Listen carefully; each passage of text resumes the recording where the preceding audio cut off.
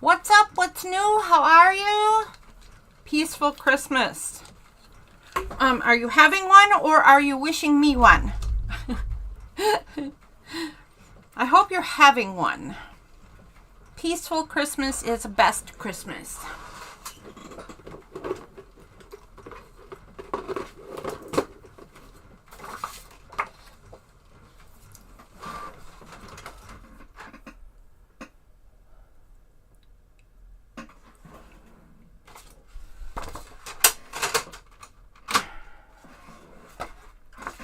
All right. Well, I appreciate it. Thank you very much. So far, my Christmas is quite peaceful. That is my favorite kind. I'm just trying to get ready for today's marathon streaming. It's going to be a bit marathon-y.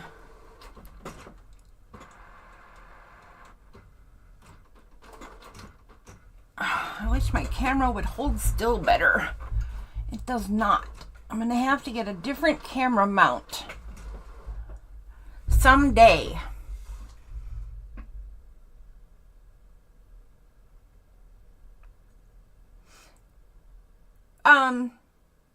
Your wife has one less tooth and you have one extra tooth. I'm not sure what that means, but it doesn't sound good.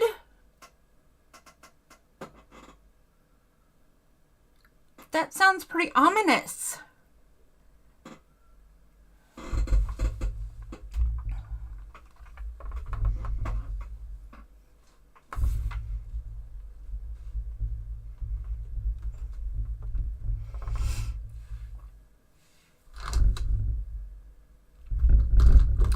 I need to think of a better way to store my clips close by.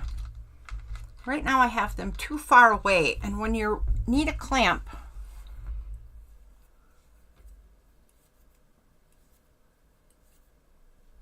oh, okay. That's a lot less nefarious than it sounded at first. I take it your wife is also having some work done then. I mean,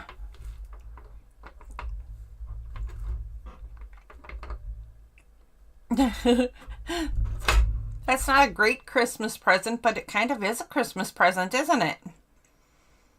Not fun, but definitely better. I'm going through some of that too. Ugh, don't like it. Yeah. Oh, at the hospital. What? Aw, I hope she's okay. Is she okay?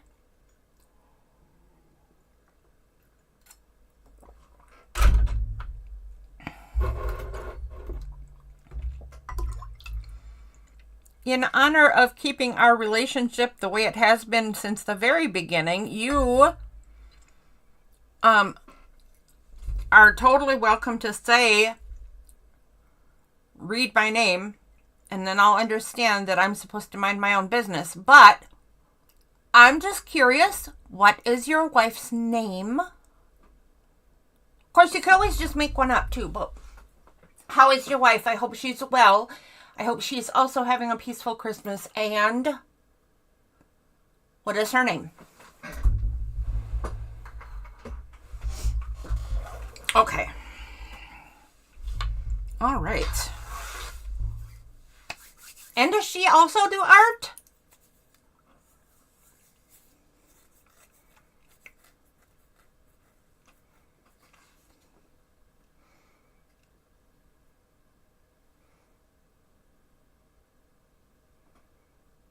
Oh my gosh, that's a bummer. That's a bummer. I'm glad you're both okay. That's awesome. Getting the work done is just such a pain in the rump roast. It really is. But I don't know, I suppose worth it when it's done, right? All right, how far are we from start time? 2.5 minutes. 2.5 minutes. Sonia. Oh, nice. Okay.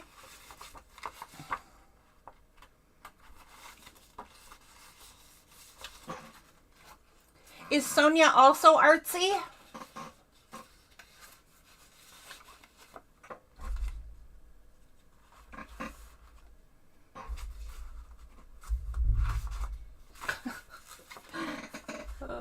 Oh, goodness sakes, man. All right. All right. You and you there. You over here. I do not need my meatball recipe. I do not need that right now. I'm assuming I will not need a meatball recipe at all today.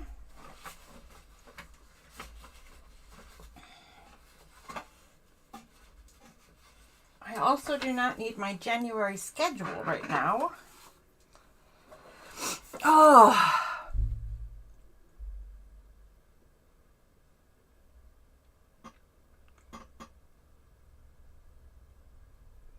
She's not on YouTube, but does she do art? Does she do any art?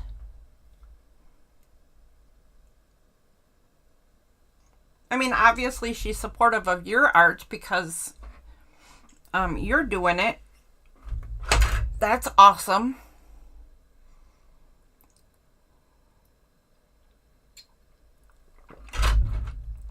All right, big countdown, Peter. We have about a minute and a half. About a minute and a half till it's actual showtime.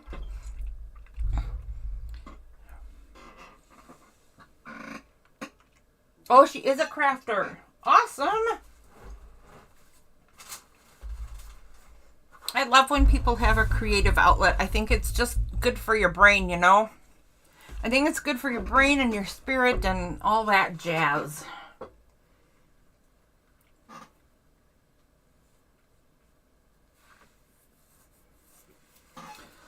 Oh, I'm a little nervous. I'm going to be going for at least 8 hours. Yikes, man. That's a long time.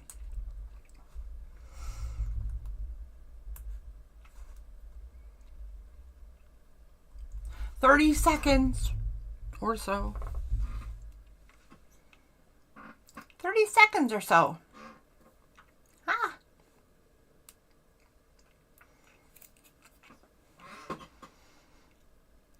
Why does my camera look so lopsided? All my levels are fine, but for some reason, the view looks weird to me. Here, let me try this once.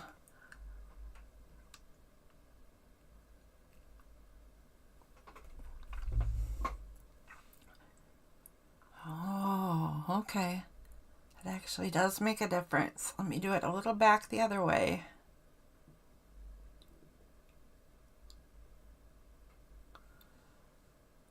Okay, okay. And then pull it this way a little bit.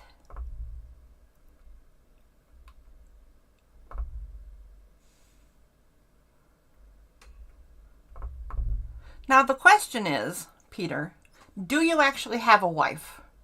Because I remember when I first met you, you told me you were a middle-aged old lady. Oh, no, lag is a thing. Don't say sorry. You are Peachy King Jelly Bean. I appreciate you being here. I appreciate you being here.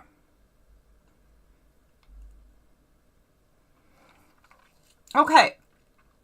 I think I am done fine-tuning my camera angles. It is not perfect. It will do. And it's actually showtime. Okay, so welcome to today's live stream. Yay! I'm so excited. We're going to have some fun. I have some surprises. I have some games. We're going to doodle. And the reason I'm here today is because a friend of mine, Darcy at Darcy's Misadventures with Mixed Media, asked some people to participate in her Darcy's December Daily. And I have never represented an artist before in their project, and I am thrilled to pieces to be here and to be representing. Oh, nice. I like that. ATCs are fun. Okay, so I am here representing Darcy. Oh, 11 years totally counts, mister. Absolutely. That's a commitment.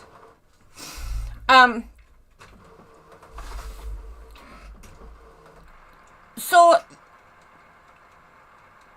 the prompt for today, that's, you know what? I knew I wasn't quite ready for today.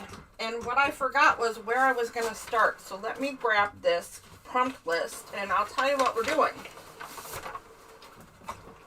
There it is. The prompt list. Darcy's December Daily.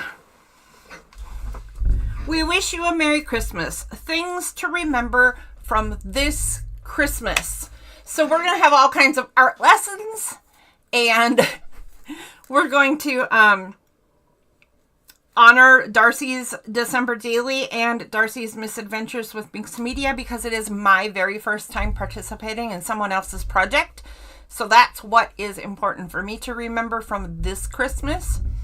Also, my husband, my son, and my 4 cats are all well. I'm happy about that. That's something to remember from this Christmas. Sour cherry jam is one of the best glazes for ham I've ever had. That's something to remember. What else? Oh,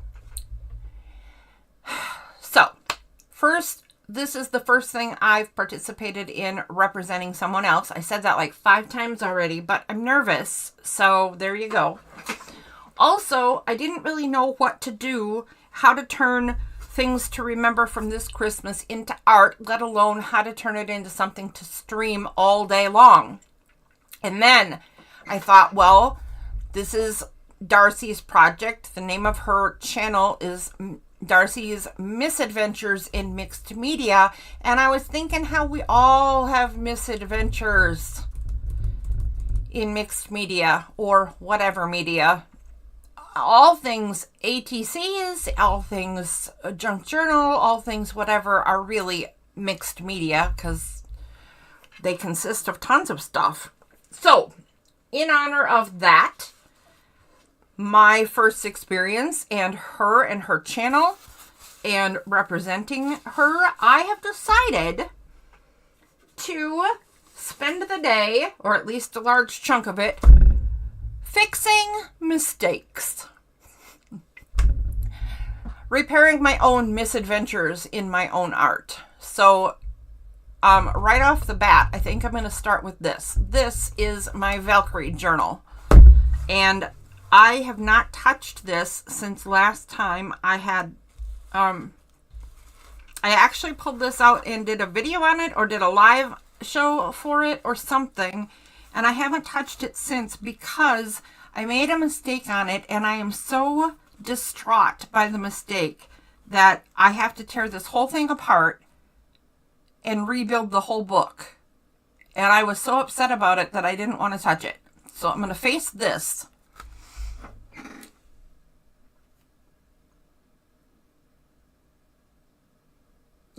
Sometimes it is. Yeah. Sometimes it's happy accidents. And a lot of times it's happy accidents, isn't it? Like most of the time. But sometimes, and I think what the big message of the day is, sometimes I think that a lot of people don't get involved in art because they think they can't. Because they think they'll mess it up. Because they think they're not talented enough, or I don't know. There's all kinds of reasons people are interested, intrigued, but don't actually do. So, sometimes you make a mistake like I did with this book that is so bad, you have to just fix it. A lot of other times, what Peter said is correct if there's anyone listening, but what you said is totally right. what looks like or feels like a mistake is just something that happened along the way, and it creates personality and it creates interest, etc. So I'm going to talk about I'm going to talk all day about kinds of things that can go wrong, how you fix them if you want to, how you adjust if you just want to adjust, and how a lot of things are just happy accidents. And it's not worth getting upset about. It's just paper. It's just paper. Who cares? But what I did here really does need to be rebuilt completely. So I'm going to start with this because I want to face this and get it out of the way because this is going to be a little painful. But I made the book cover out of stuff that isn't holding together properly, and the whole thing started falling apart. And I did some stuff to try to fix it, but the more I tried to fix it, the more it got messy. So I'm going to tear this whole thing apart and do it again. And the part of that won't be easy is that I bound this. So I bound this with these 3D printed knotwork things on and this spear. And the holes are already in the signatures to match up to where these parts got on the spine. I don't know how that's going to go, trying to get all of those spaces correct again. I don't know if I made that clear, but the first thing we got to do is rip this poor puppy apart.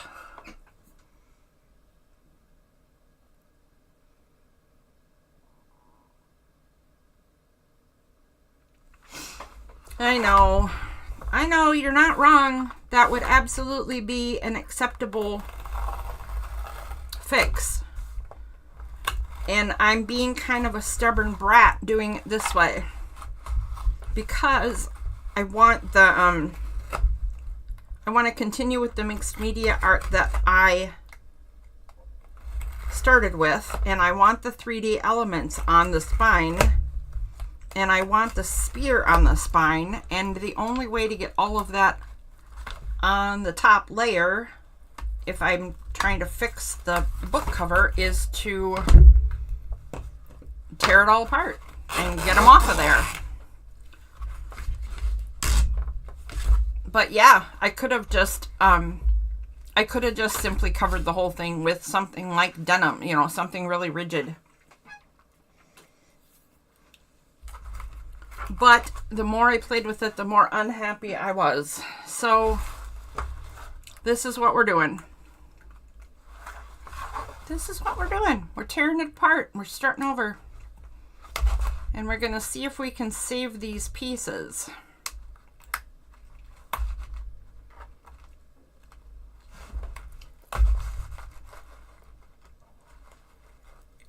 Oh. All right. So other than the dentist, did you do anything for this holiday? I would think no. I know I wouldn't do anything more. I would just rest and be quiet. But that's just me. Oh! Linda Rowland. Hello there. The book looks straight out of Hogwarts.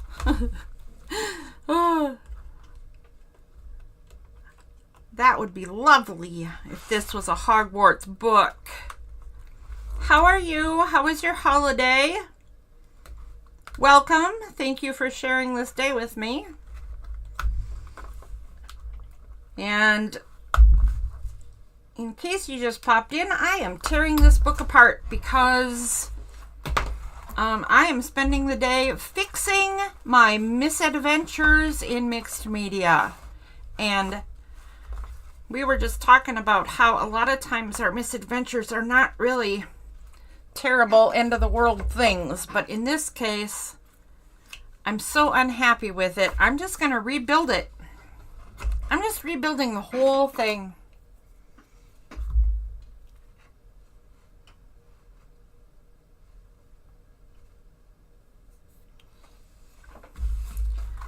Mr. Peter, it sounds like you are getting quite inspired by this journal I'm making, and that it is filling you with all kinds of ideas. They sound intriguing and fun, and I think maybe you should gather some supplies and actually make this vision you're having, because a window would be tons of fun.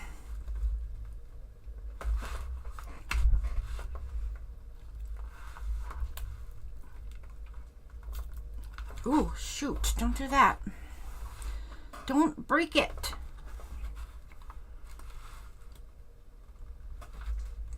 You're trying to save it, lady. I mean, that's why you're going to so much trouble. I just thought of one thing I forgot to do to prepare for a full day of streaming. I was going to replace all my blades so they would be sharp for today. And this one is reminding me that it needs replacing. Okay. Now are we good? No, one more. One more. Okay. Now are we done? No.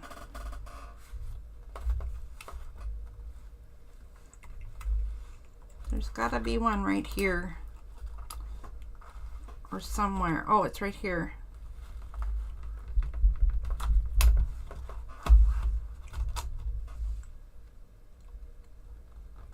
There we go. Oh, and another one. Goodness sakes, I sewed this on really well. There's lots of stuff holding the sword in place. I mean, spear. Okay, there we go. Skeleton Crew on Disney Plus. There you go. I have not seen it yet. Have you? And is it any good? And I just dropped Disney Plus. I dropped Disney and Hulu because I'm so mad at them for continually canceling all the best shows. Then I went and got Max, and then Max, Disney, and Hulu put together a what? Put together a package deal. So now I might get Disney back and might get Hulu back.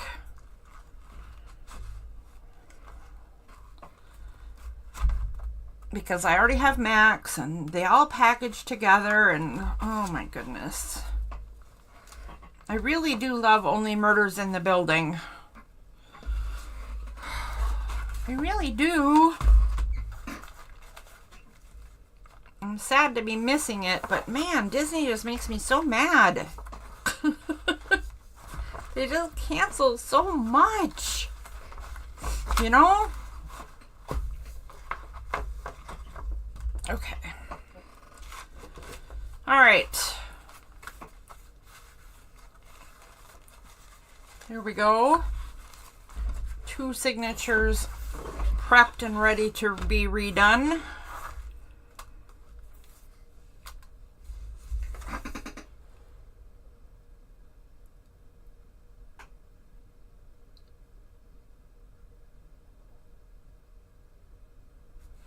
Oh, you don't pay for TV. Yeah, well, that's the smartest thing to do. Is don't even bother paying for it. But I cave. I'm stuck in my house so much that it's kind of worth it. It's like the only real entertainment budget I have, right? So it's kind of worth it. Till they cancel every show you love. Rat finks. Dirty rat finks. Okay, the signatures are ready to go back together. I wonder if I can get these. Oh yeah, easy peasy. I was going to say I wonder if I can get these bits back off, but not a problem at all. And then I don't think I'll throw this away. I think I'll save this and see if it can be rescued and kind of redone in some fashion, because I don't believe in wasting things, and I think this should go straight in the junk journal supply pile. because I make a lot of different kinds of journals, right? And not all of them are really junk journals. But when you make journals and this happens, that looks like the junk journal pile to me. Or at least the scrap bin, something.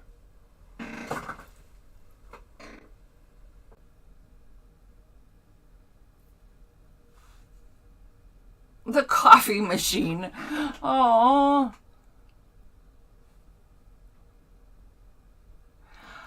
A cute anthropomorphic elephant boy creature on a Vespa.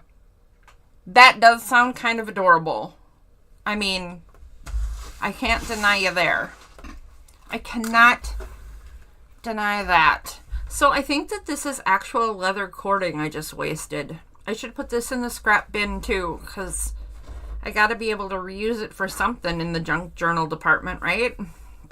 I think I will save it. Oh. All right, now we are back to the basic pieces. There is my cover art. There is my spear and my pieces for the spine. There are my signatures ready to go. And I'm going to set all that aside. I'm going to cover the new, I'm going to cover the new book cover with this fabric.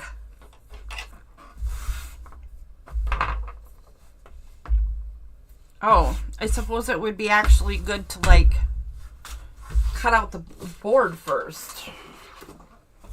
So, this is what we're doing. Oh man. I thought, okay, hang on. Hang on. Good grief, this camera's gonna drive me bonkers. You know what? Hang on. I'm gonna try to tape it in place again. I do know what a Vespa is. I didn't know there was an elephant boy, though. Oh, wait a minute. Did I? You know what? I actually might have seen part of it. Now, something is ringing a bell.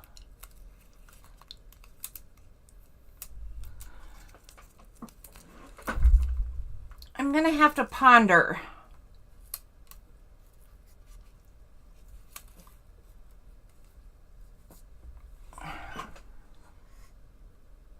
Okay, let's see if that holds it any better.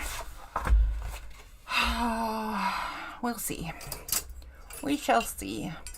All right, let's get busy.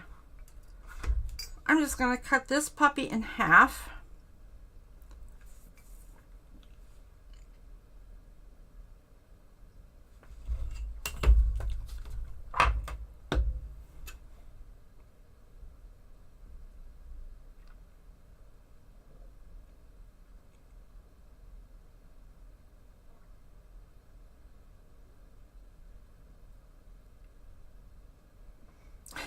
You want to know, you want the world record electric wheelchair? What is the world record electric wheelchair?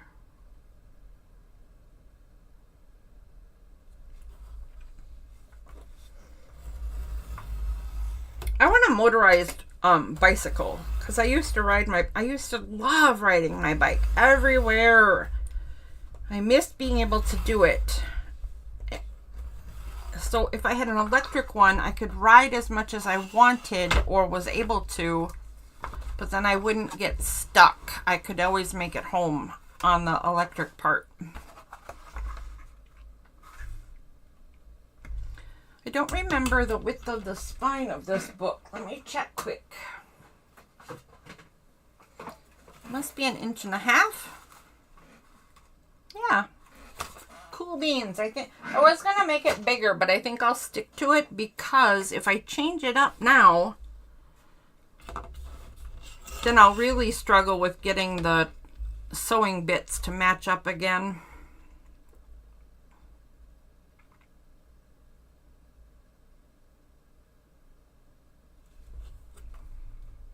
All right.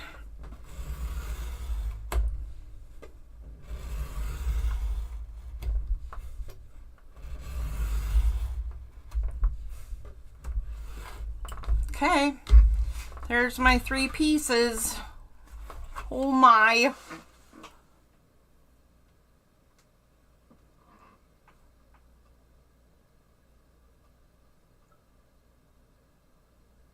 $220 miles.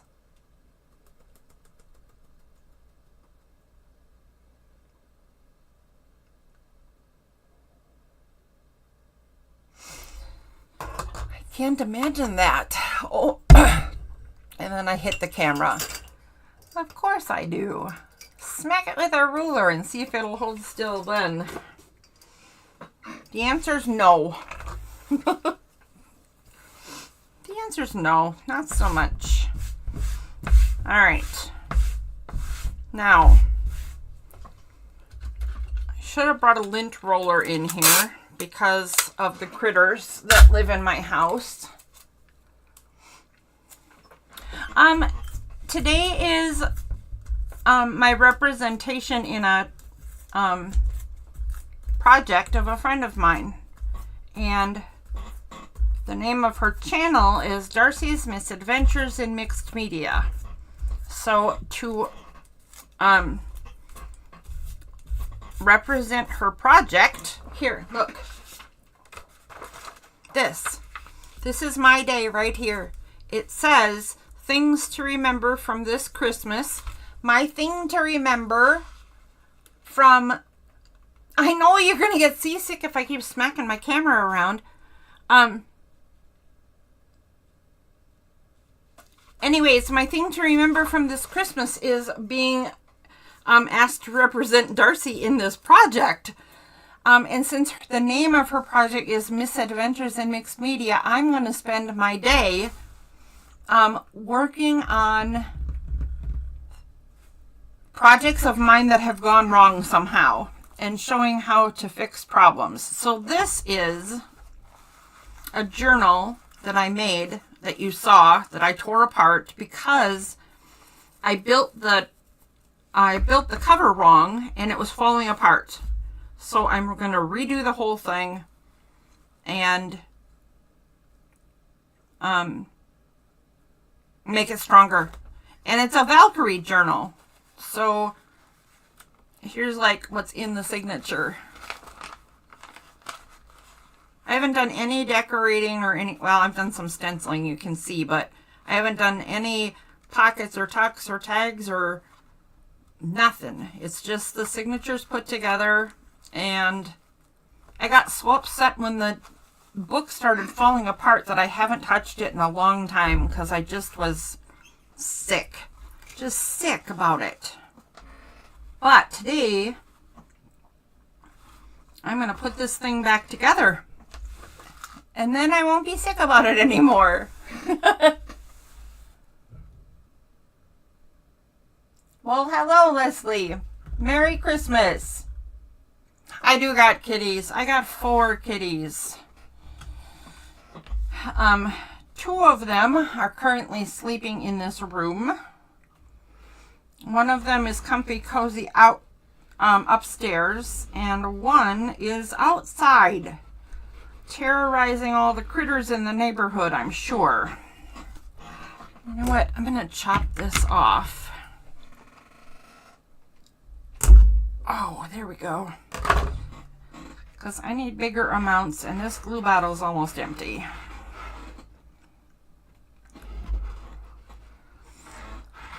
Anywho, the very first misadventure we're fixing is this journal, but I have a whole day because I'm going to stream for 8 hours. I have a whole day's worth of misadventures to fix and games to play and doodling, because we, on Wednesdays, we've been doing doodling together. So I have some winter doodles that I'm going to teach later on. And I have some surprises. I have some surprises for the day. If people are here and chatting, and I see people in chat, as the day goes on, I will get to the surprises part. But right now, this is what we're doing.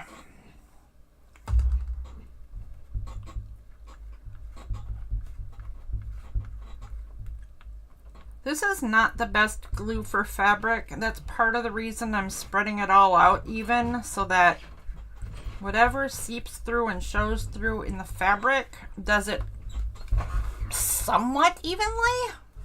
It won't matter terribly because most of it's going to get covered up anyway. Most of it will be covered up. All right, there we go. There we go. Step 1. Yay! Look, I accomplished a thing. Ta-da!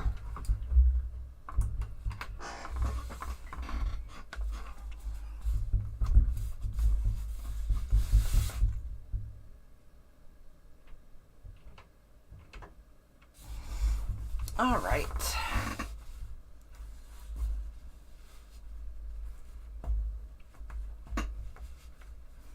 It's 8:30 p.m. in Germany. I would imagine that you will not be around for the whole show, although you have shown up for my Wednesday shows when they're at their regular time. So, I mean, honestly, you never know. You know what? This is a lot wider than I want. This is not what I want for today. Let's do this little stick for a spacer. Does that look better? That looks loads better.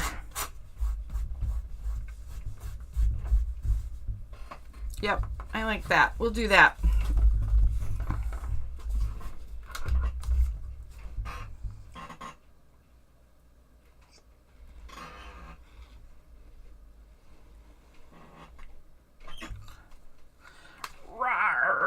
Grrr. All the glue.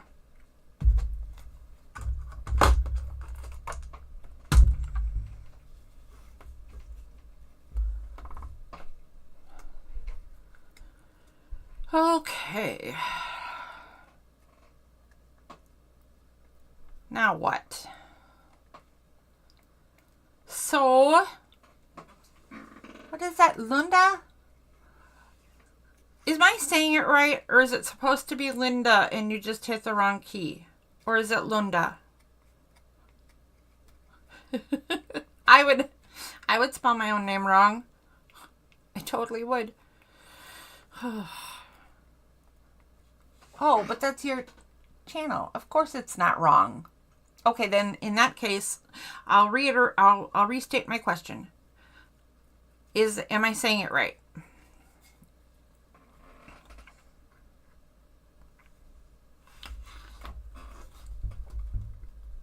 Okay, look at that. We have 2 pieces in place. Already this is a productive day. Ha ha ha.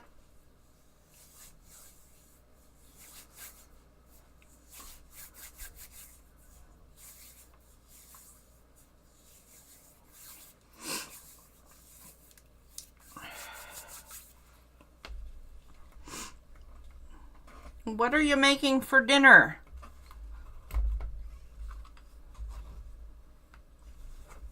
All right.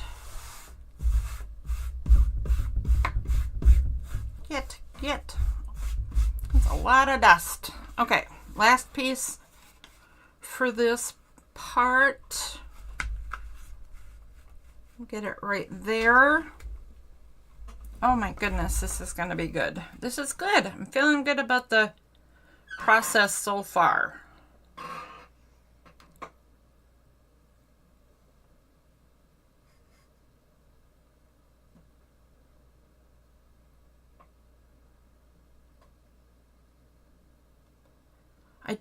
Oh my gosh, I just don't understand what I'm going to do to get the pieces of the spine to line up properly with the already punctured holes in the signatures. Or if I could bind this a different way, maybe. I'm going to have to think about that. I wonder if I could I could sew the signatures back together, right? And then maybe I could tab bind them to each other. And then maybe I could just glue that into the spine of the journal. Could I do that?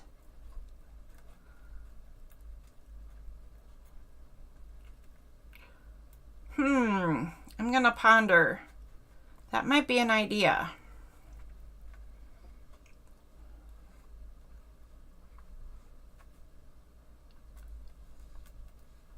Okay. Last piece for this part anyway.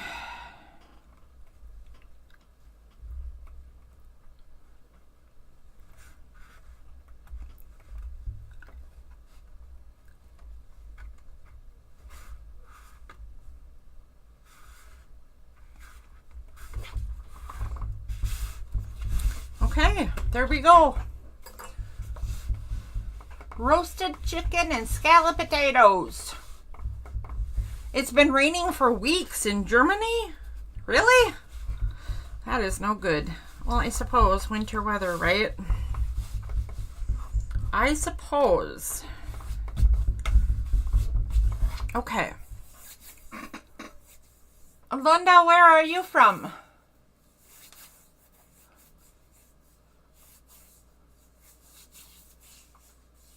I like the idea of roast chicken and scalloped potatoes. We had crispy chicken wings and seasoned them with our own flavors at the table. Did that ever turn out cool?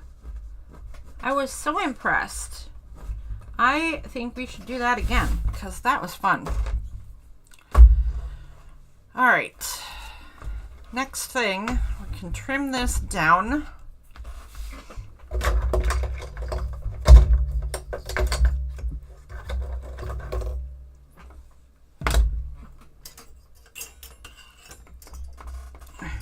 So,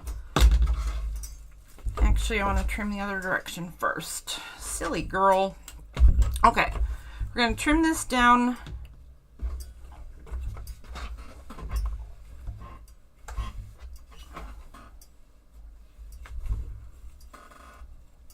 And I need the bigger ruler. Hang on. There we go.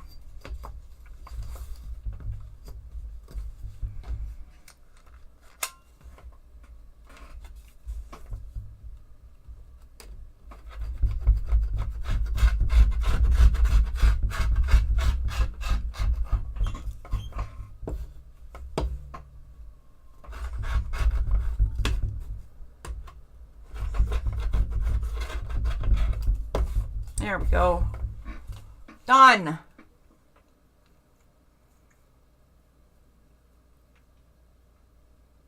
We do need the rain. That's so true. There goes my camera again. Okay. So yeah, look at the glue is seeping through terribly. I guess I figured it would. Before I trim the rest, I'm gonna do a little bit of evening. So if I sort of do this, it will spread the glue even more. Hopefully make it evenish.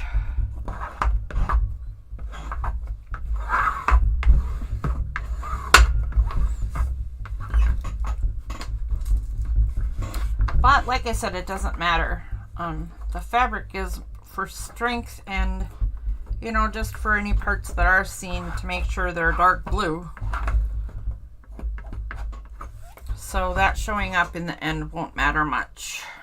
The glue, I mean. It won't matter in the end. Okay. Now we'll trim the other direction. Good grief. What a mess.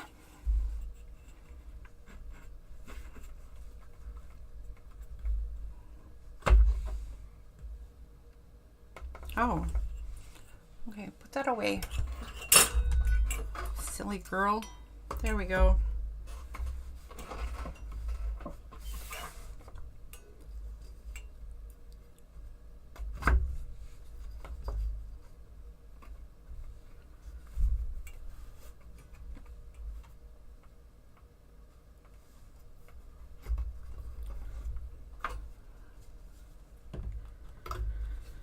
Oh.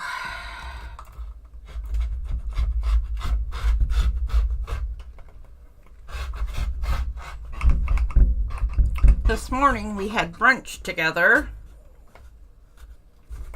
We had mimosas and scrambled eggs and grilled ham and honey butter crescent rolls. Oh my goodness. It was delicious. Easy peasy lemon squeezy and tasty as you would want it to be.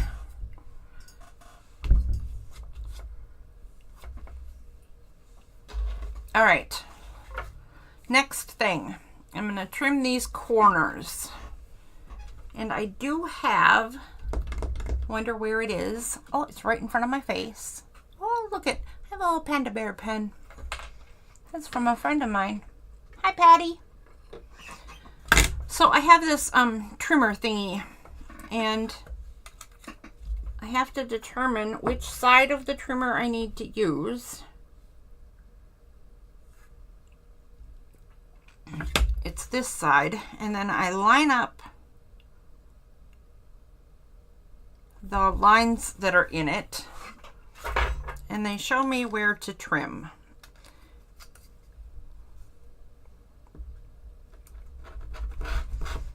And hopefully still have enough fabric here to make sure that the corner gets covered. That's the idea of this thing anyway.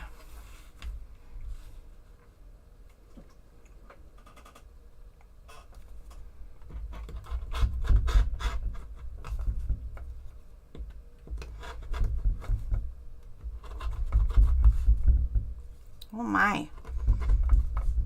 I think I need a new blade on this thing too. I should have followed my own advice.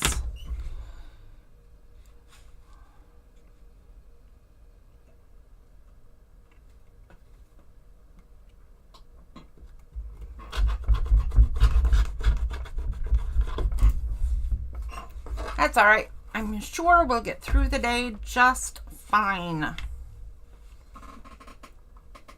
It'll be fine.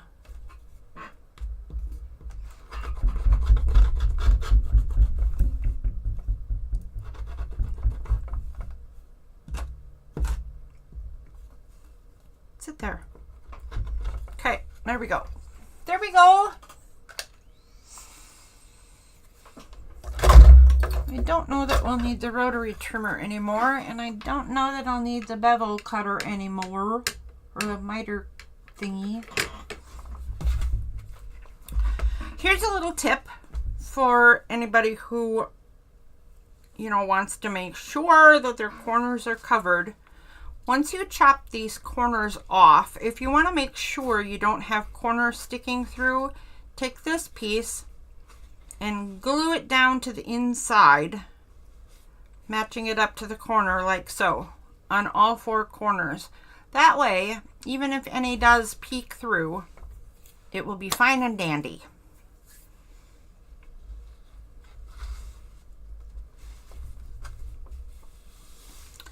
I do not need to do that because I'm going to end up putting metal book corners on this thing. So it won't matter terribly if any shows through anywho, and I don't think it will. So let's go ahead and get this glued down.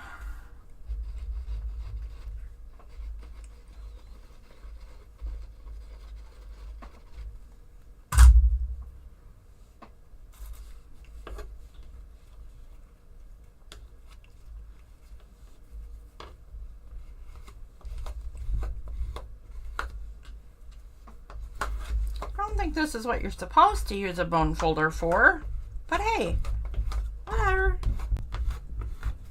It works. And the glue comes off nicely. So it's okay.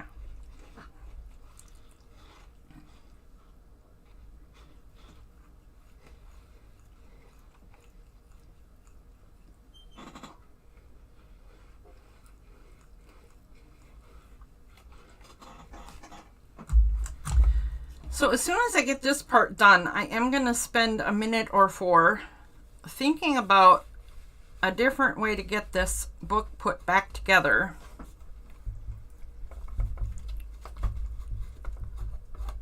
So that I am in fact not going to sit and fight with getting the holes to line up properly.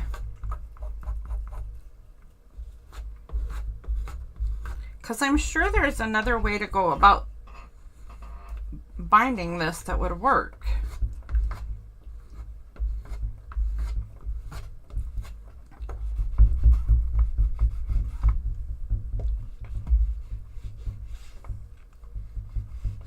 Whoops, whoops, whoops.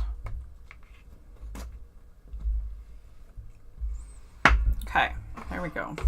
All right, now the 2 ends, and then this piece needs to sit and dry. Then I can think about problem solving and see if you guys maybe have ideas too.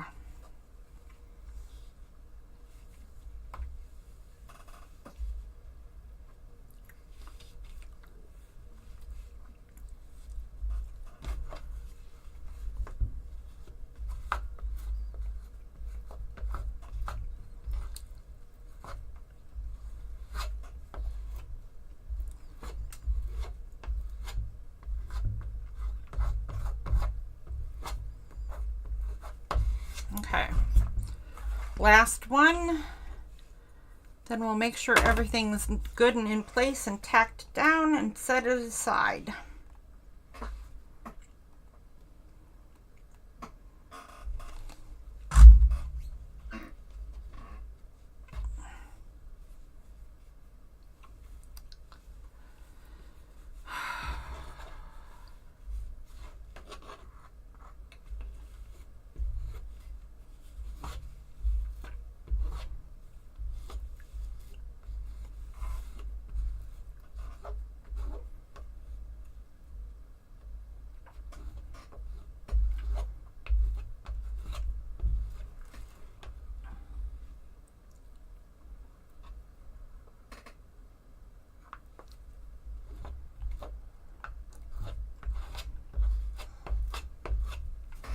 All right.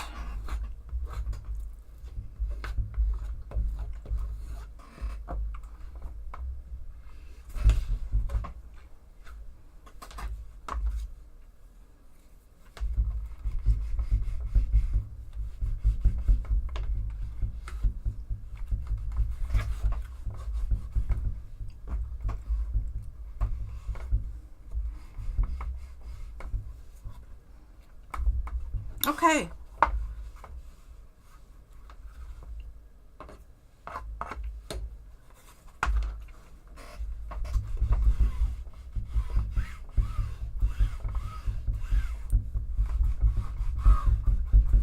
All right, everything looks like it's in place. It certainly needs to dry. This is just a sticky mess. And we can ponder now some of the issues. So I do definitely want these 2 bits back on the spine. I definitely want the spear to be back on the spine. So let's pretend for a minute that I glued the knotwork on there and I sewed the spear on there without putting the signatures in the book. All right, so that's that. We're going to pretend that that's done, and then we're going to look at the signatures and see what exactly that would mean for the signatures. Before I pull those over, though, I'm going to get all this glue off my desk because gluing them down would probably be not great. I'm just thinking that maybe gluing my signatures to my work table is probably less than ideal. All right, I'm going to try putting another piece of tape on this camera too, because it still is vibrating away. I swear, the very first thing I'm going to do in the new year is get myself a different camera mount. Because this is getting ridiculous. Alright, turn away if you get seasick. I did forget to warn last time, but Peter was all over that business. He already knew.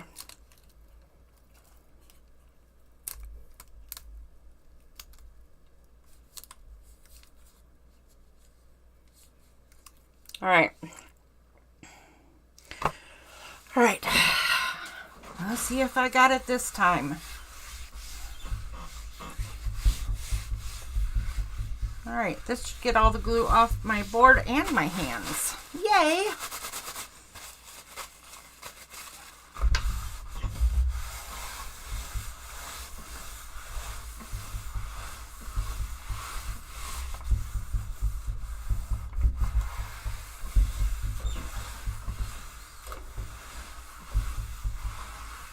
It is a nice blue, thank you. I actually bought it for a totally different project, and so it's just leftovers.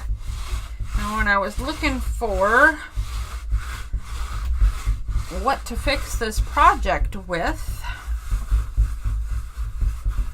I'm like, wow, that matches perfect. So that turned out handy as heck.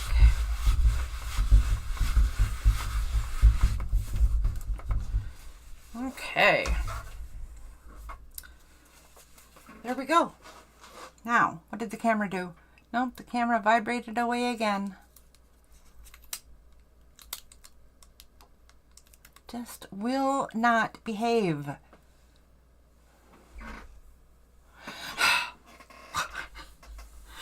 That is going to drive me bonkers all day, isn't it?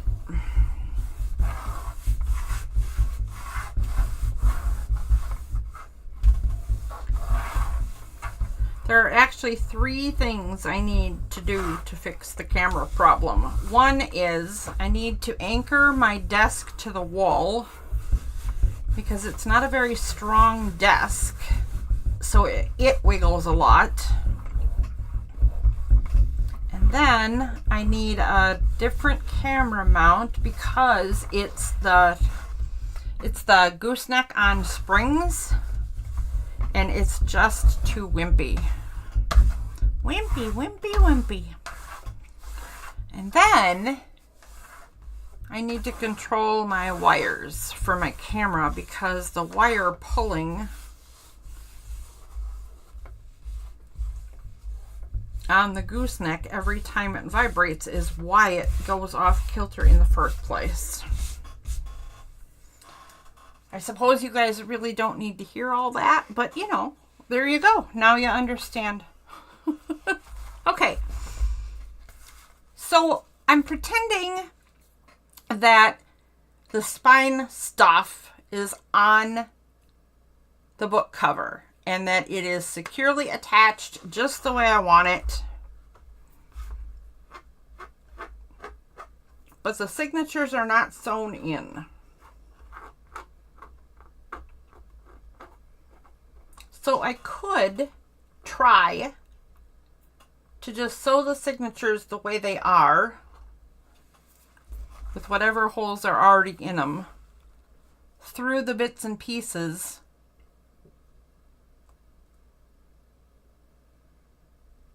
of the spine artwork stuff. But I'm really worried that then they would end up all wonky. So I'm wondering if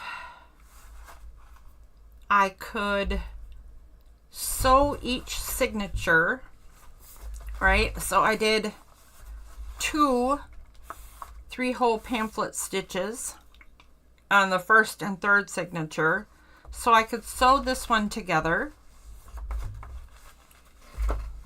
What did I do in here? I got glue stuck to me. Glue and fuzzies. This one was looped around the spear. So I could just, I don't know what I could do here. Just maybe just weave this and sew this one together, and then this would be the double pamphlet stitch thing again. Then all the signatures would be sewn together. Then maybe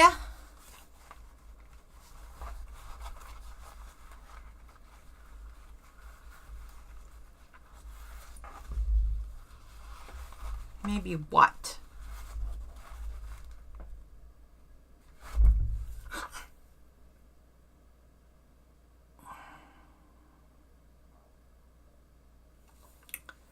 I know. Maybe this one. Maybe I sew all that through a piece of this fabric, right? Like so. And then glue this whole thing into the journal. That would totally work, wouldn't it?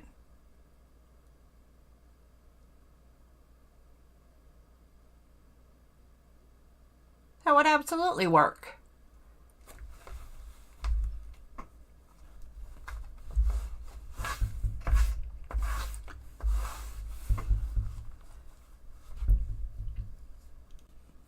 The only pain in the behind part about it would be trying to get these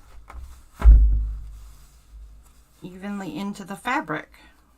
But we do that all the time, so that should be doable.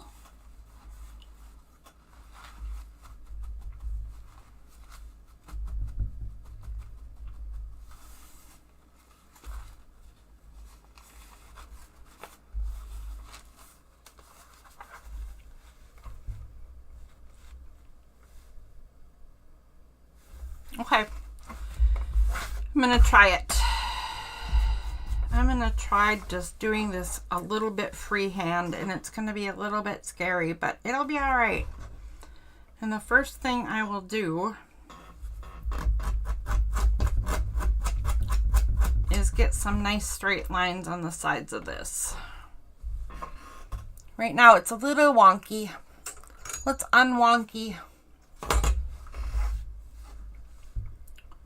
Let us unwonky.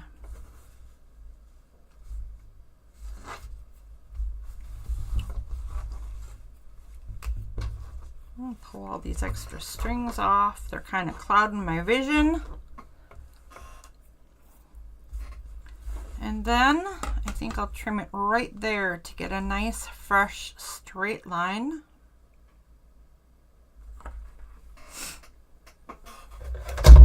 Boy. We'll get a nice, fresh, straight line. And I think I folded the other side, so it should be parallel enough.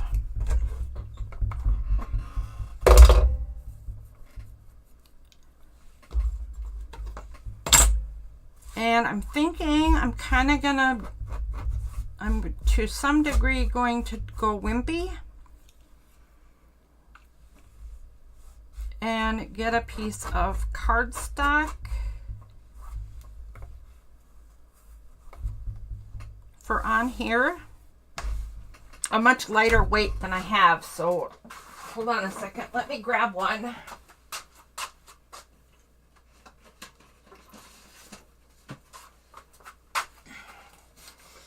So I'm going to do a much lighter weight piece so that at least it's got a little bit of body for me to hold on to while I'm sewing these. So I'll cut off another 1.5 inch section. And then hello?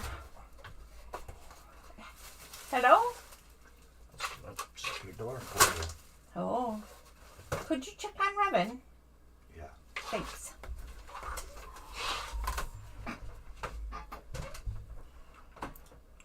Are you serious right now?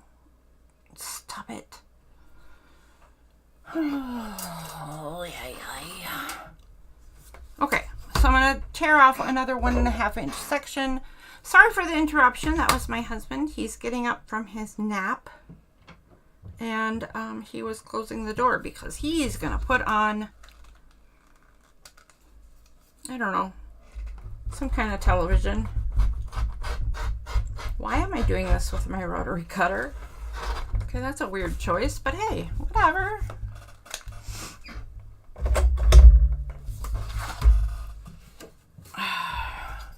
Anywho, he's going to be putting on a game or some music or who knows what.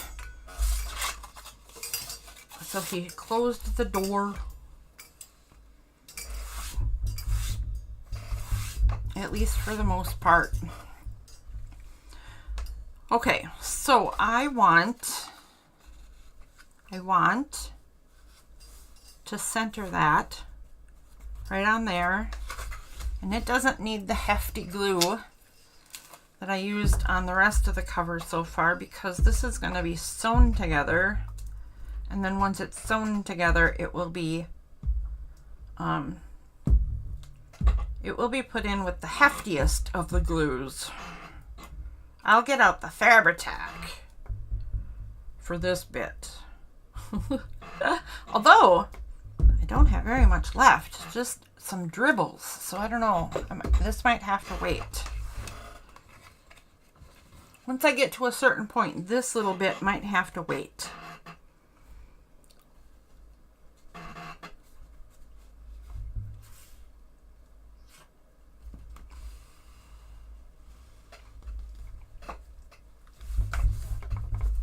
I'm going to get this centered and as straight as possible. It does not have to be perfect because, you know, it's a handmade journal. Things aren't going to be perfect. But I don't want it terribly wonky because then it will be hard to put in the book. There we go. I think I'll live with whatever that is right there. Somewhere between wonky and perfect, right? So all we need, I need to get myself a new glue eraser too, because just getting carried away with that business. And then let's trim this. And now I do need the rotary cutter.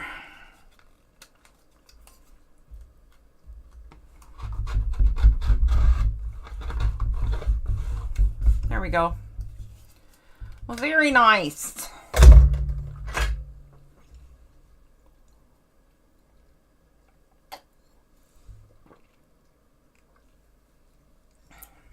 So I think what I'm going to do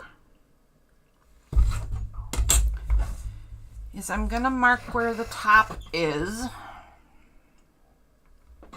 Wrong way, Feldman. Over here. Okay. So this is the top.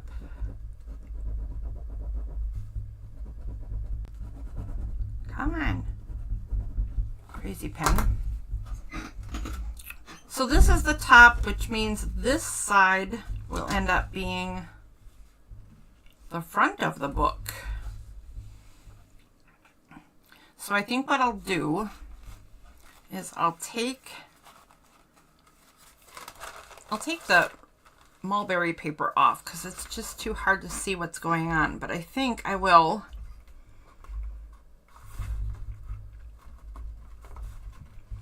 line these up. That looks good. Let's see.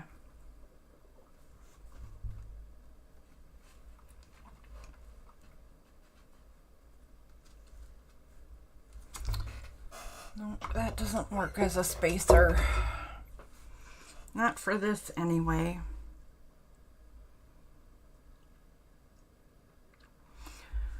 Okay, so I'm going to have to measure out where the lines are going to go. And then I'm going to have to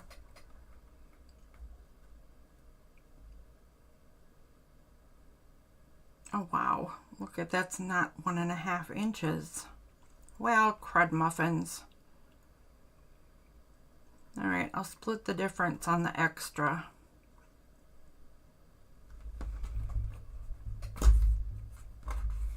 Okay. So I'm gonna mark 3/4 and then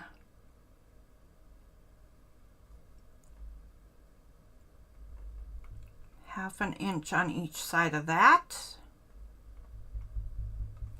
And I'll do the same thing down farther. Of course, it's all gonna be wonky now because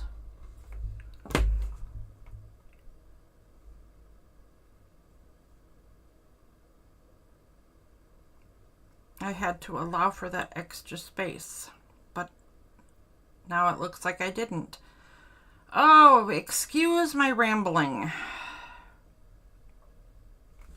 Okay.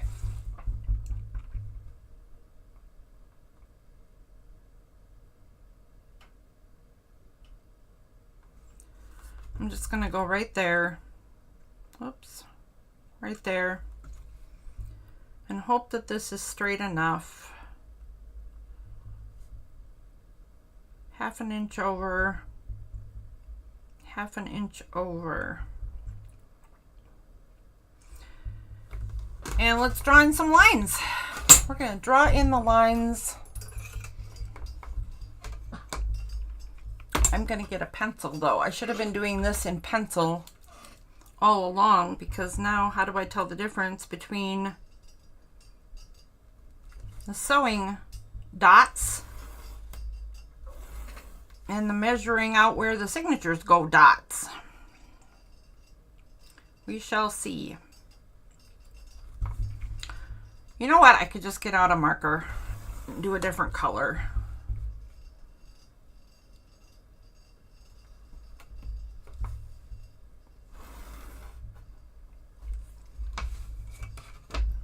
Okay.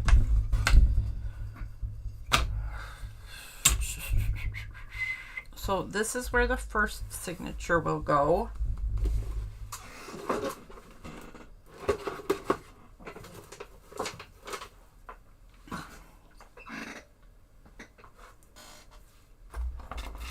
Aha! I was wondering where this was. I have a nice big piece of foam.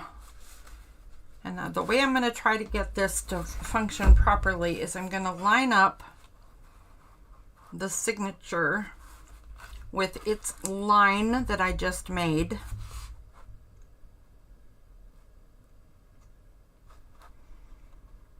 And you know what? I don't need to make dots. I'm just going to go straight into the puncture mode. And I'm going to follow the holes that are already in the signature and poke new sewing holes that match what I've already done.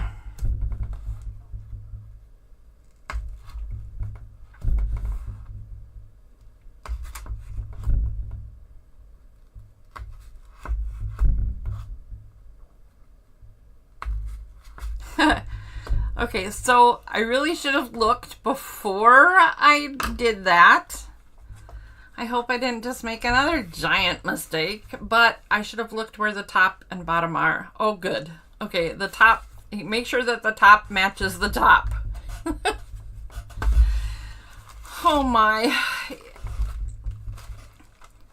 When things can be even just a little bit off, right? They can be a little bit off center, and even that little bit can make a difference in how things turn out. So, set the mulberry paper aside because it's hard to see where the holes are in mulberry paper. Take the second signature and make sure up is up. Line it up with the top and bottom and the line that I created to show where the center signature will go. And then poke the holes for it.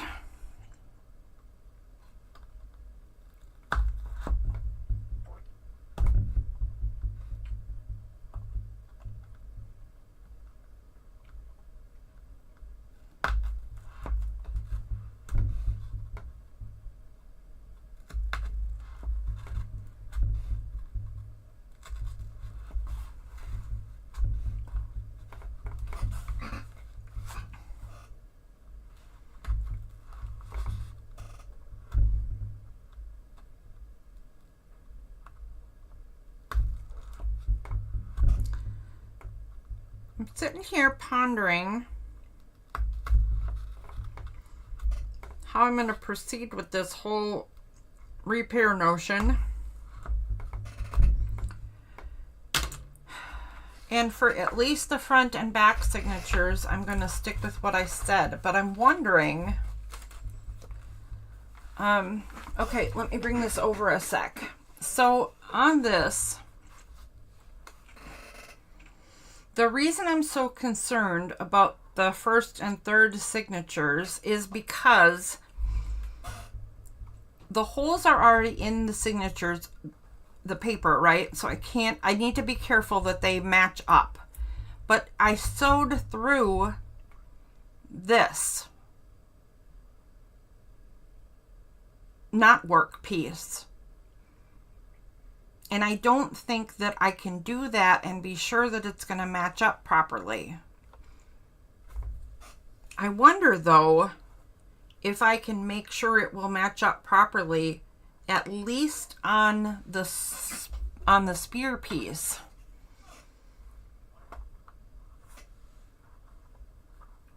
So I believe I did it tight up against each intersection to hold it in place really well, but I don't think that that's necessary.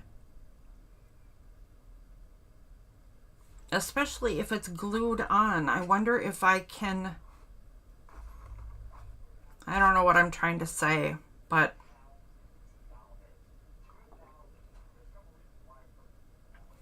yeah, I think I'm going to try to go all the way through the cover for that center bit, for the sword bit. Spear, I mean, it's not a sword, it's a spear. So I'm going to center this.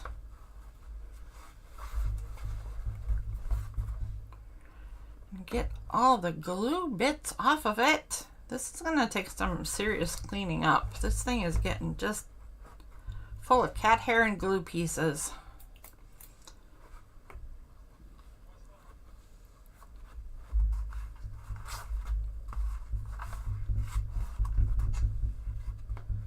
Okay, centered.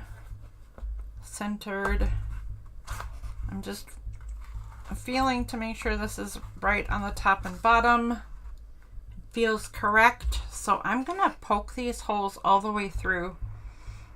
And at least for the spear bit, I'm gonna sew the puppy right on.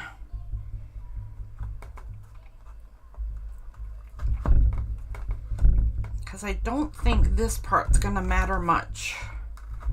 We'll see. I could be completely wrong and not thinking about all the bits involved and watch me end up do it all wrong again. In that case, this journal will end up back in its box and put away for another couple months till I can face trying again. Alright, I don't know if that'll happen. Alright, let's set the last mulberry aside. Make sure that this is indeed the top.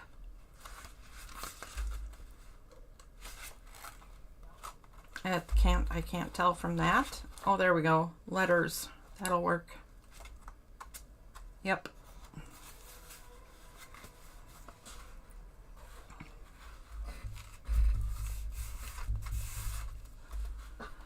Okay, now just line up this last one and then we can start sewing. This is my absolute least favorite part of journal making. So I will be happy to have it done and be able to move on to my very favorite part, which is the decorating. But that won't, we're not going to do that today. That's not part of the Misadventures in Mixed Media.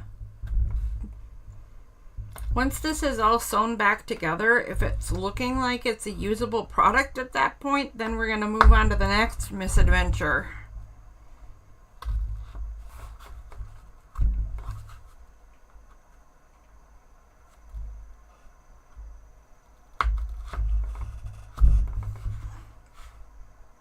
All right, looks good.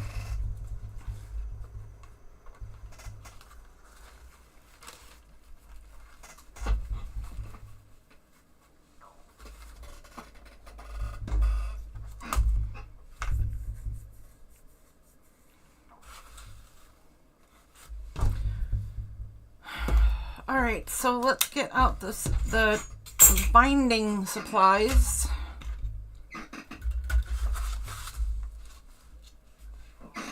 And we'll start sewing this thing. Whoops.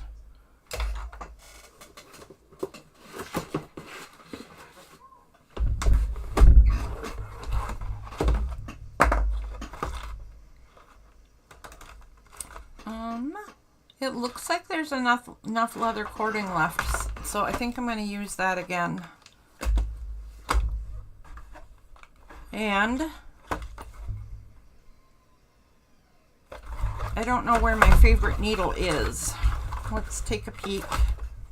Ooh, I like this one. Let's try this one.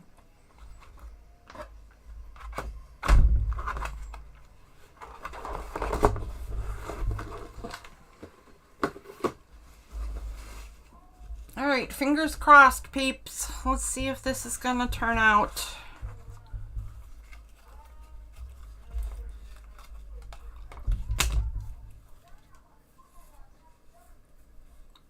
I'm gonna start with the back signature, so I'm gonna put it together the opposite direction we just did. And I'm doing 2 pamphlet stitches in each of the signatures, 1 and 3, and you need about 3 times the length. So I'm gonna go there, there, there, and hopefully that will work. Chop that off right there.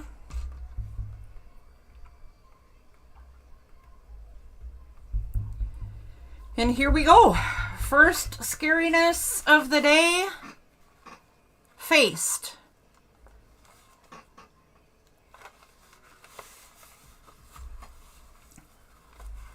So I know one thing that I need to do is, I can tell that I sewed it in wrong the first time I did it too, because this has some tears in it. I will need to do some things to strengthen that when I put the decorations in the book. We'll deal with that when the time comes, but one of the first things I'm going to need to do is make sure that this is all lined up. And one way to do it is to take my hole punchers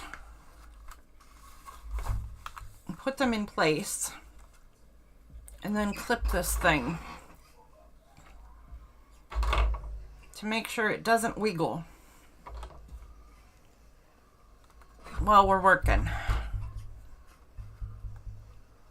Aha! There we go.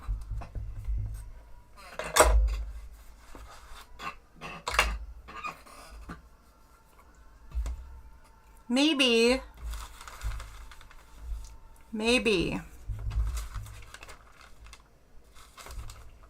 you know what? I'm going to fix this right now. Hang on. That is what we're doing. We're fixing misadventures. I got an idea. And it's right over here. Although you can't see what I'm doing.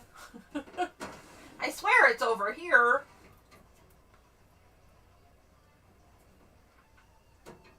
All I need to do is find a washi that will work.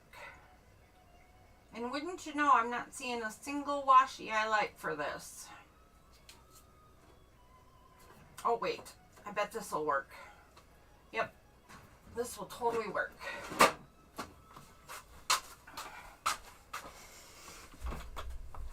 Oh, okay, so I'm going to get out my good glue sticks. That's right, I need a new one. It was empty, so I threw it out. Oh my goodness, this washi is not behaving. What a mess. There we go. All right, let's just tear this off.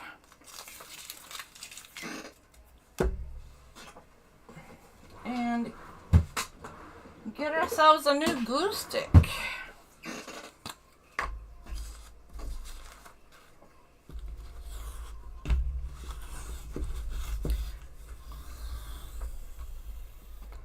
So washi tape, if you are someone who already knows, I'm sorry, but if you are someone who doesn't know, washi tape is not meant to stick forever.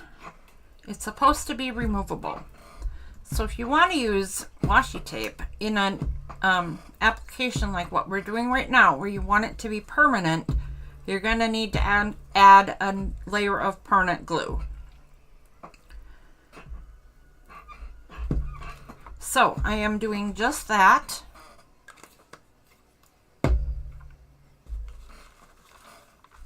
And I'm just going to add this washi tape to the center of this signature page, to the center of this page. Let's see if I can make sure I get it pretty straight and centered. Looks like it should be close.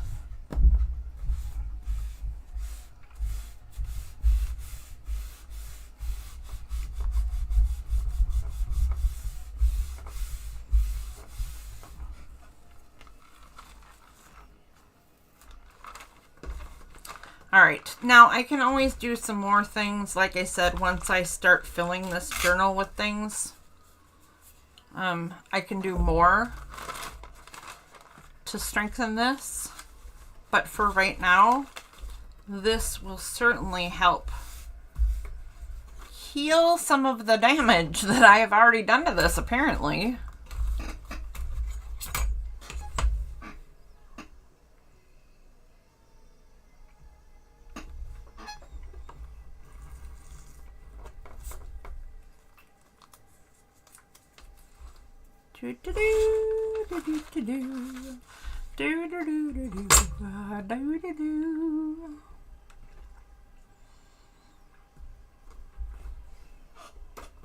A little ditty for all my yellow submarine lovers.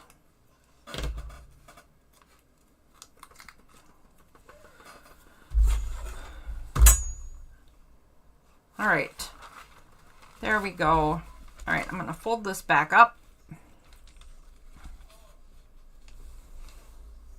We're going to have to poke new holes in it so that I'll know where to sew it.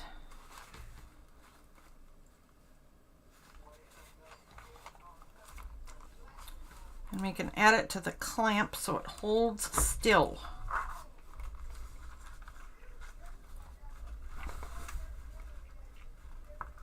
Like that.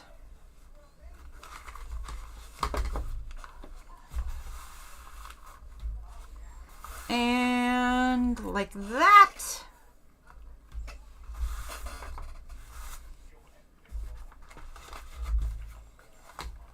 And let's get those new holes in.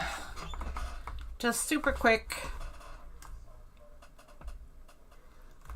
I suppose I don't necessarily need to do this because they would get made when I sew, but you know, if they're already there, I don't have to worry about it holding anything up, and I don't have to worry about tearing anything. Ow! Ow! I apparently need to worry about poking holes in my fingers, though. Okay. Silly girl. That's probably less than ideal. Make sure the top is the top, the back is the back. All's good. Let's sew. There we go. All right, 3-hole pamphlet stitch. You go in through the center. Oh, you know what? I'm gonna hide the sewing on the first and third signatures. So in that case, I'm gonna start on the outside of the journal.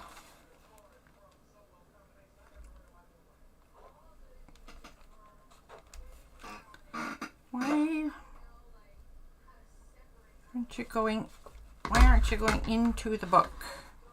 Go in.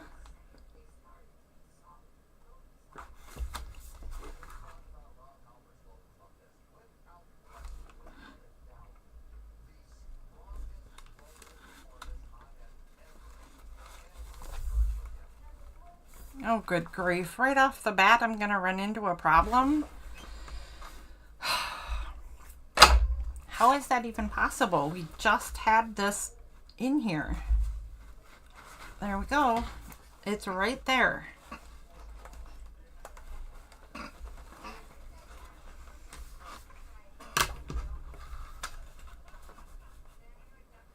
Okay.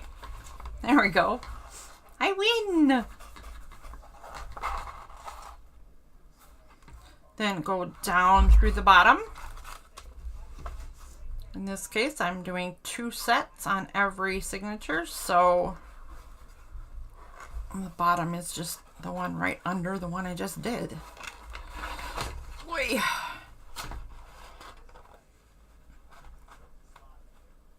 Okay, then in through the top.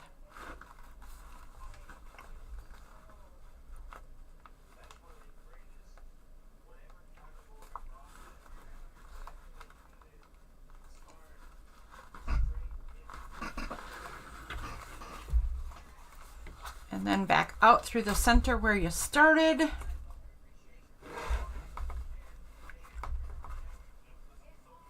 Being careful not to re-pierce the thread. And then making sure that you have the starting tail on one side of the center strip and the ending tail on the other side of the center strip. That was a lot of twisting around and stuff. But once I do this enough times, if you don't know what this is, you will by the time we're done. Okay, and then we're going to tighten this up because we don't want our papers escaping.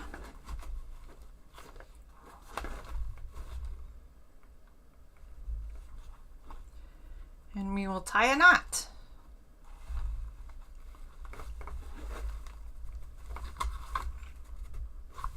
And I'm only going to trim this a little bit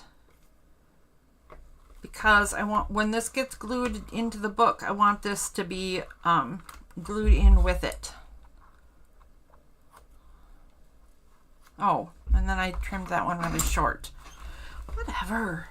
Goodness sakes. Okay. Let's see what we got. Look at that. We have half a signature in our book. All right, we're moving along. And 3 was fine. It's 3+. I go a little overboard, but I like room to be able to tie the knot and all that jazz.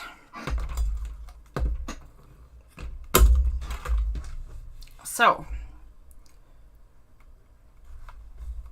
this is definitely working out better than I thought it was gonna. I mean, so far. Don't count your horses and all that. Or chickens.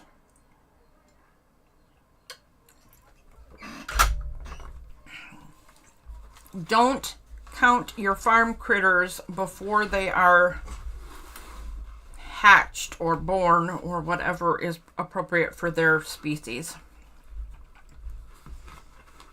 All right. Oh, and I went the wrong way again. I forgot. I'm hiding the knots for the first 2.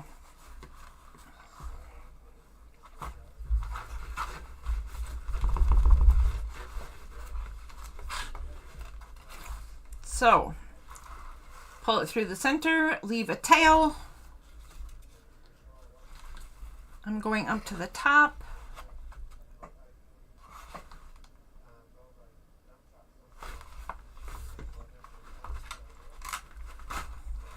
And out, going all the way down to the bottom and back into the book. Whoops. Okay, do I have one that's going to be a pain in the rump roast again?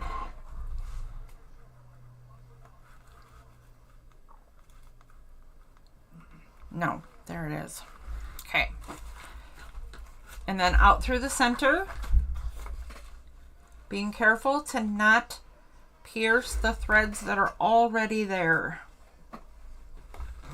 If you do that, you're going to need to back up and try again, or cut it out and do it over again. because if you pierce the threads that are already in the space, you will not be able to tighten the signature properly.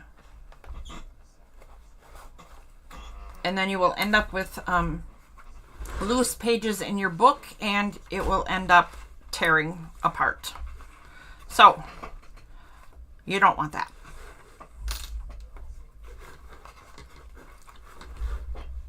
So it is definitely no fun to have to do it over again, as you are seeing. Although I'm doing it over again for a different reason, and it amounts to the same thing.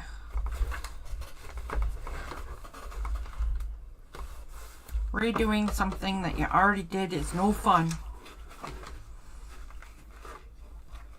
Okay. I am encouraged a bit.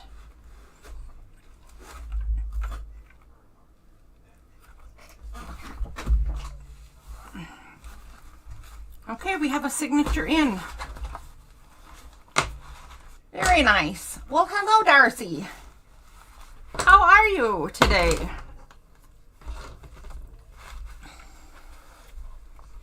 And how long have you been sitting there? I'm sorry, I haven't looked up for a while because I was concentrating on my sewing. The first misadventure in my journal journey that I'm facing is a book that I bound together, and I bound it with poor products, and it like literally started falling apart almost immediately. It was a very sad thing, so I haven't touched it in ages. And I finally decided that this was the reason to face the problem and get it fixed. So I tore apart my Valkyrie journal, and we are rebuilding it in honor of Darcy's December Daily and your channel, Darcy's Misadventures with Mixed Media. So lesson number 1 for the day has been that sometimes the answer to fixing a problem is tear it apart and do it over. Not always. I will show lots of other problems that you can run into and how to fix them. But sometimes it's just, you know, do it over.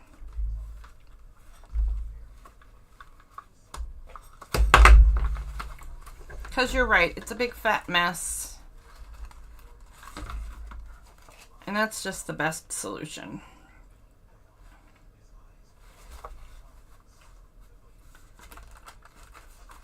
All right, so the second... Oh no, you know what? Gosh darn it, guys. I can't sew this the center signature on until I have the first and third signatures in. Have you ever done that? Have you ever sewn the signatures in a weird order? I never have. Well, we're gonna try it today and see if it's doable, because apparently that's the way I set things up. So let me get signature 1 instead of signature 2 and get it lined up, and we'll sew this one in.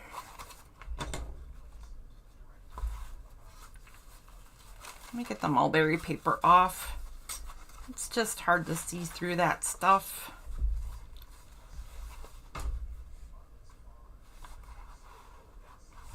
Okay, there we go. Oh! Yep, sometimes it is.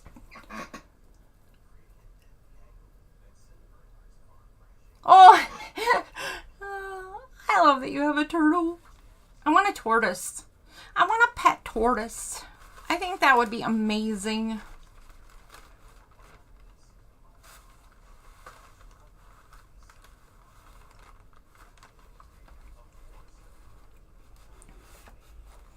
Okay, so here we go. Here we go. Let me clamp these bits in place. and cross our fingers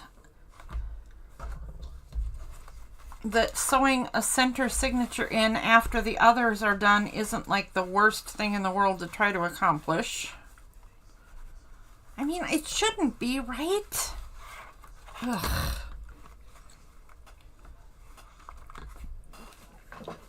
Sometimes I don't know about me. I make it harder than it needs to be.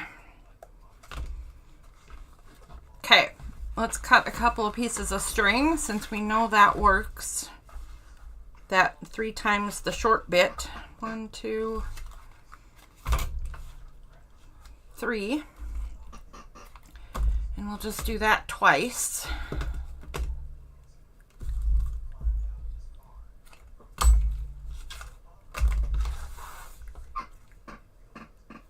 No, I wouldn't think it should be. I mean, I've heard people say don't do it though, and people who know more than I do, like Nick the Booksmith and stuff, and I don't remember who else. So I mean, I'm about to actually figure out it's not too terrible if you pay attention, or I'm about to discover why they say don't do it. One of those things is probably true. Okay, so in through the center. And, oh, and I forgot again that I am hiding signatures 1 and 2. Holy bejeebers. There we go. So start on the outside and come in through the center.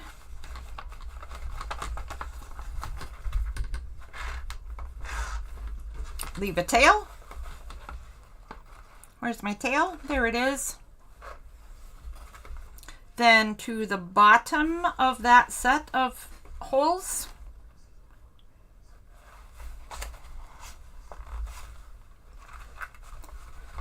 and then back in on the at the top.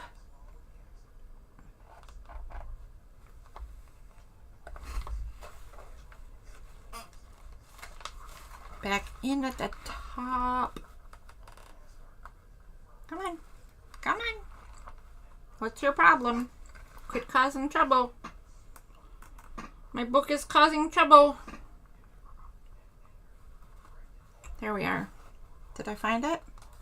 I did not. Okay, hang on. Hang on. We got a wonky bit of signature right here. Okay, right there.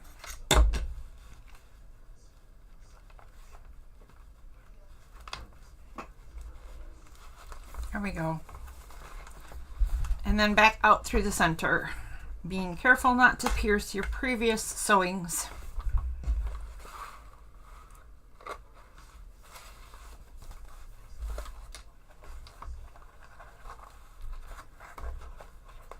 I have to pull it a little tighter. I did not leave myself enough string. There we go. And then back out through the center.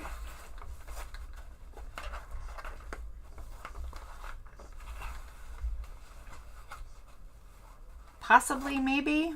Come on.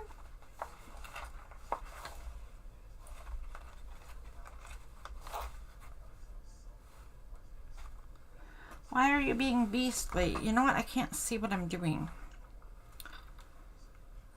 There we go. I gotcha. Ha! I win. I win. Okay. 1 tail on each side of the center thread, and I do believe, oh, look what I've done. Can you see that? Right there. You can see that I have pierced the thread with the needle. Remember I said you need to be careful to not do that. So I'm actually going to pull this back and try that one again. It's easier to fix it right when you do it than it is to continue and try to fix it, or, you know, have to start all over. And this is already a start all over for this journal.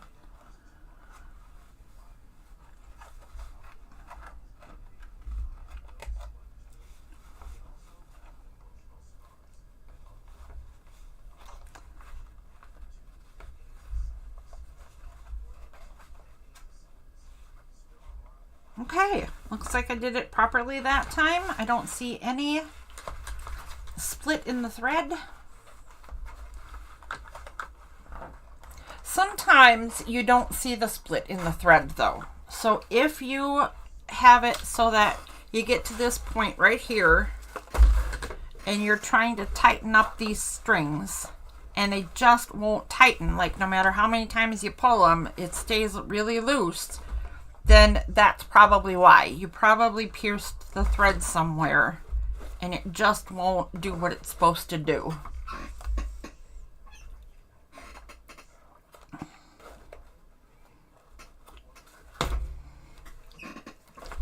All right.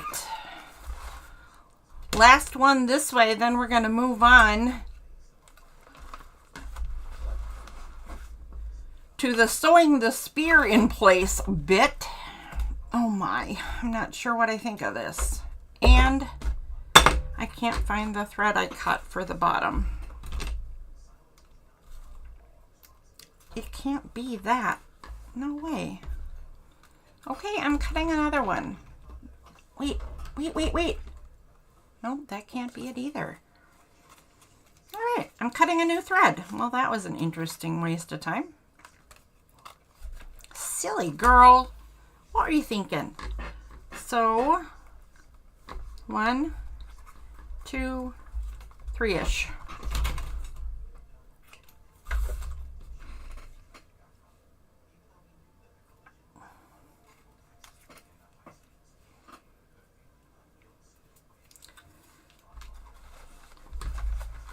Okay, next.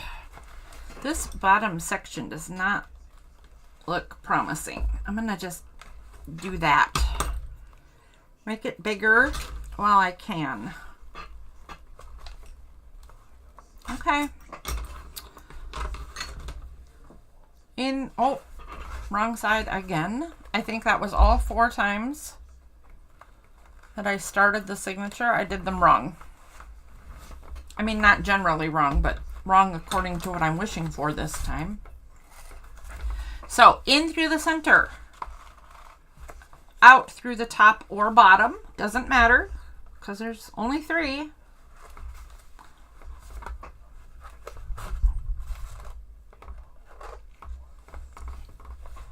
Back the other direction through the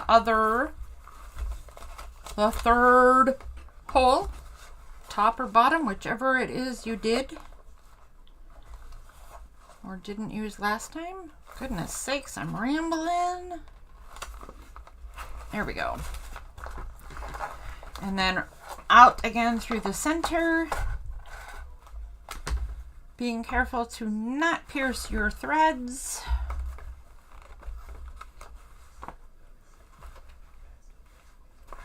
Very nice so far.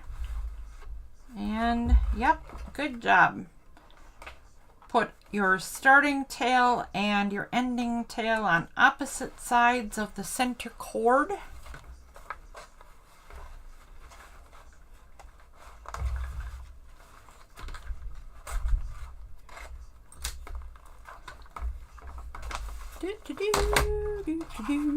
And then tighten. Beautiful. Very nice. So far, so good. This repair job, I should knock on some wood. But this is fake wood. I don't know if that would work. So, since that might be a jinx, I think I'll just hope for the best. Okay. So now we have 2 signatures in here.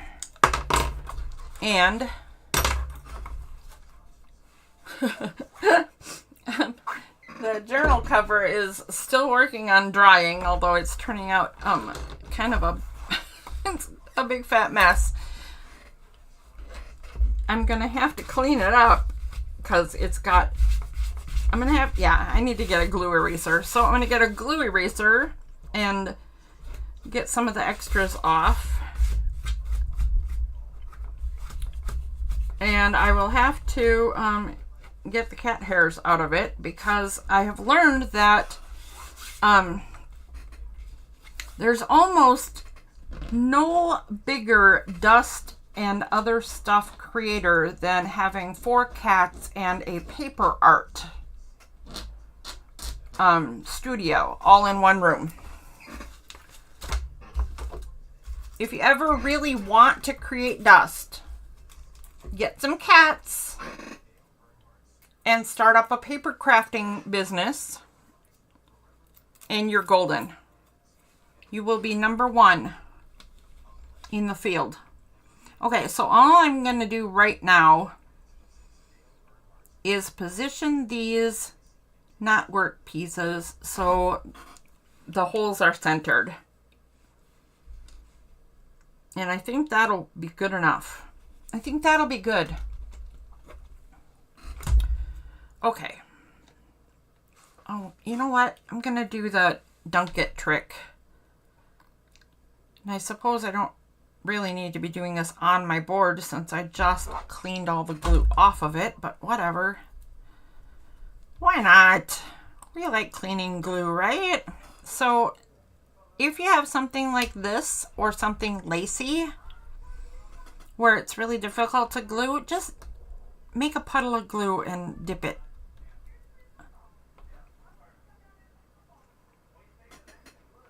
Whoa. Goodness sakes, man. There we go. Center the holes as best I can. There we go. Looking good. Next.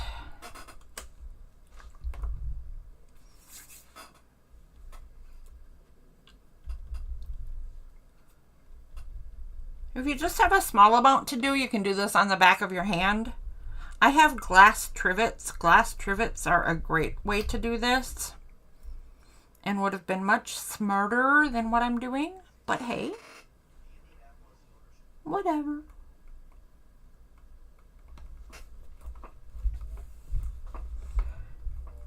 All right, there we go. Now I need that to dry for a second and it will probably be fine by the time we have our thread cut and figure out how to get started. I do not remember at all how I did this. It's not like it's difficult, but I don't think I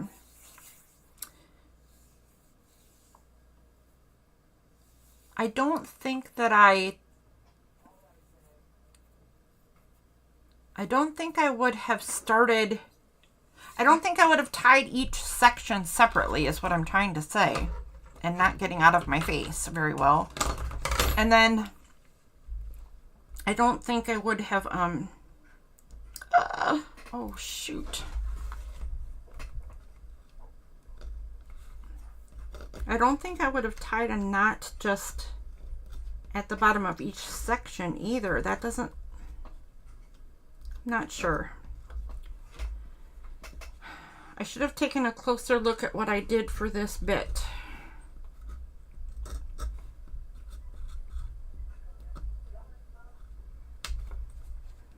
And I shouldn't have dropped that chunk of glue right there in the center of it. Oh, so what did I do? I got it stuck to my thumb and then put it right back on.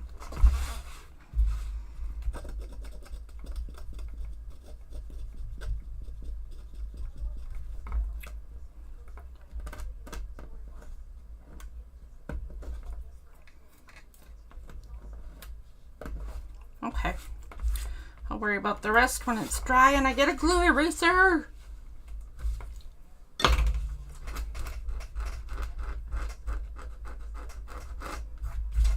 Okay.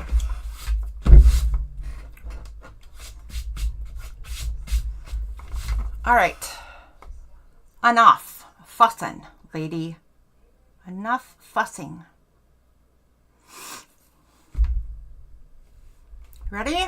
All right, let's get some of this thread cut.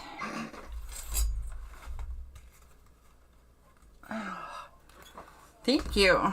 I love the knotwork pieces too. They're just They're one of my favorite things that Justin has been 3D printing for me.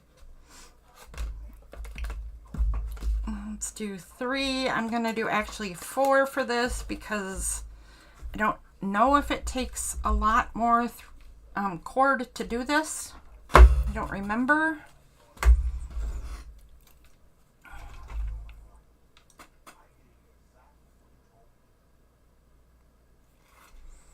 And we need the spear because that's what we're sewing in place. So we got to make sure that's close by.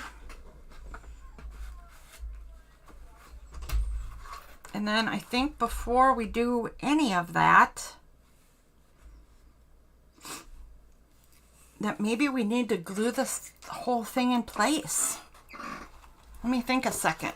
So,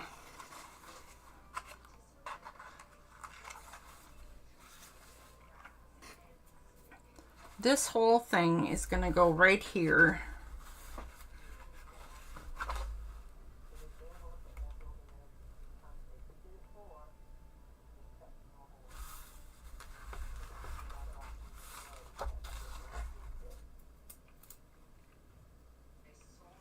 My question is, do I want to glue this before I sew the spear in or after? I want to do the, I want to glue the, I think I know. I want to glue the cardboard bit down now and the fabric bit down after.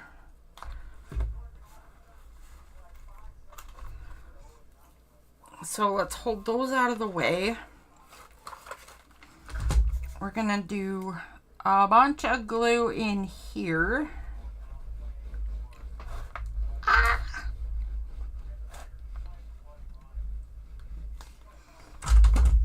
These are gonna get folded down, right? Yeah, like so. Like so, and then the bottom one will get folded up, and then this has to go in place.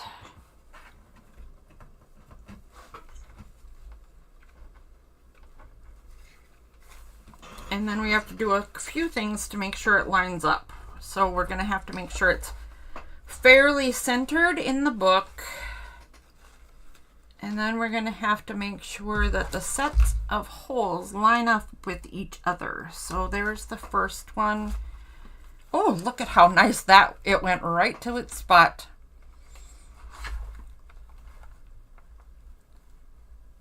So there's the one on the bottom, or I mean the top.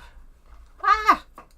Look at all the stuff I have stuck to this poor book. Oh my. Okay, and then let's make sure the bottom lines up.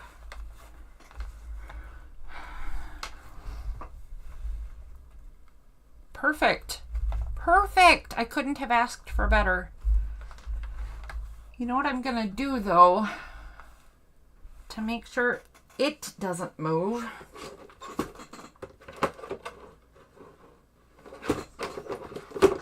Hang on a sec. Right here. I think this would be better done with push pins, but I'm actually going to take a couple of these giant sewing needles and put them in a couple of these spots. So right here for sure. And then how about at the top of that part? And the bottom of the first section. Oh, look how nice those are lined up. I couldn't have asked for better.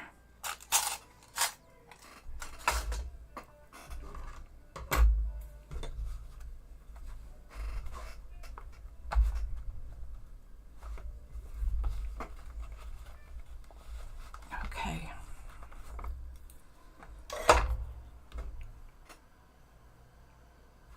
Okay, so we have this. And we have it threaded. Oh, okay, now we got to do the signature though, don't we? We need to make sure this is also lined up properly. Okay, the holes of the signature I can already see are. The mulberry paper is the only part that's a giant pain in the rump roast.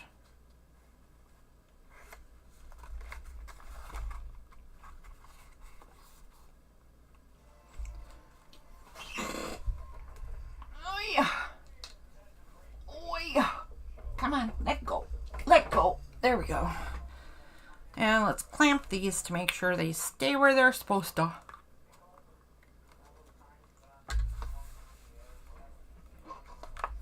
Sit, stay. One more. There we go. All right. Now, almost forgot to make sure the top is where the top is. Aha! The top is where the top is. That is very important. Now, let's see what we can do about getting this sewn in. And then, we'll move on to misadventure number 2. Because this one will be fixed. Except, I don't know if you guys are seeing what I'm seeing, but there are a couple problems still. Okay. I'll worry about that later. Number 1, in through the center, out through the entire book, not just part of it.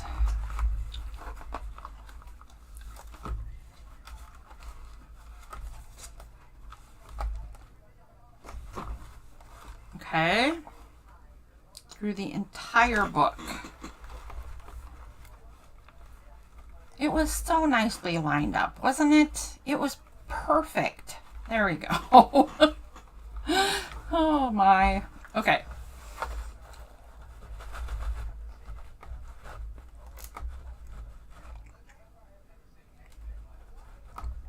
Come on. Come on. There we go. I don't know how much of a tail I need to leave, but I'm going to leave a tail. Oh, you know what? No, I'm just going to leave a small tail thinking that I'm going to come all the way back to the top and tie a knot.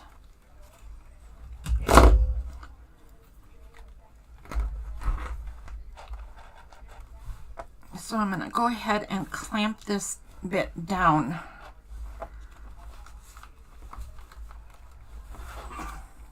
Actually, I'm going to get a different clamp altogether because those are not going to hang onto this very well.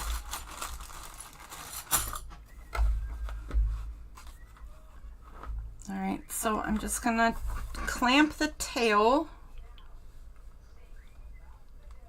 just like so, because this is going to be quite a bit of finagling.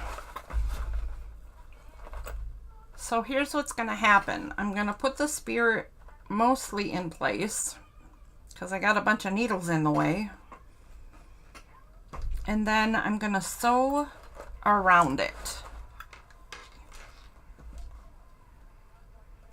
So I'm going to go back in the same hole.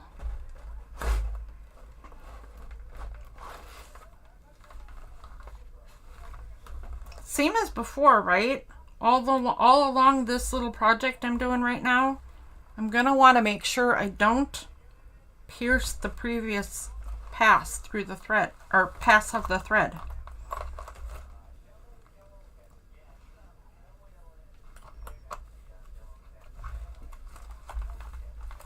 I don't know where the needle went, but it didn't go back into the signature.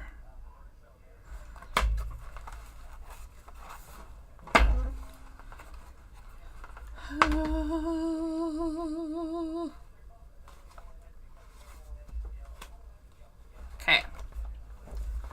Here we go.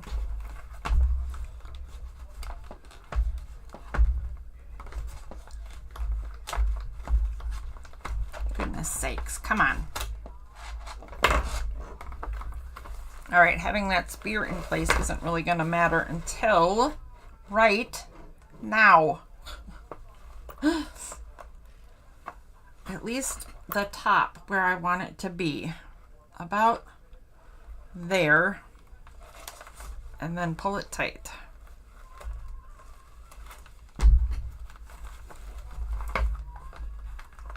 Okay, then I'm going to go to the next one. Moving down one.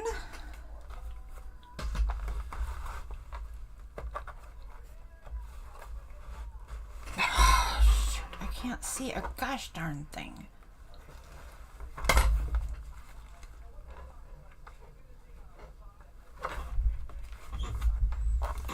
I was missing the hole completely. I was on a totally different spot in the spine of the book.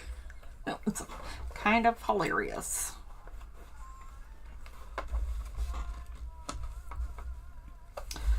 Wow, this is just not cooperating, guys. Not at all. And look how nice it is right there. So what is your problem with the needle then?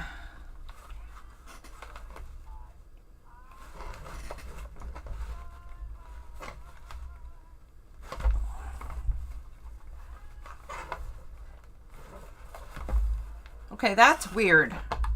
Why would it go through perfectly when I put the hole puncher through, but then not go through with the needle? There we go. All right, so now I want to make sure that the spear is wrapped each time.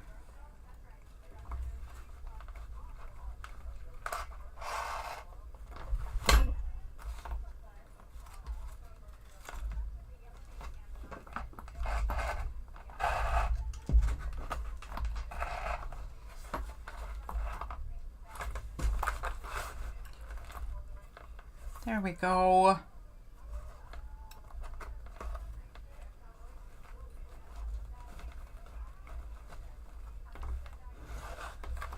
Okay, then I'm going back in the same hole.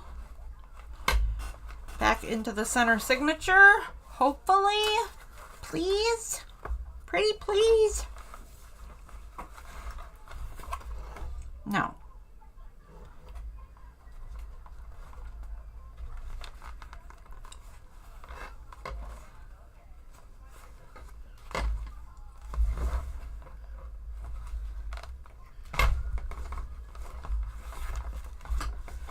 Oh my. Now this is exciting must-see TV, isn't it? Watching somebody completely fight in real time with silly sewing.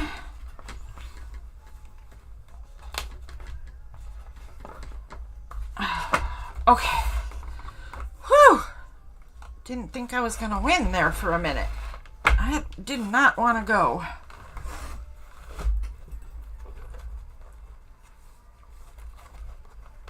And it wrapped around the sword in the wrong place.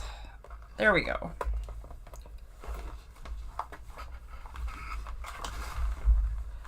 So I think I'm going to have to take these placeholders out because they're going to just get in the way now.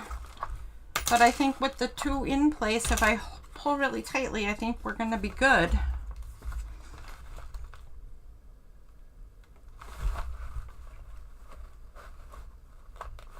Yep, so back out,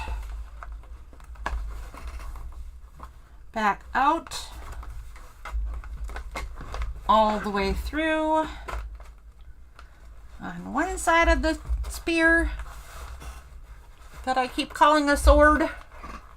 Sherry, oh hi Sherry, hello Sherry, nice to see you. I'm sorry, I don't know how long you've been there. But yeah, the struggle is real. I am concentrating very hard on trying to get this last part of this particular repair job done.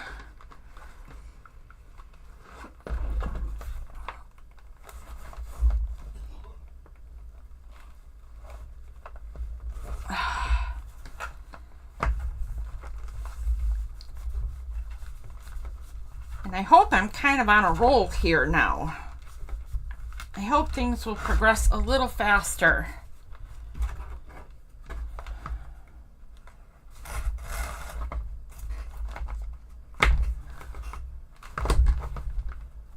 Now that everything's kind of stable, right? Okay. Let's see here.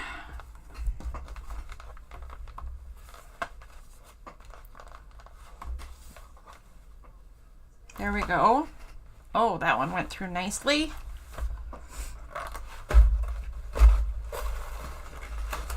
And then, did it go back in nicely? Oh my gosh, look at that. I might get spoiled.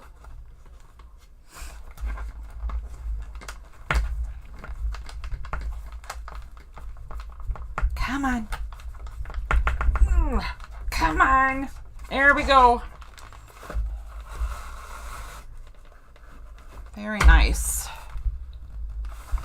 Very nice. Okay. Down to the bottom 4.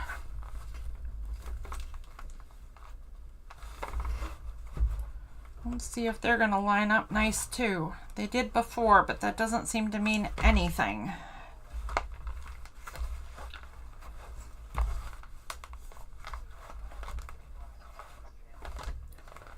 Okay.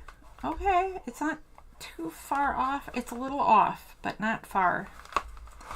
That was probably just because of those needles that were in there. It just got a tiny bit wonky.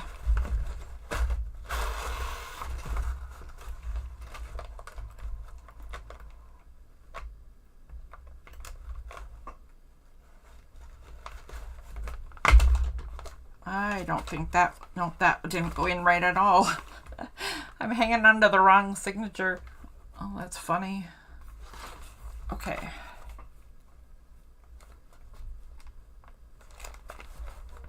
There we go.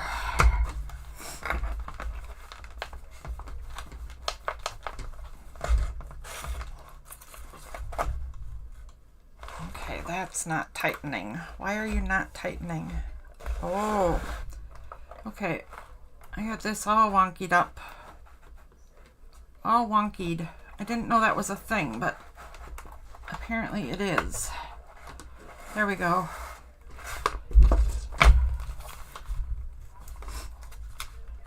I mean, I knew wonky was a thing, so if wonky is a thing, wonkied must be how it got that way, right?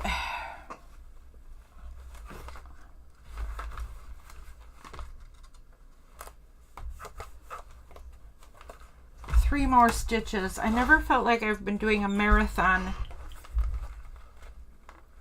in signature sewing before, but this is starting to feel like I've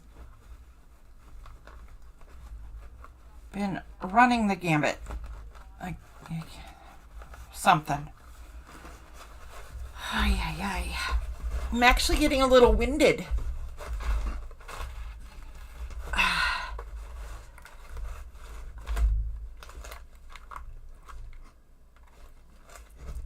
Okay. Sherry, if you're still there, welcome, and how is your day going? How is your day? What brings you this way on such a lovely afternoon?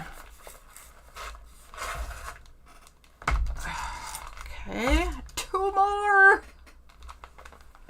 I do believe we're going to have a victory here. It could be that this first and most daunting misadventure is going to be done. Oh, this might not be the most daunting one. Actually, the second one I'm pulling out might be more so. But the fix will be interesting. So for those of you who know about the fox and the misadventure we had with the fox mixed media journal cover art, that's what's coming next. Yikes, that's gonna be interesting. That'll be like a science project, won't it? And if you don't know about the fox, hang around if you can. Hi, buddy.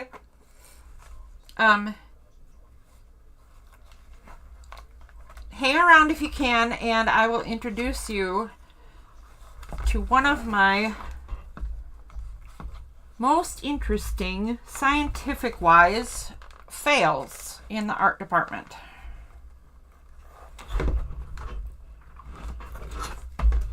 Okay. Last one. Last one. Pull that really tight though. Okay. Go back in, please. Go back in, please.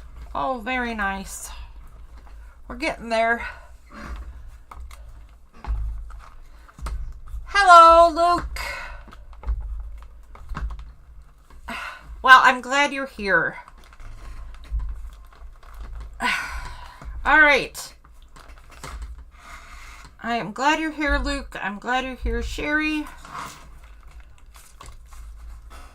Darcy may have stepped away because I know she's got stuff, but she will be back. Okay, now I think the only thing I'm going to do then is pull this straight back to the top. You know what? Actually, here, let's do this. I don't know that this is going to do any helping in the keep it, make it stay tight. Hold on, guys. I got to ask somebody to let Revan in. He's at my window, clawing at my window. Will you please go let Revan in? He's clawing at my window. Will you give him his Christmas toy too? Oh, Justin has it. Okay, that's all. I'm back. All right, I don't know if this will help it stay tight and tight and all that, but I'm just gonna wind the thread.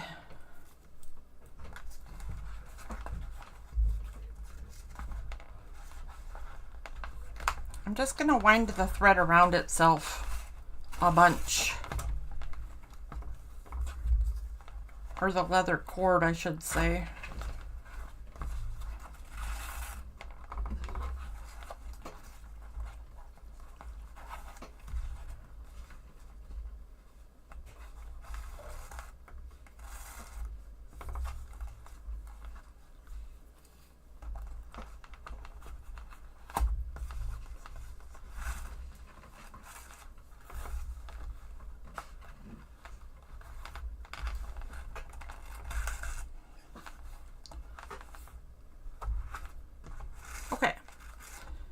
All right, I think I'll just tie it up here, and then that'll be that.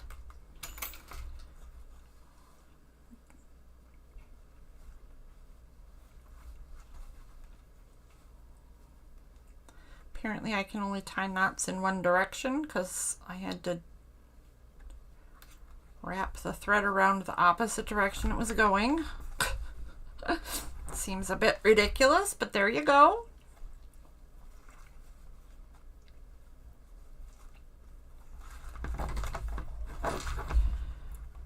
All right, and I'm not going to remove that. I'm going to leave it in case we want to do something with it later. But let's take all the clamps off and see if we have a book.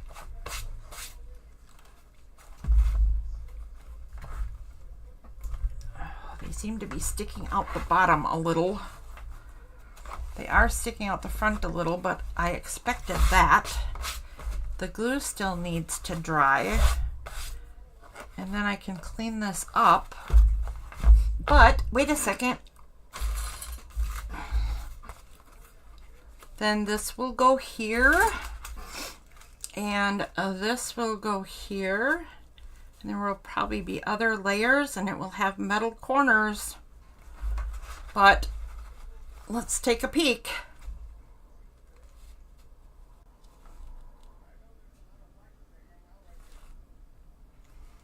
All right, there is my Valkyrie journal, repaired and ready to be finally worked on, for real worked on. I'm happy with this. This is not going to fall apart the way that it did before. So, I will put away the bookbinding stuff and my Valkyrie journal can progress in the future. And I can stop being afraid of dealing with having to rebind it because now we've succeeded in rebinding the gosh darn thing.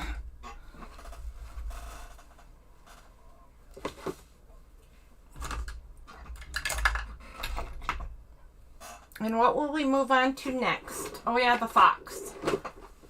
The fox problem. Let me put all these clips to the side.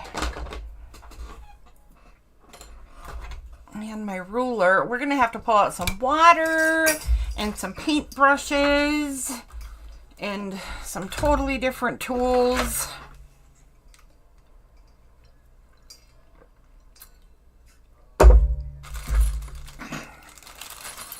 Because this is a totally different kind of problem.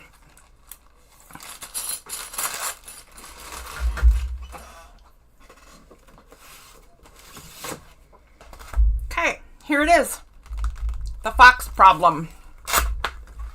Let's begin dealing with the fox problem.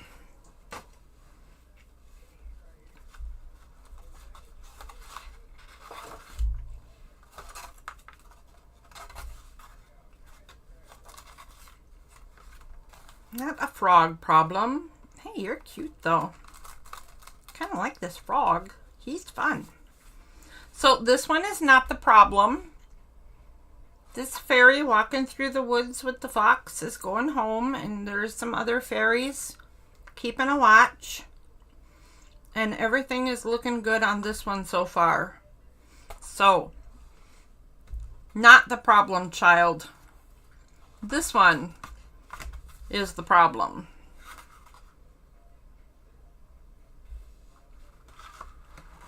So, for those of you who don't know or don't remember what the heck happened here, I had taken this project to a point where I wanted to preserve that spot. And the way to preserve that spot would be to gesso it. And then you can continue to layer your mixed media and work above what you've already accomplished without ruining what is underneath. Well, I mean, good enough, but I used white gesso instead of clear gesso because I didn't watch what I was doing. And then I panicked and tried to get it off, and I tried to change it to clear, and it didn't work. So I ended up trying to wash it off, and I actually took this board and washed it in a sink under running water to get all the white gesso off. And it really kind of worked. Except this big blotch right here, all black, and the fox, all black, used to be a tree just like this one. And for some reason, this whole section turned black. I don't know why. It was a separate sheet of paper. I can see that it was something I cut out, but it was still just this napkin on some sort of backing paper. So why it would have turned all black like that is beyond me. I have no clue. So we're going to try to repair this today. And it's going to be tricky because that is a fairy peeking out from behind this tree.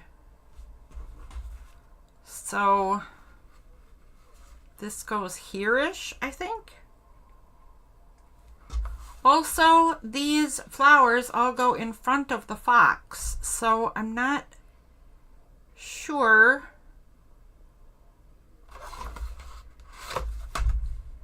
I'm not sure how I'm going to proceed.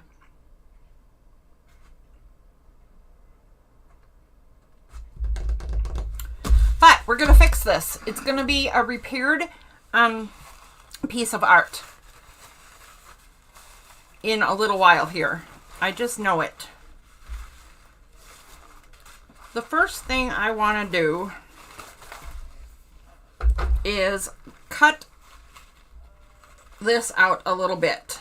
So I only have, it looks like 3 foxes in the right direction. And since this is a project that is for someone and I need to fix it, I've only got these 3 chances to get this right. So, you know, good luck to me, but we're going to try. We're going to try to get this right.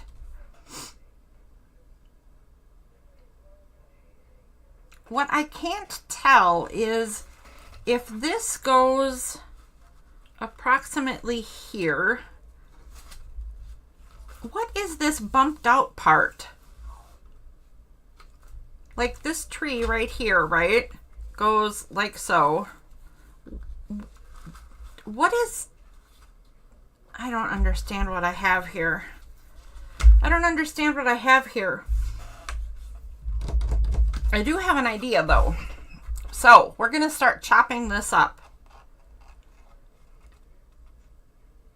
If the owner of this journal is watching, and I know you might be, I know you might be, don't look at this part. It might be scary, but I'm going to chop up your journal cover right here, right now.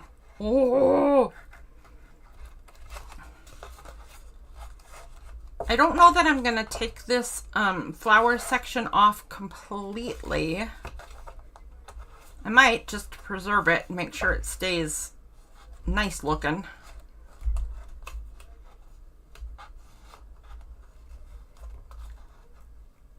But I might just do this too, right, what I'm doing right here. Just cutting out this top edge so that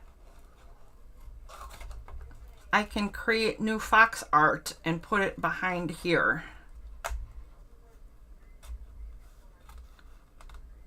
And get it in place properly.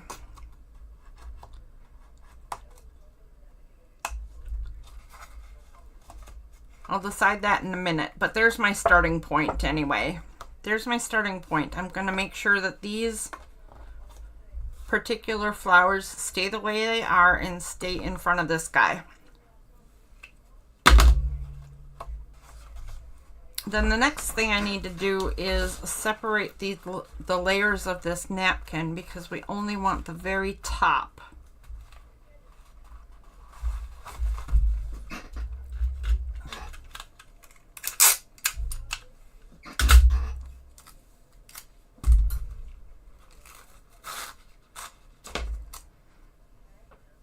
And if I remember correctly, this is one of those 3-layer napkins. Yep, it is. One of the fancy ones. All right. Yipes. So, if you were not here earlier and you're wondering what the heck is going on around here, today is my day to represent Darcy in her Darcy's December Daily project. And my prompt for the day is, it says, "We wish you a Merry Christmas. Things to remember from this Christmas." I'm giving us many things to remember from this Christmas. My big thing is that I have never represented an artist in a project before, and I am honored, excited, and nervous about representing Darcy in this project. So, that's my big thing to remember from this Christmas. Also, my kitties, my husband, and my son. And good food. But, you know, mostly Darcy's project, and she let me be part of it. So,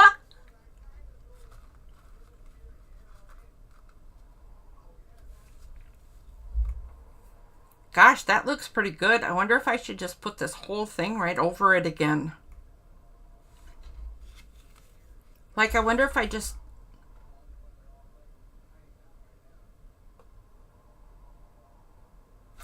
I wonder if I just chopped all the way across this thing and got a new board and put this right across the whole thing.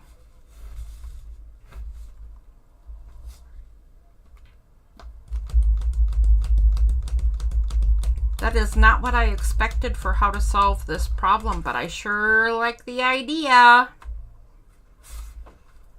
Gosh darn it. Okay. So. Oh, hi there, Miss Darcy. You should go pay attention to just your family. Yeah. Skedaddle, lady. Go away. Just kidding. I'm fixing the fox problem, Darcy. And I'm coming up with new ideas on how to do it, too. Okay, so I do have a new idea completely. I might do exactly what I just said. Because I kind of like the way that that's going to look layered on top.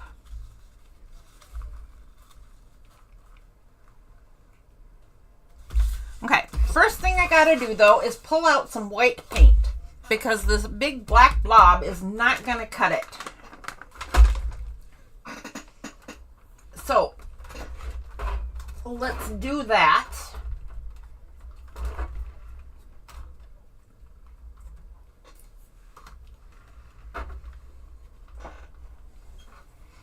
I need some water and some paint and a little tray to clean my brush.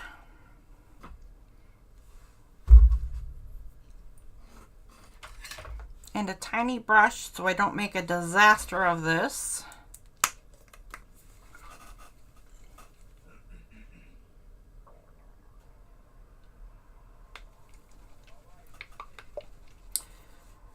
All right. Oh, anyhow, I was saying how in honor of my day here and things to remember from this Christmas, my thing to remember is being part of this project, right? And then I was thinking how the name of Darcy's channel is Darcy's Misadventures in Mixed Media. So I wasn't really sure how I wanted to do things to remember from this Christmas. I mean, if you weren't streaming all day, maybe do a journal page, but I'm streaming all day. So, I thought, what if I take a cue from the Misadventures in Mixed Media part? So then I thought, my art and things to remember from this Christmas are repairing our misadventures. So what will be the things to remember? Well, just being part of the project, but then hopefully I will learn ways to repair more things. And hopefully, if you do this particular kind of art too, you will see some things that you can apply. And if you don't, maybe it's just entertaining to watch me struggle with figuring out how to do this. Honestly, earlier someone had said that when you're doing mixed media or junk journals or anything involved with such art, actual mistakes are few and far between, right? You do something that you didn't expect, or something turns out the way you didn't expect, and it's not really a mistake. You just come up with creative ways to change it. And happy accidents or, surprises.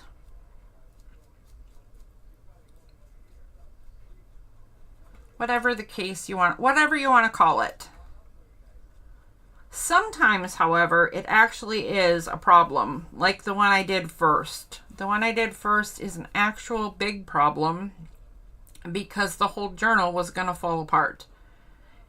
And I don't know why I didn't realize that, because the paper that I bound it with is not strong enough to hold a journal together. I just guess I wanted it to work and didn't think it through.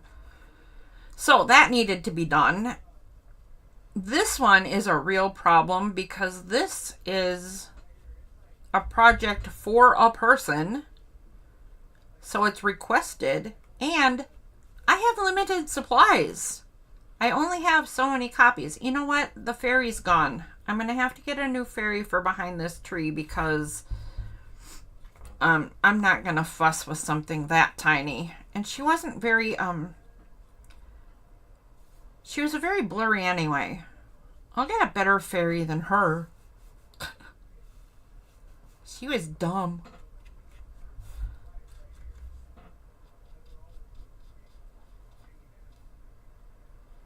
Okay, so this is a real problem too. This one, I'm not sure how it happened.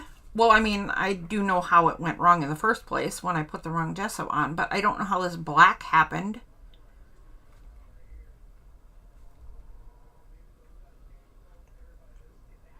If it had washed off like the whole rest of the picture did, it wouldn't have been that big a deal. I could have just gone on with the project and, you know, it all would have worked out in the end. The only reason this is such a big deal is because of this weird reaction this one section had. And I think it had to be the substrate, didn't it?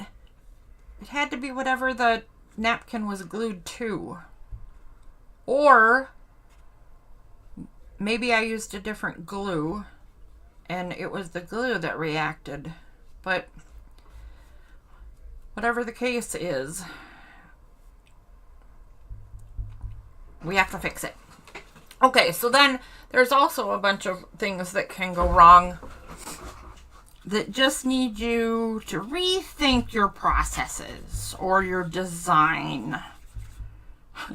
Or sometimes just a different way to get stuff done. Okay, so I need that to dry.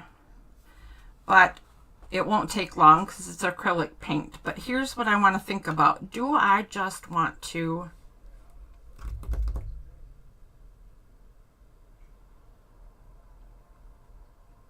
cut more stuff out?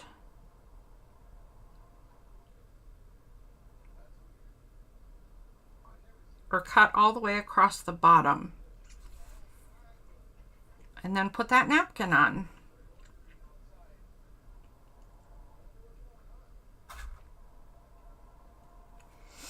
Okay. I think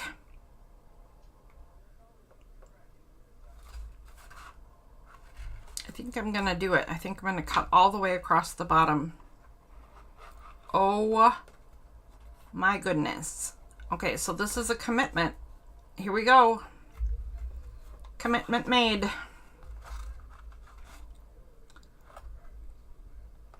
That was the deciding scissor stroke right there.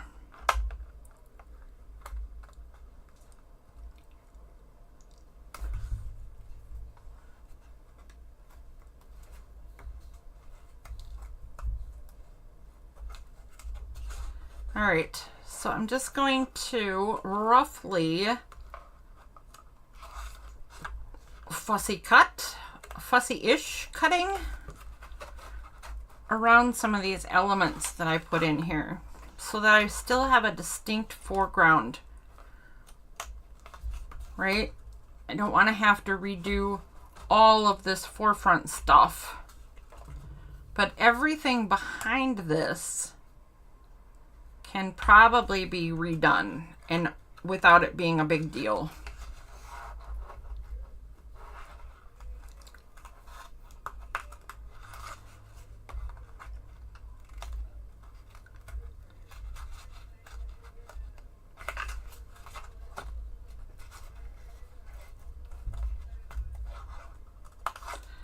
Oh my, I can't believe I did this.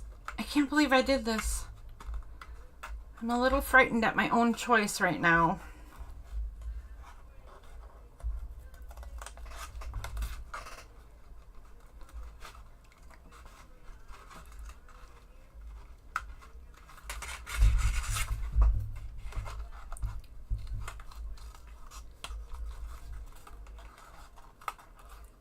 Okay. Decision made. There we go. We have a foreground. And we have a fairy in a tree. And that's about all we have now. Ugh.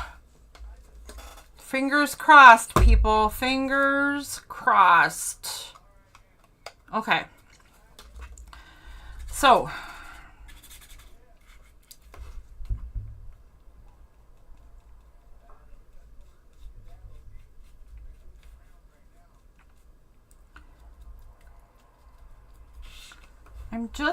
Something happened up here too. I'm not happy with whatever happened in this tree right here. Well, it looks like it got scraped somehow. Because when I laid that down, that's the missing piece right there. Okay, so I'm going to have to repair this tree right here a bit. Look at already full of paint. I do want to look though, how is this going to look? And where should I tear it?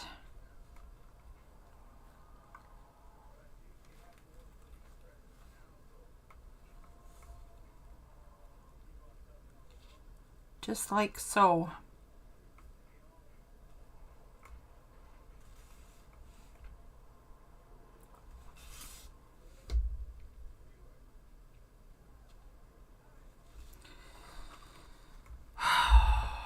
Okay.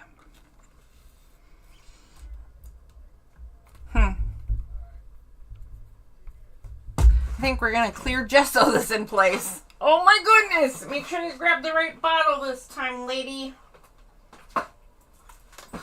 I grabbed the right bottle. Look at, this is still full of the green and yellow paint from this when I panicked and ran to the sink. That's kind of hilarious. I don't think I've touched it since. The bottle or the project.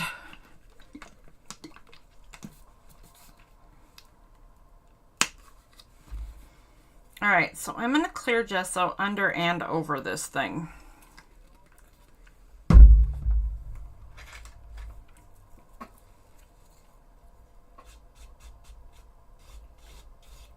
Because I wanted the whole thing gessoed anyway.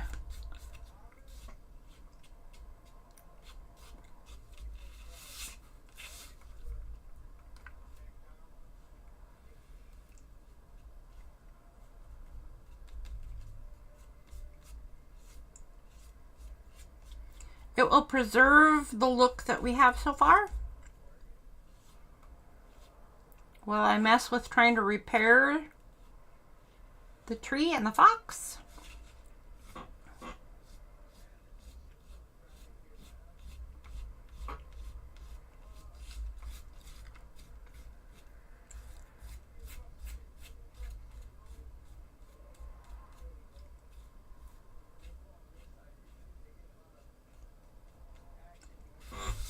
Okay. Okay.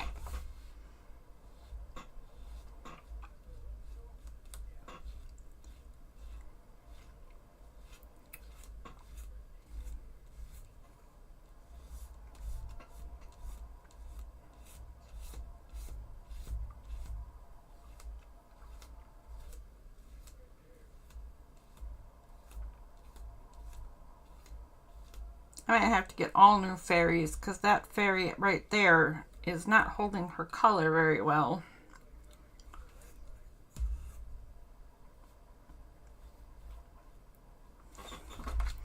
And I think I have just gessoed her and too much and you can't see her very well. We'll see when it dries. I might be wrong. It's not looking too terrible if I look close, so we'll see how she turns out, but we might have to get a new fairy population for this particular picture. Okay, so I want this to at least go on the fox and the tree. And I want it to match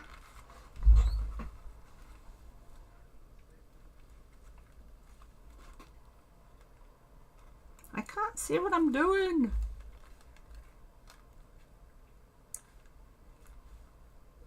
There we go. I think we liked the placement, so I want to get that as close to what we had it at as I can.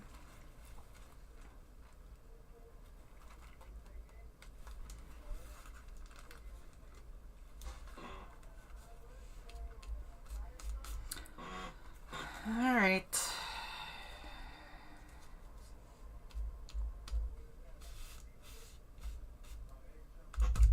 Okay. Let's gesso this bit in place. And then I think I'm going to put a torn edge somewhere along the trees so that I can blend it in pretty easy.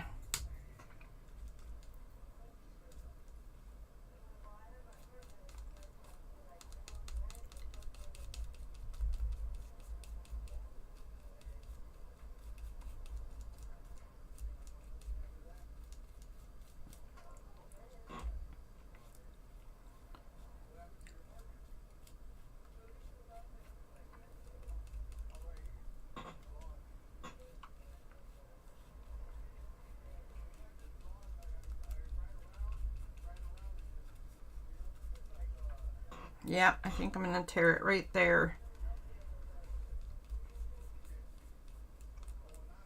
Okay, ready? We're going to try this. Let's see if we can get a decent line.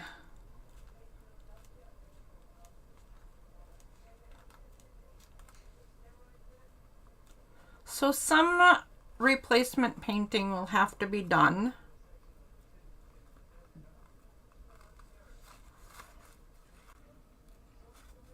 And some extra blending will have to be done.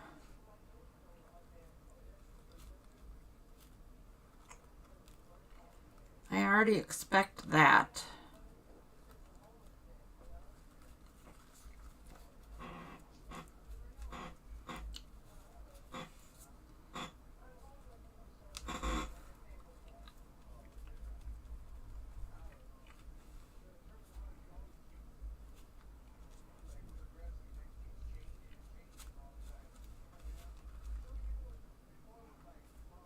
Okay. All right. Now let's see.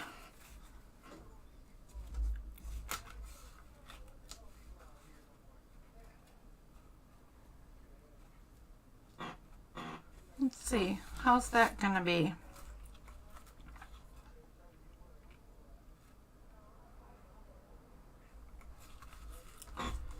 Well, we can't tell till the gesso is dried, that's for sure.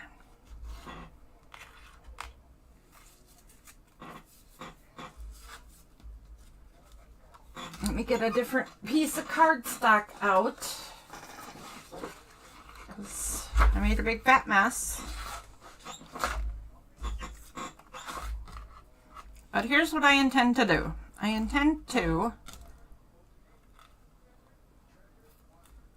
blend this into place.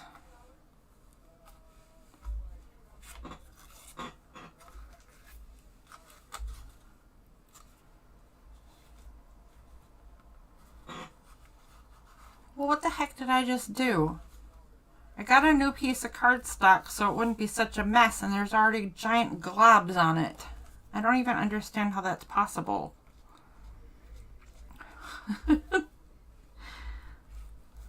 Stellar. Unsurpassable messmaker skills. Unsurpassed. I didn't realize I had big globs of paint and gesso under here.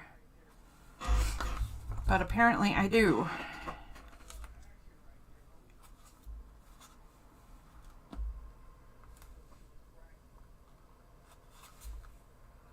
Okay. I wish it would stay wrapped around because I like that look. Stay. Sit. Stay. Okay. So here's the idea. Attach this to the board or card.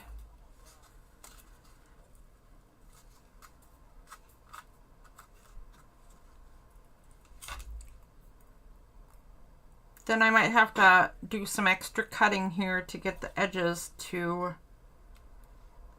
blend that I cut, but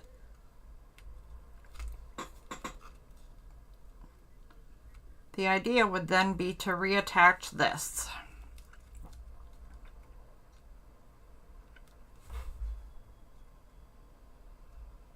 And then just do a little bit of painting up here to have this rejoin the picture. And actually, actually I'm really happy with how this might turn out. This might turn out really well. Gosh darn it, I hope so. I hope so, because this has just been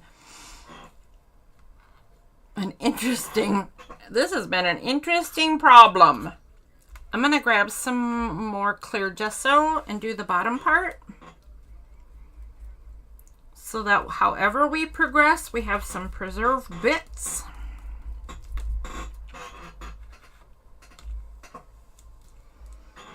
And then I think I'm going to take my first break of the day because I need a beverage and some snack food.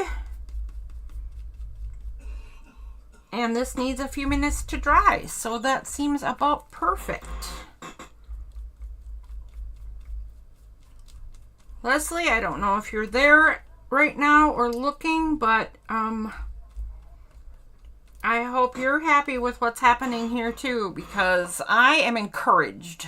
And I'm going to get a better glass for my brushes too. I apparently forgot I need to be doing some painting today. So there is our current mixed media project. I'm going to take a short break and let this dry. Here, let's let people know I'm on a short break. It is now 3:45. I will be back in 5 minutes. Back at 3:50 Central. There. There's my very professional and very technical on a short break card. All right. Be right back after these messages. I'll be right back.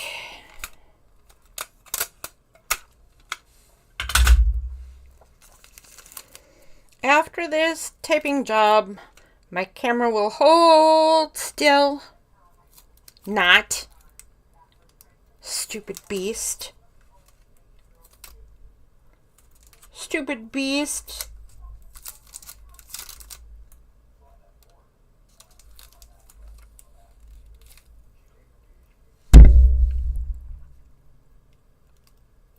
Okay. All right. Beverage, water holder, snack. There we go. I got it. I got this. In 3.5 minutes.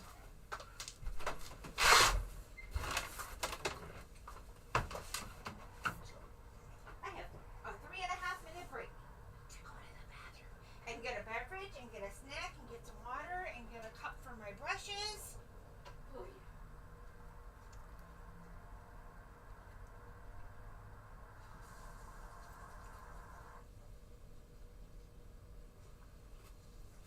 You think some of you never give money to panhandlers, others you might be okay with handing over a buck or two.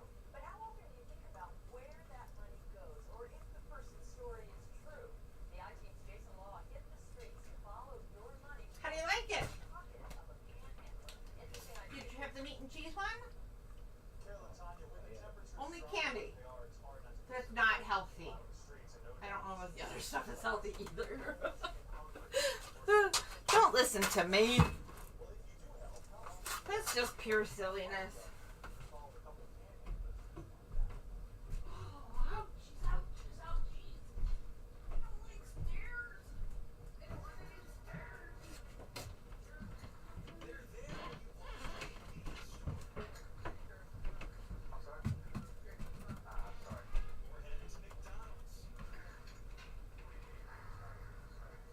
Sometimes you may not even notice they're there. Other times you may feel like helping someone out. Be in the streets to find out who they are and what they do with your dollar once they get it. The first person we met was 40-year-old Shane Wright.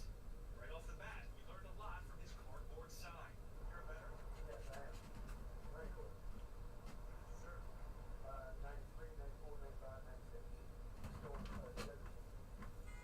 On a good day, Shane says he'll be in $30 or $40. Bad day may only land him 10. Yeah, they ought to be way over. Yeah. People who say they're desperate, but actually aren't. Yeah, there are a few people that ain't the homeless that we gotta do what we do. Wright could have been talking about Cole Worthington, who stands on the side of Vine Street in Springfield Township. There's not much mystery here. He makes it pretty clear where your dollar is going. Does the honesty work? Yeah. What do people tell you? Let's say thanks for being honest. He didn't hesitate when we asked him where he sleeps at night. On the street. I'm on cardboard. I got a sleeping bag stash. When it rains, I try to find a port. Seconds later, a truck driver flagged us down. He's got some out every day.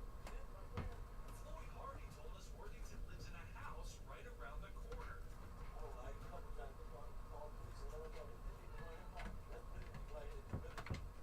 Sure enough, we followed Worthington as he walked to a nearby Kroger, came out with a bag, then strolled right into that house.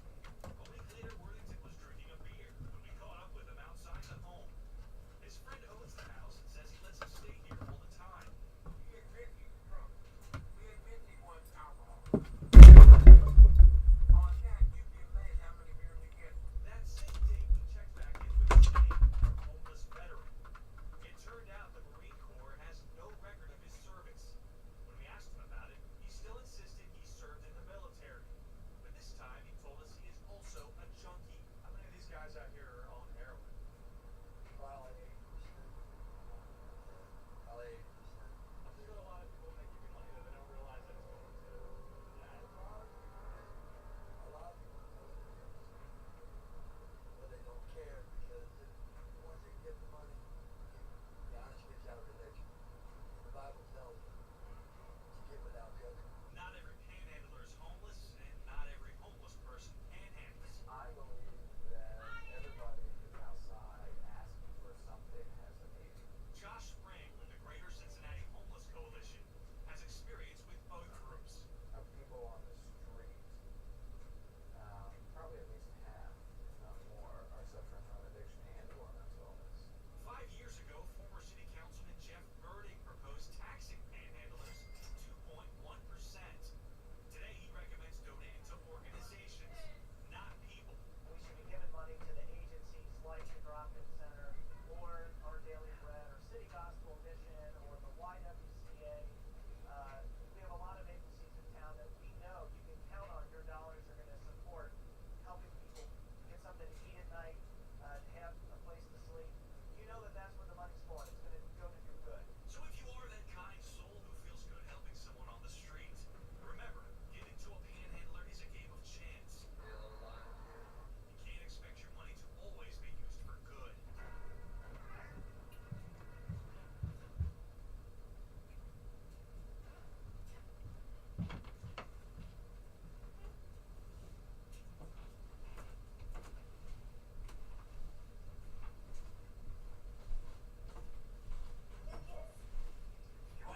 It's like a stand-up comedian, only the grumpy grandpa. We're Kyle and Hello. his story where I'm back to work. See you, bye.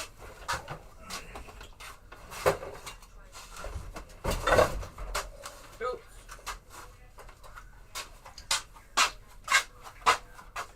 Okay, big question. Did I get back in time?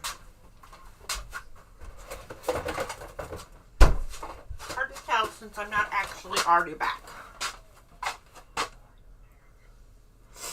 Okay.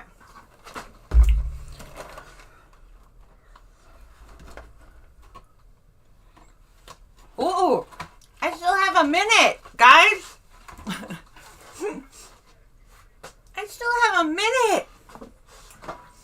I was upstairs where I am being watched on another screen, and I saw that we were attacked by a certain four-legged boy. And almost at the exact same time, he showed up behind me.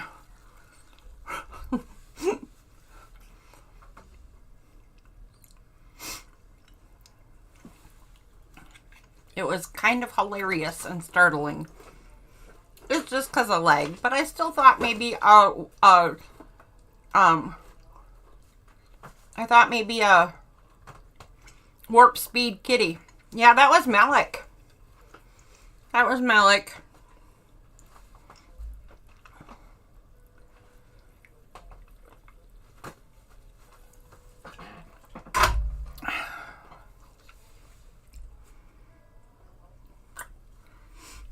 All right. So this thing is getting dry. Looks like it still needs a little bit of time. So, oh, it is time to be back. Oh, wait a minute. I said 3:50. I'm not early. I'm 5 minutes late. Was I really gone that long? Wow. Okay. If that's the case, I apologize. I did something wrong there.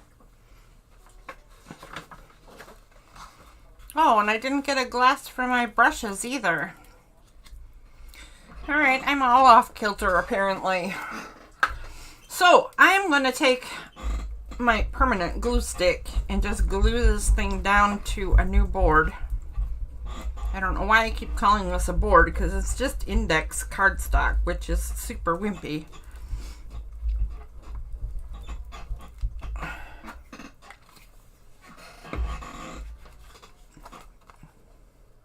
We do not need to be all fancy because it's going to get cut out.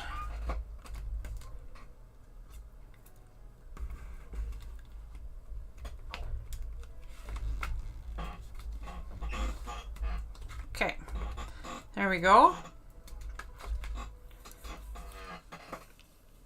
And then we're going to stick this piece right back into place like a puzzle.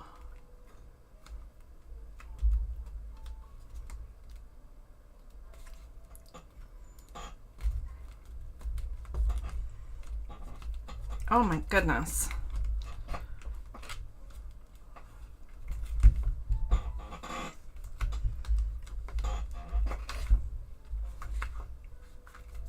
All right.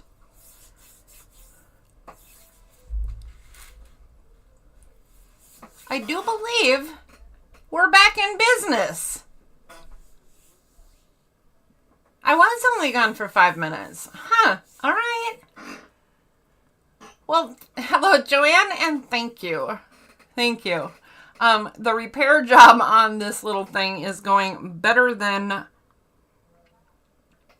I won't say better than expected. I mean, I needed it to go well, so that's what my expectations are, but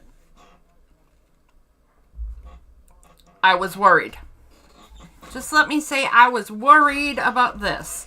But at least I feel like we're back to where we are, except minus one fairy. And I keep touching that spot that I'm wrecking. I'm gonna fix it quick. So I'm gonna have to find more fairies. I do have more. We'll take a look and see if we have anybody we can use, but if not, we'll go fairy hunting another day and move on to some other things.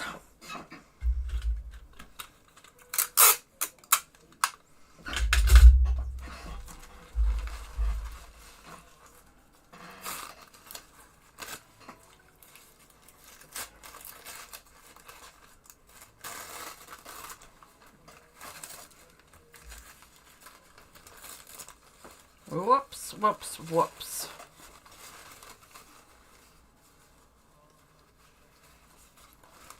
I'm off screen tearing part of a napkin because I'm going to patch that hole that I made.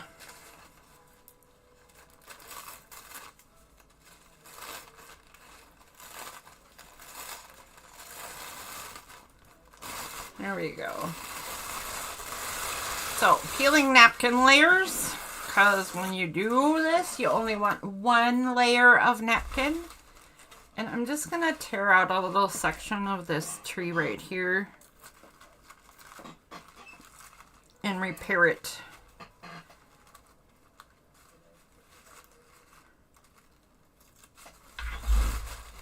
With its own pieces.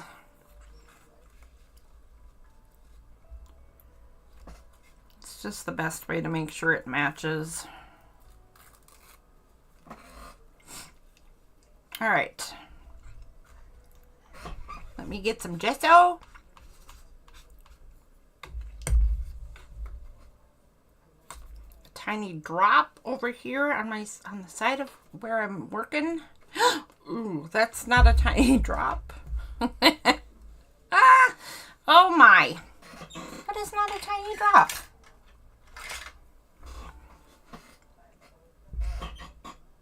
Okay. A little bit underneath.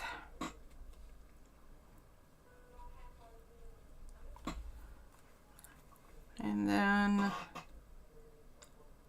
get it in place.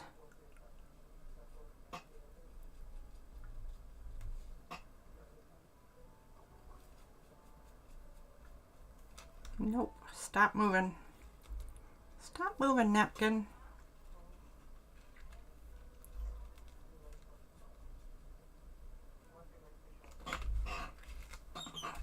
I just glued myself to the picture. Did you see that? That was a little funny too.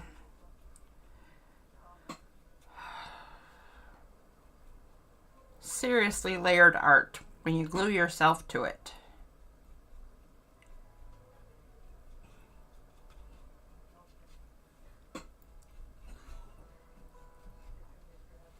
Okay, now we're gonna put this aside before I do more damage to this poor thing.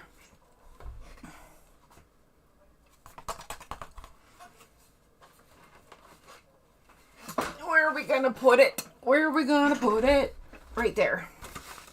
And then let's pull out some of the pieces of the other stuff. So let's get our head around where the other scenes were. What kind of processes I left behind.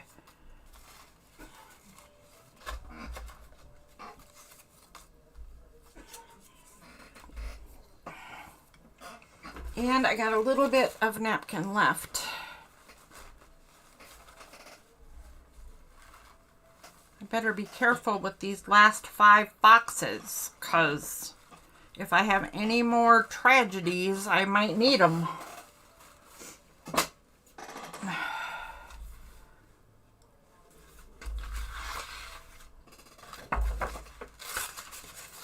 All right, here we go.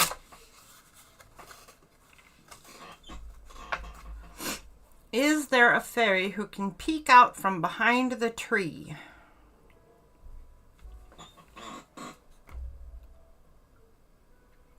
None of the boy fairies are really peeking anywhere. They're all posed.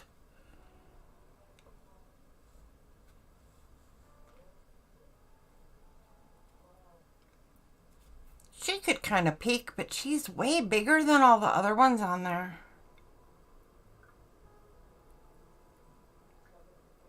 Yeah, I might just have to print some more fairies. Let's take a look.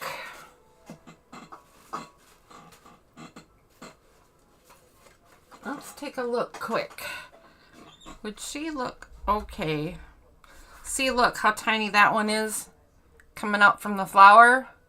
Super tiny. And the one up in the tree, super tiny. So I think this big fat head sticking out from behind that tree would look ridiculous.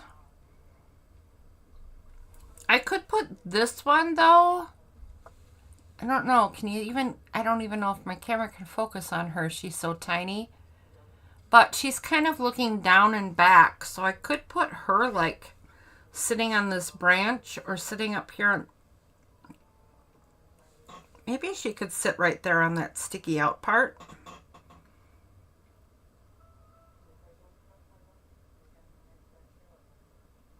And then it does look like she's looking at our little fox.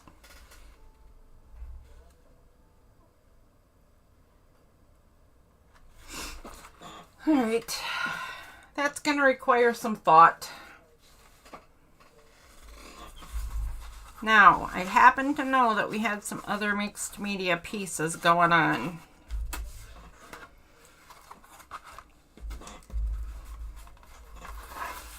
At the same time.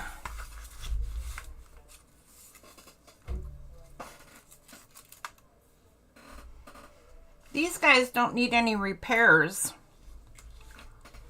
but they definitely need furthering.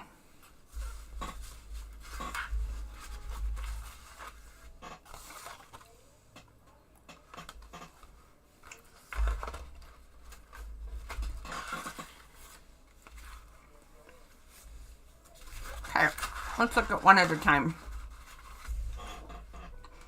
This one. I think I'm going to move my camera in a bit. Hopefully I can do so without it wrecking.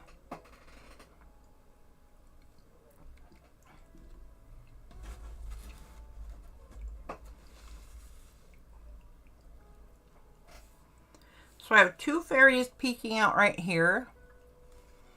One just sitting on a mushroom chilling. One up there in the trees. One right there sitting apparently on nothing. There must be a rock or a tree or something back there. And one giant fairy girl walking home with a fox. Maybe she is a fairy and those are sprites. Or she's a fairy and those are pixies. This one doesn't even have wings. I'm not sure what they all are. I'm not sure.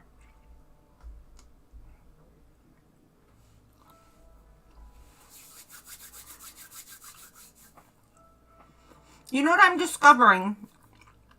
I am discovering that it is not a good idea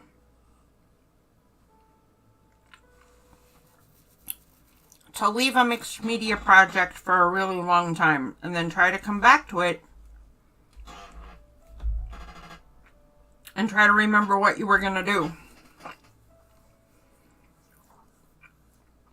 I know I had a plan for how to finish this path from the house to where they are. So I only need some right here to behind this tree. And a tiny bit right there. And I know I had a plan for that. Oh, hey, look, more fairies.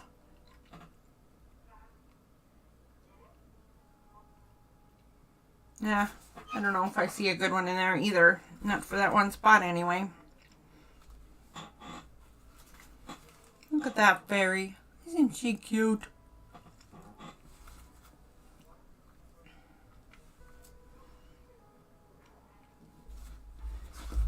I wonder which picture the fox silhouette was going to go on. I wonder if it was this one.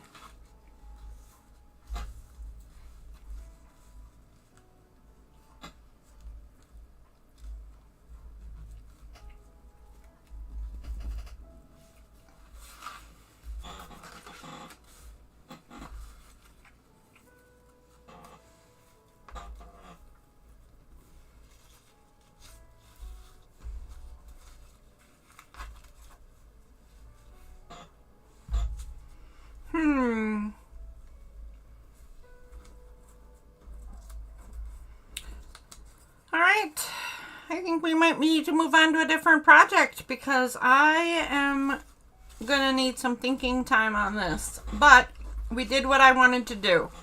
We repaired the giant blackness that was my mistake and science project on that one Fox Fairy journal cover, journal art. So far, 2 big misadventures in mixed media fixed, right? The binding of the Valkyrie journal is all repaired, although you saw that it needs cleaning up. And this mixed media piece is now back on the right track after that absolutely horrible accident that turned this whole section black. Black as coal. Looked like a silhouette. Actually, Darcy said it too. It looks like a silhouette. It's fine. It would have been fine if that was what the customer was going to be happy with. But the customer did not want a silhouette of a fox. So I needed to tear the whole thing apart and fix it. And I feel like this is going to be successful and back on track. So at some point, I'll get my head around a new plan for all of these mixed media pieces in the Fox Forest stuff. And we will do that probably on a Wednesday.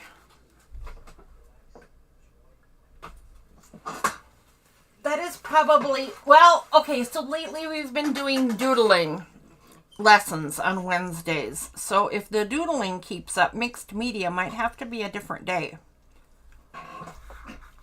But I will get back to mixed media at some point.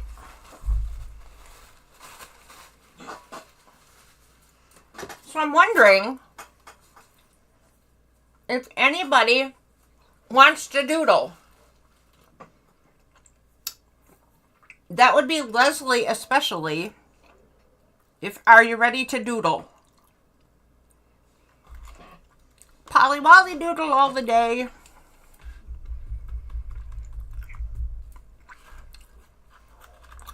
So, if you have not been along for our dabbling and doodling on previous to today Wednesdays,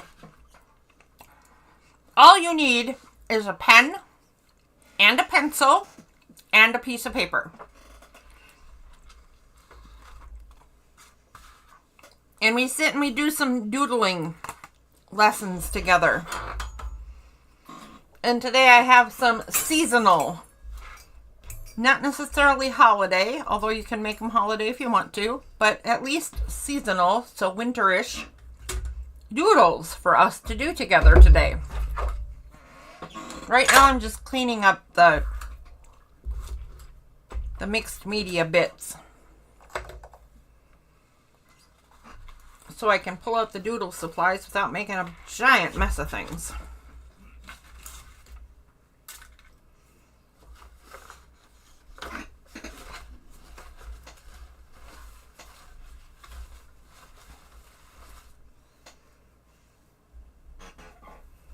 Oh, all right.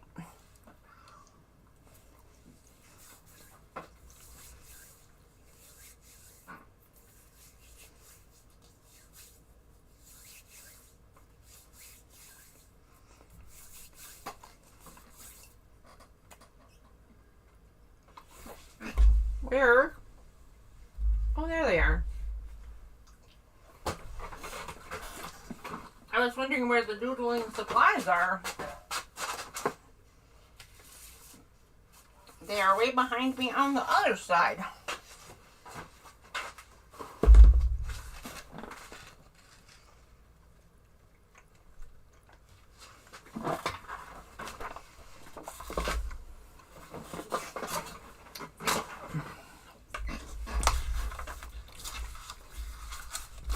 Well, I'll tell you something, Leslie, even if you are the only person doodling with me, I'm going to move on to doodling because we actually have a few different things to doodle. And my brain needs a break from you know, pondering the rougher stuff. Problem solving. So, I'll sit here and chat for a minute. So if you want to join in, anybody who might be listening, grab a pen, a paper, and a pencil. If you wish to add color to your doodles, you can get crayons or colored pencils or colored pens or whatever it is you use to add color to stuff.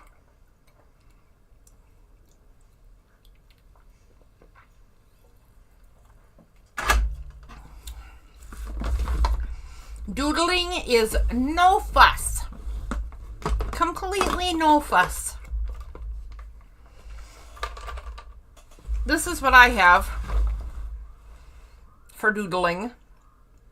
It looks ridiculous when I only said pen, pencil, and paper, possibly color, but actually that's all that this is. So I have pencil, pens, black or brown, so pen, right? Pencil, pen, paper, and colors. And it's as easy as that. I do have one other thing, a blending stump.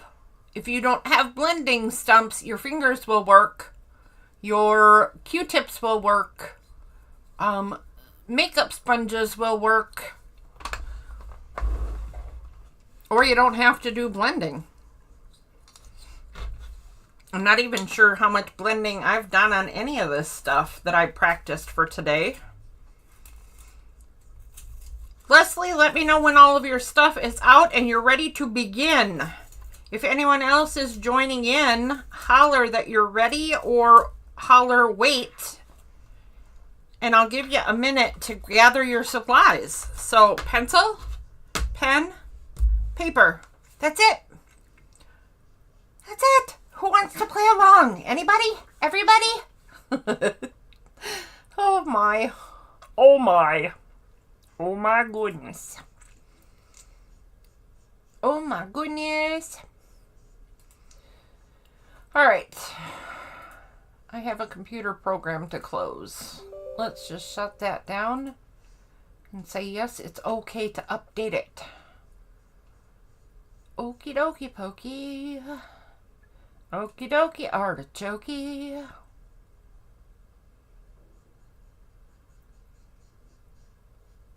All right.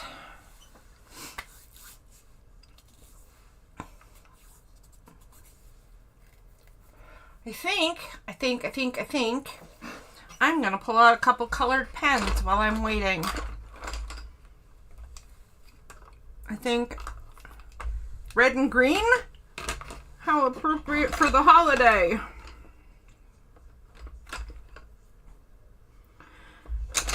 It's also appropriate for the season. I didn't know that, but there are many, many holidays at this time of year that all have red and green, and red and green were associated with winter many, many, many moons ago. I didn't know that until just not too long ago.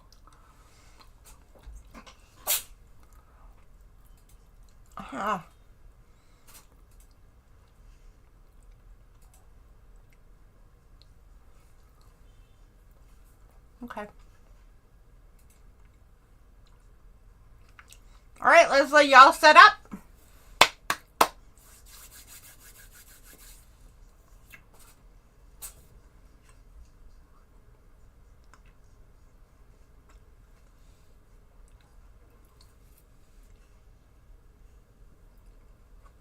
Uh-oh. You know what? I need a second. Folks, that's alright. It's probably going to take Leslie a second to let me know anyway. But I forgot to do something important. Okay.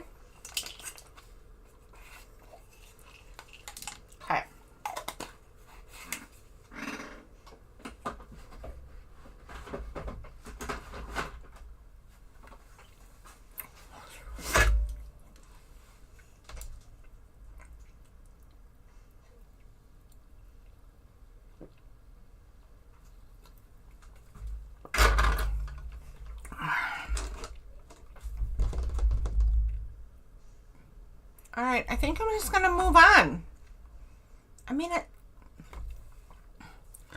I know you take a long time to type, so I'm trying to wait to make sure that you have all your stuff set up.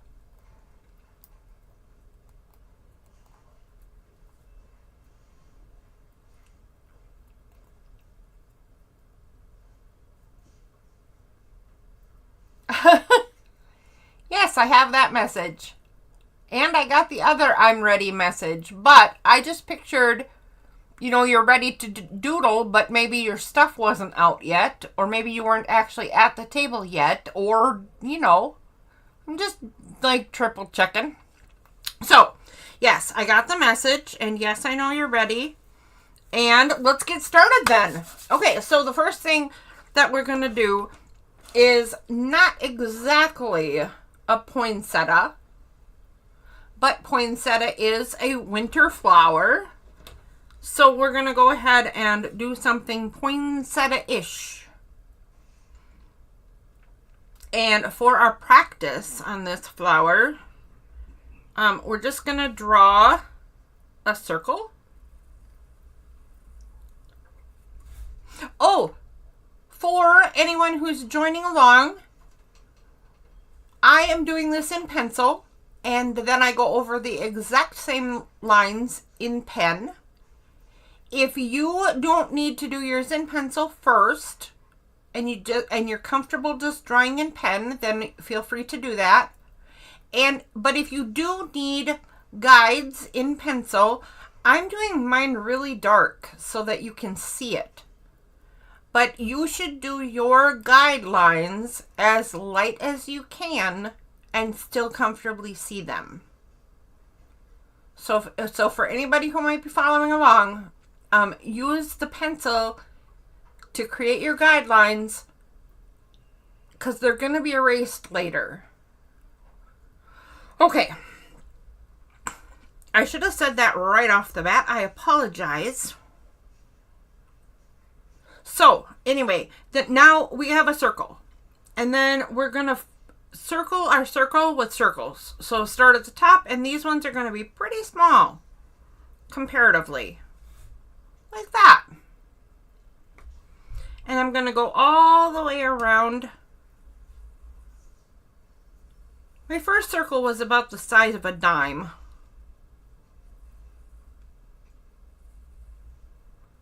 These little ones aren't even the size of a pea.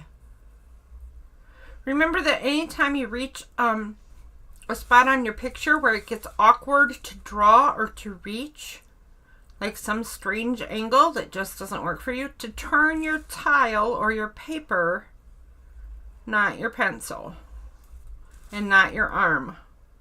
Hold your hand at a very comfortable place to draw from. There we go. Now I have my big fat circle surrounded by little baby circles.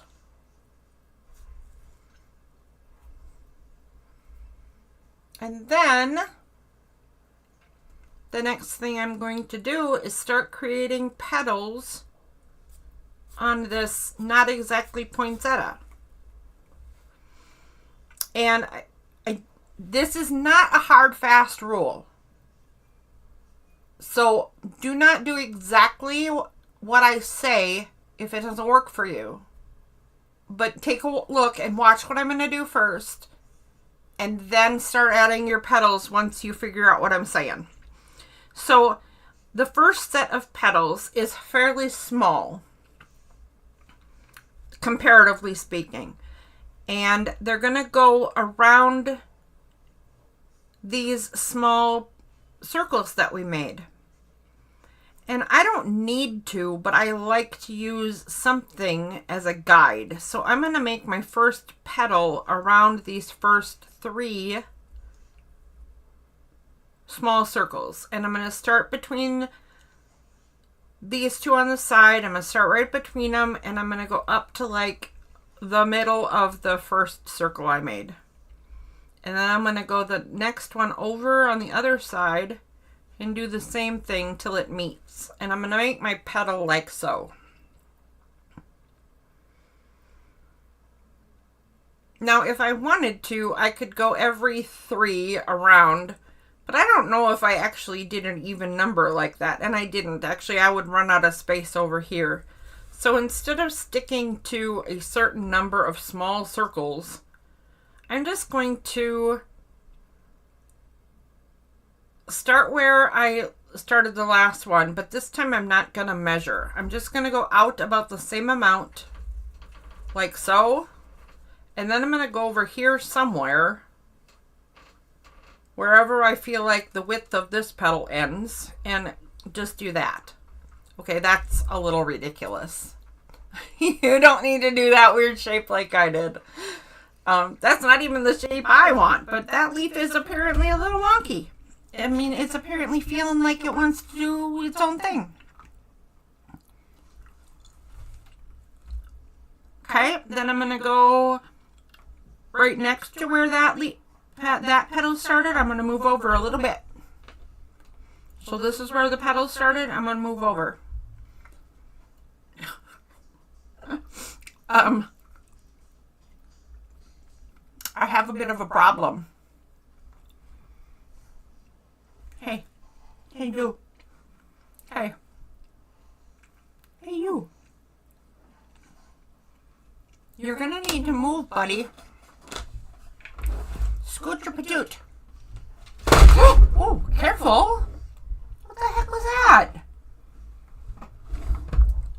Malik, get on your bed. Grief. What the heck was that all about?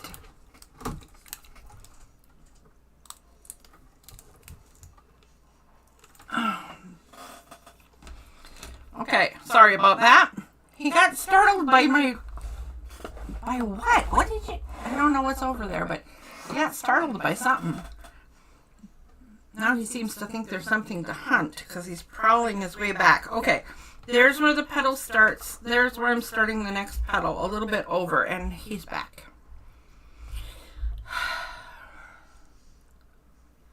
Can you tell somebody really, really, really needs attention? Honey, come here. Come here, buddy.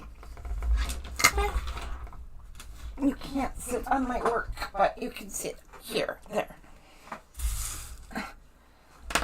I need a little papoose for this guy. One of those baby carriers. Okay. I'm going to try doing this while I'm holding a needy kitty on my shoulder. Again, that's where the petal starts. I'm going to move over a little bit, a little tiny bit, and I'm going to curve my petal into that other petal. And not pay attention to where I'm going up, just go up. I'm going to keep doing this all the way around the flower.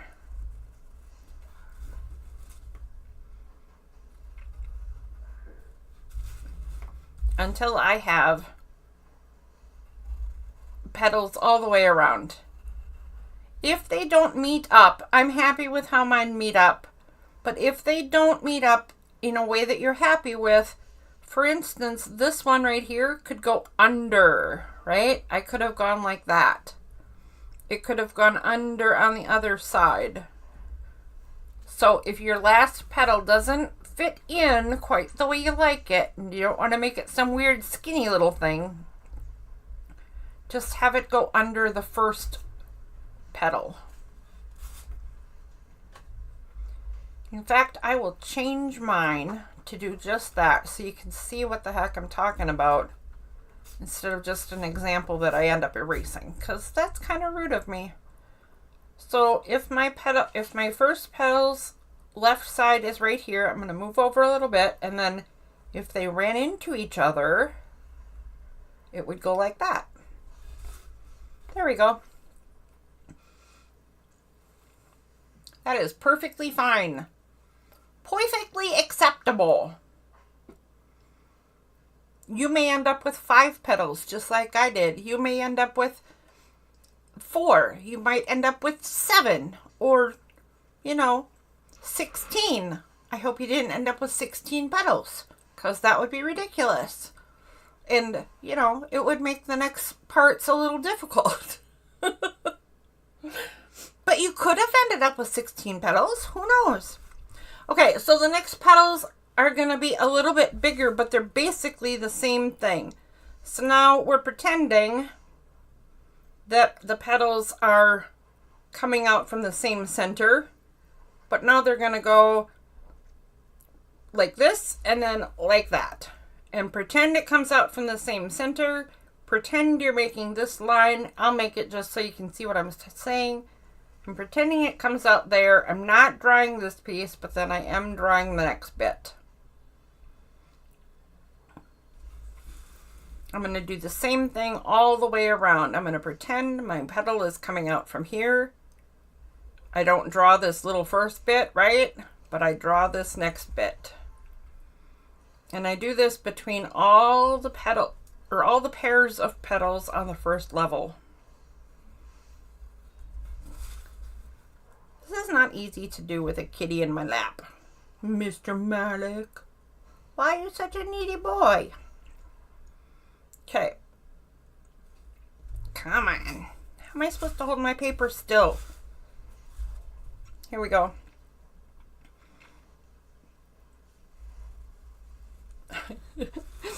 Okay. Okay, I'm getting it. I'm getting it. If you did yours lopsided on your paper like I did, and it runs off the page, that is perfectly fine. In fact, we're not done with this design, so it absolutely will run off the page at some point.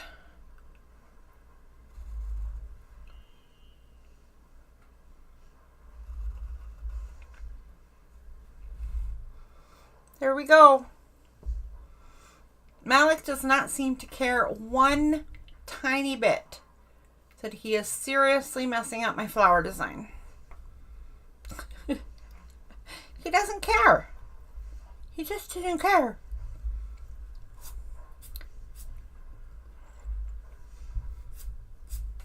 All right. Oh my. Okay, we're going to do this one more time, and this is still making petals, but they're going to be bigger yet, and it's the same concept. You're going to start here or here and make petals between those last two petals. Like so.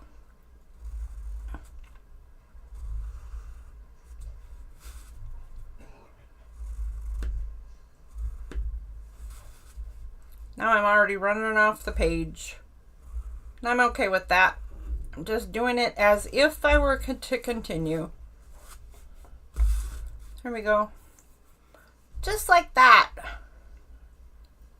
Leslie, tell me when you're done with 3 layers of petals.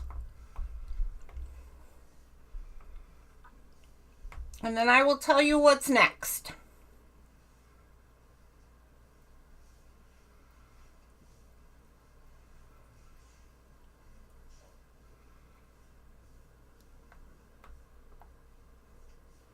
What you doing, Mr. Malik? What you doing, Mr. Malik?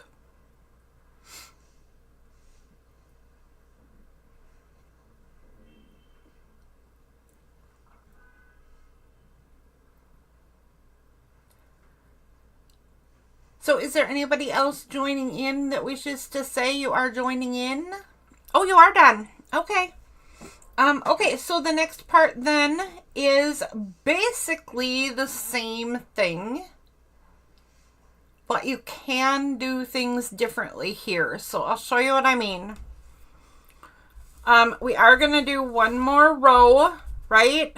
And you could absolutely just make it the same big fat version of the same thing we did before. But this layer is not going to be the petals of the flower. This layer is going to be the leaves, which, if I remember right, in a poinsettia is not really much different. But let's say you didn't want it to be that way. Right? Let's say you didn't want that particular leaf and you wanted to do something different. You could definitely go in that space between and do maybe something much longer and spikier. And you could even do it in pairs, like maybe it goes off in 2 directions, long and spiky. And then maybe you do maybe you just do 1 long spiky over here. And then the rest of mine are off the page, so you can't see them anyway, but I'll try. Long spiky this way, and maybe this one has also got 2 and 1 goes off that way. So, make some more petals in quotation marks, but these are gonna be your leaves. So make them the exact same as your other ones, which is completely legitimate choice, and actually how I made my original one. Or if you prefer different shaped leaves, go ahead and make a different shape.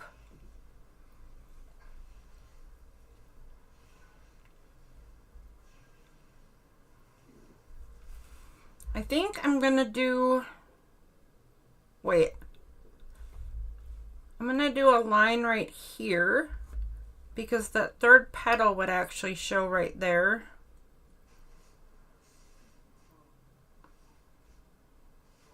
Yeah, I think that's it.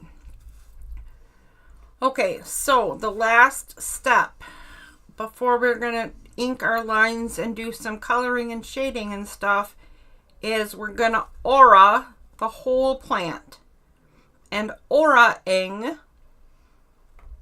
is just when you follow a line with another line. So I'm going to aura this section.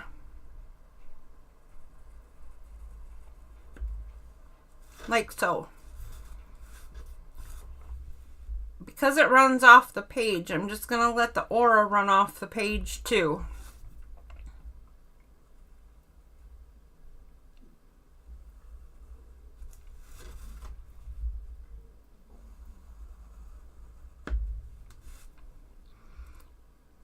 There we go.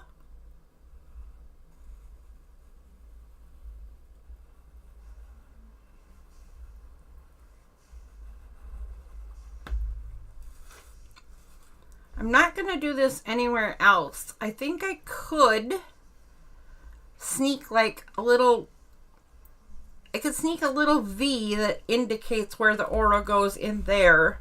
But these petals all run right off the page.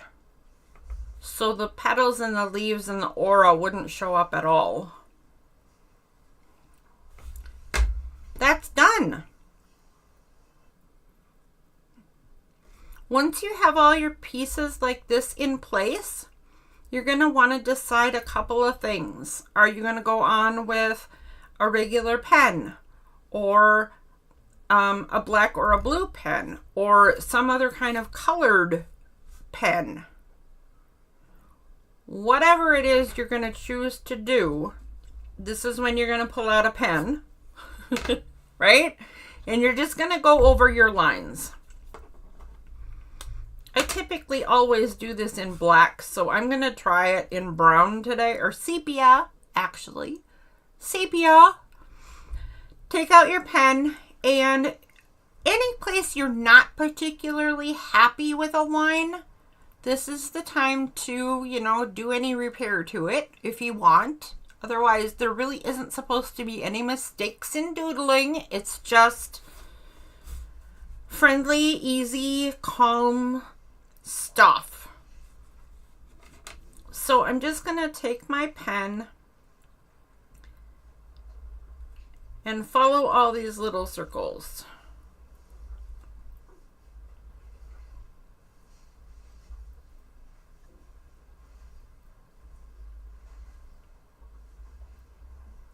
So I did say at the beginning that this is supposed to be poinsettia-esque.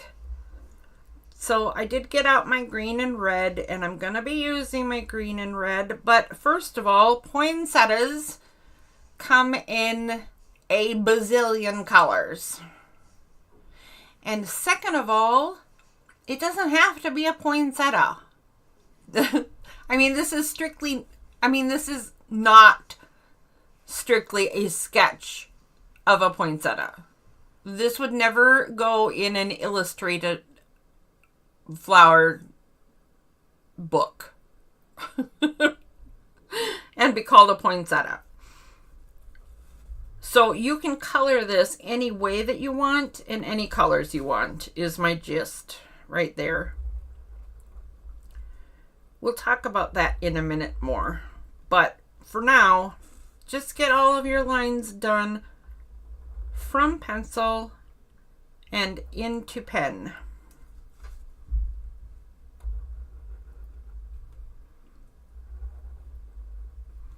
I know I did pull out my green and red pens and I will be using them, but I'm using those as fill pieces because I like every single thing I ever do to be outlined. It's kind of a weakness of mine. Someday I might try to get over it. For now, I'm just going to keep outlining everything I want, which is everything.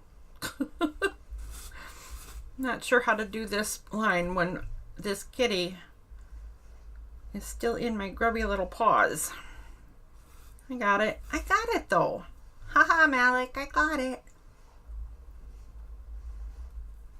Of course, he's falling asleep. He's out like a light. Oh, I woke him up. Sorry, Malik. Sorry, Malik. I didn't mean to wake you up.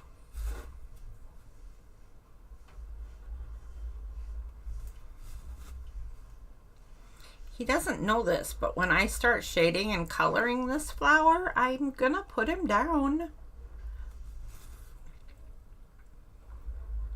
If you're looking at the screen now and then, you'll see that I am not following my pencil lines exactly.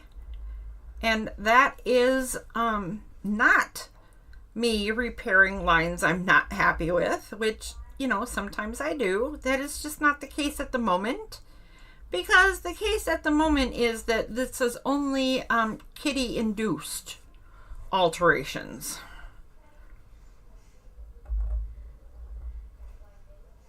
But the reason I'm pointing it out is because it doesn't matter.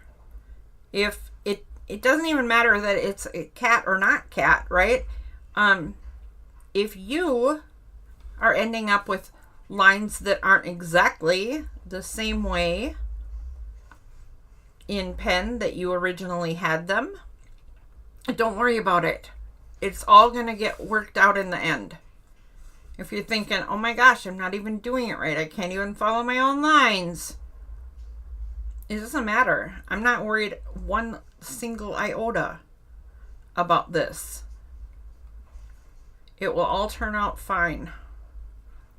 Even if you don't have a Malik on your lap, you might not be able to follow the pencil lines exactly.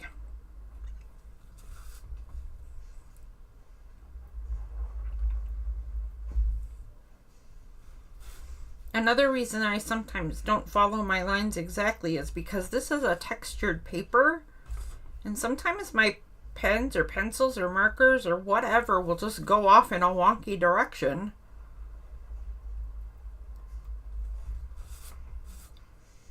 Hi, sweetheart. You're slipping. You're slipping, little boy.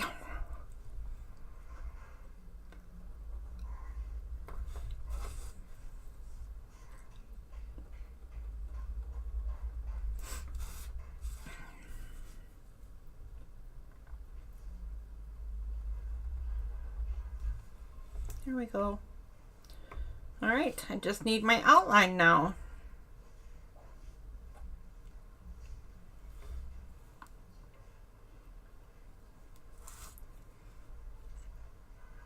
My aura. And then Malik doesn't know it, but his time is coming to an end. And he just tucked his head in and got all comfy and adorable too. Poor little guy. I'm gonna send him on his way.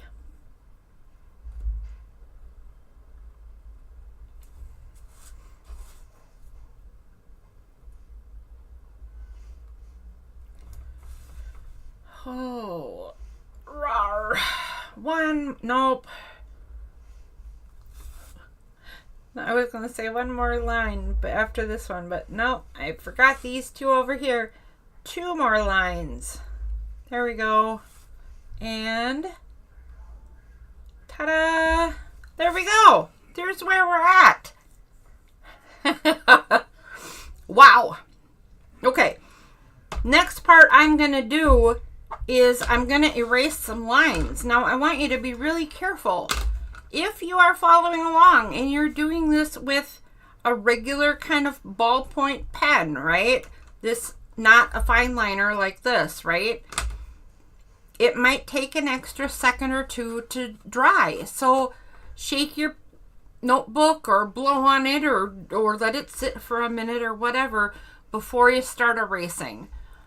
The first couple of times I forgot to mention that I caused people to start erasing and then they blurred their own project. Not a very good teacher move. So, okay, time for Malik to leave because I just dropped my eraser on the floor. Sorry, little buddy. It's time for you to go, honey. It's time for you. Whoa! Okay. Apparently did not want to go that way. What the heck? Okay, something is wrong with my poor little guy. Hold on a sec. I'll be right back. Alec, what is the matter? Sweetheart. What is wrong? Okay. Can you get out? Hold on. I shut the door too far for him. Okay. Okay, Bobby. How's that? Why are you so jumpy? Wow. Okay, I have no idea what that was all about. That was a little dramatic. Let's see. Okay. No, that's not right. Too far. There we go. Okay, so he kind of freaked out when I went to put him on the bed that's right next to me. And he landed on my pencil case. Wow. That's what all that drama was. So in case you're wondering and thinking maybe somebody got hurt. No.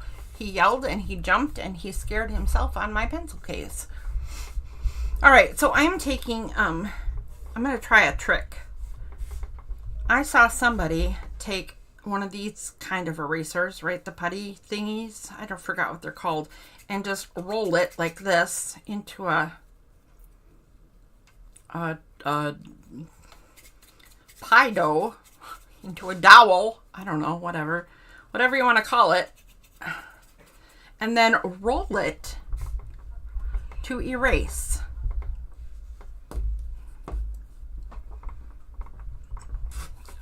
I don't know why that worked for them, but it's not working for me. It might not be working for me because of the textured paper. But apparently you can just roll this across your art and it will pull up pencil lines. Is that true?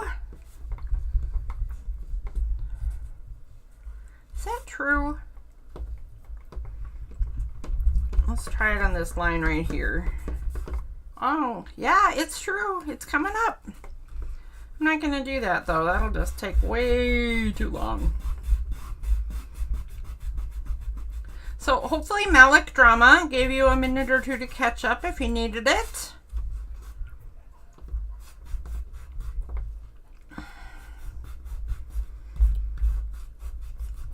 So, the next thing, obviously, to do is to get all of those pencil lines out of your flower.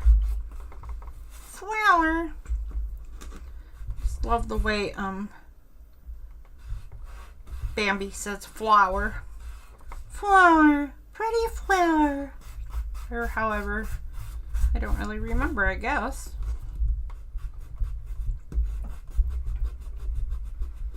Guess I should watch Bambi pretty soon. Okay, there we go. Nice, cleaned up, at least mostly, poinsettia. There we go. Next thing I'm going to do is add color. So I have a few things here. This is the pen I drew with all these lines. This is a much smaller pen. So if this is something that's available to you, not necessarily in a fine liner, right? You can get regular ballpoint pens in different sizes too. So if you have a different size pen, get a smaller one. If you don't, this is still doable no matter what. So what I'm going to do is go into my picture and where I have drawn the little tiny circles, I'm going to fill in the little tiny V's in between each circle on the outside and on the inside. So, for instance, right here is where two circles join. It creates a little V, and rather than a pointy V, I'm just going to curve it. I'm going to do the same thing all the way around. Sometimes it will require some coloring in, like right there.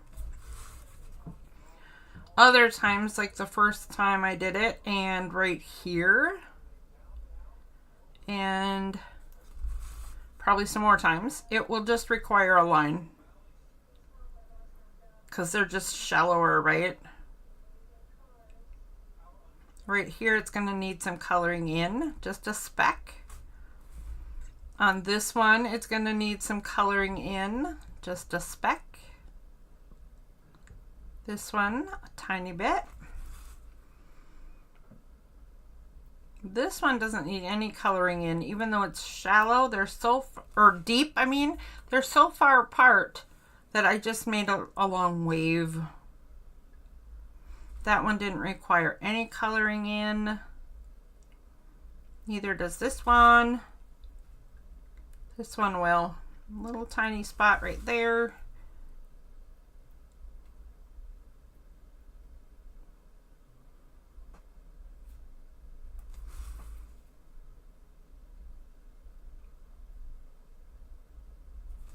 And then I'm back to the beginning. And then I'm going to do that same sort of thing on the inside.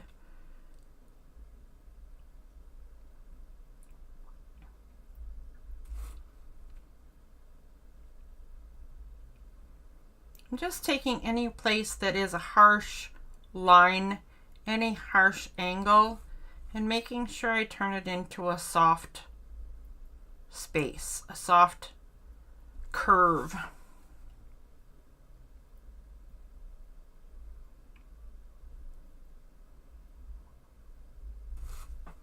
I do this with pretty much every doodle I ever do, although I might have to learn to not, because I do want to do some industrial kinds of stuff, and maybe I should learn some industrial doodles. And then I wouldn't want to be softening the harsh lines, right? I'd want to keep them. Hello?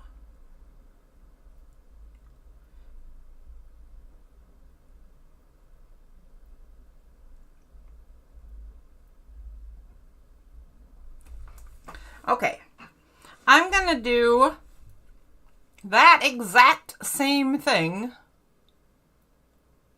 only with colors next. So, my petals that are not leaves, the petals that are not leaves are going to be done with red, because I'm thinking very traditional poinsettia here. And every harsh line connection at the base of a red petal is going to be filled in with red. Watch what I mean. So, okay, here's my very first petal. Right here where this petal meets the center of the flower is a harsh corner. So I'm going to curve it and fill it in. On the other side, where the petal meets the circles in the center, is another harsh point. I'm going to curve it and color it in.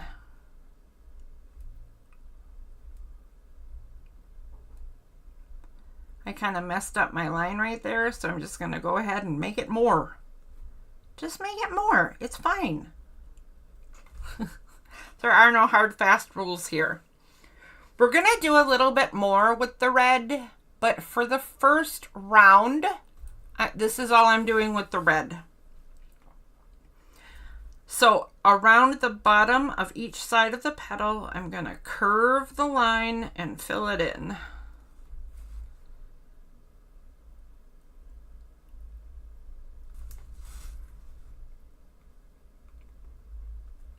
If you are following along and you do not have a way to make color, this is entirely doable in black and white. And this is, you should do this with your pen or your pencil. If you do this with your pencil, it will be part of what we do for shading in a little bit, and it will actually just help you along in the process later on. If you do this with pen, then you're going to be doing your shading over this. So either way works. Just know that if you do this with the pen and then you do the shading over, you're going to want to always make sure your pen is dry. For this one that overlaps, I'm going to do this in both places where the petal meets something else. So in this case, the petal first meets this other petal, and there's this little tiny bit right here that is a harsh corner. And I'm just going to do that, but it's going to run right into this one. So I'm going to curve that bottom just like I did all the rest of them.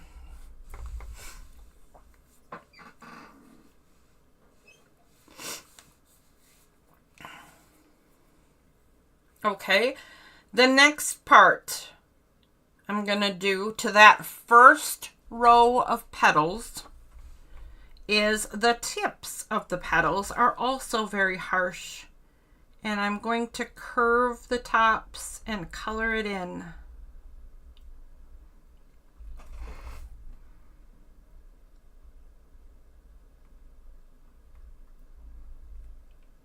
Goodness sakes, I'm doing a really bad job coloring this. Any mistake that I make, I'm just going to keep coloring. It just gives personality to that particular petal, so don't stress about it. But this time I'm going to turn my page so that my hand is not at such an awkward angle. And I'm going to make that curve. And I'm going to make sure, see, I'm not making sure it goes right into the brown, right? It's supposed to go right into the sepia. And I'm having it end funny. I'm not sure what I'm doing, but forgive yourself if you do that too. Just keep adjusting until your lines look like you want them. And if you never get there, then your whole petal will be red. And it's fine. It's fine too. That would be fine too.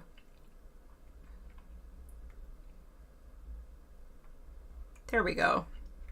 I got that one the way I wanted it. Nice. Okay, let me try again. So if I start on the sepia line and go curve to the other sepia line, I get more what I want. And of course I had to go screw it up. Okay, I didn't really mess it up. I just got done telling you that you can't really mess it up, and then I said I screwed it up. I'm nicer to other people than I am to myself. If that's you, then stop it and be nicer to you. Your flower is perfectly fine. Okay, so I am almost done. I have one more to color in. And then we're going to move on to the next row of flowers. I mean petals.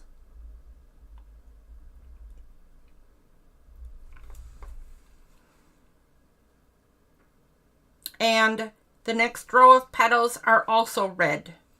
So I'm going to curve the bottom.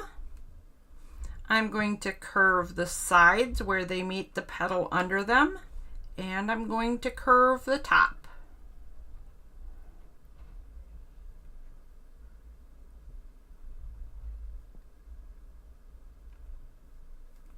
And I'm going to color all those in.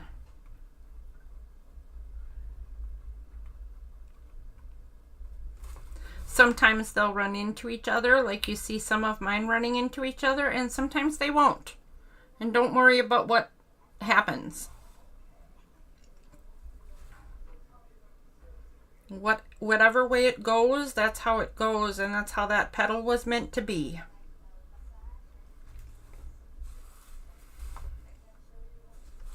Okay, next, curve the bottom, curve the sides, and curve the top. So now that you're probably following along with me, I would like to tell you that if you do this flower again in the future, you don't have to do any of this. This is just one iteration of how you might want this flower to be, but there are infinite things you could do. And this whole like softening the corners thing is kind of just my wishes, right? It's definitely my spin on how doodling should go. It's how my doodling should go. Your doodling should go how you want yours to go. So maybe in the future you won't want to do all of this fussy curving all the pointy bits. Or maybe you'll want to fill your flower in a completely different way. And you can certainly borrow different ways of filling in flowers from other flowers that we've made. If you're somebody who has followed along before, or if you have followed any other doodlers, or do your own doodling. If none of that is true for you, then come on a Wednesday and do doodle practice with us. We've ended up with some really cute art projects out of the deal, and then we post them online and show each other the stuff that we end up with. And you know what's really cool is seeing the differences that people come up with. Even though we're all doing the same thing, right? We're sitting together, following the same instructions and same pattern, and still they all end up different, and people end up with cool ideas, and they add some ideas or change a thing here and there. So yeah, if this is all new to you and you're not really sure what to do, but you think you'd like to give it a try, stop in on Wednesdays on this very same channel. I mean, that's actually why I'm doing it today too, because it is a holiday and it's a live stream for the holiday, and it's part of Darcy's December Daily, but it's also Wednesday, so it's dabbling and doodling day. Today is multi-purpose. Okay, so there are 3 layers of leaves, so I'm going to go ahead and do the exact same process to the next size.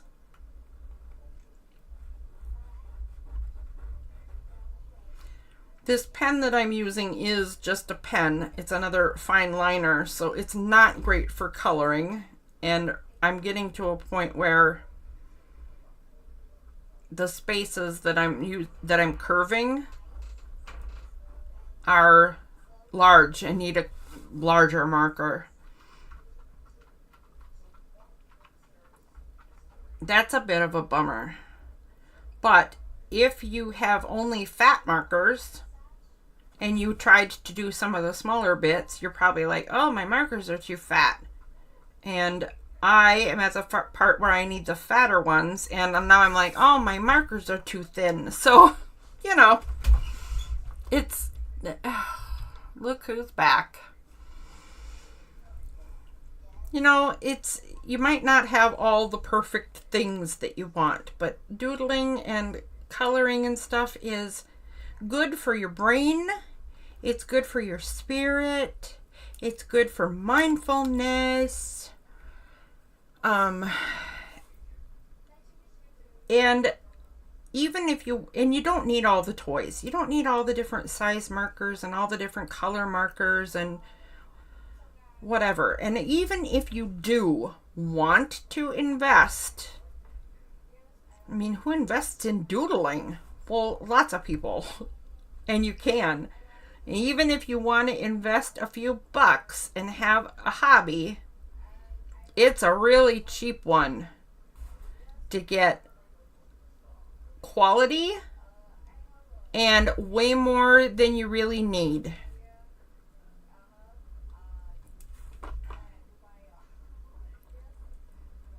So I highly recommend this silly art form because it's just lovely. It's just a lovely art form.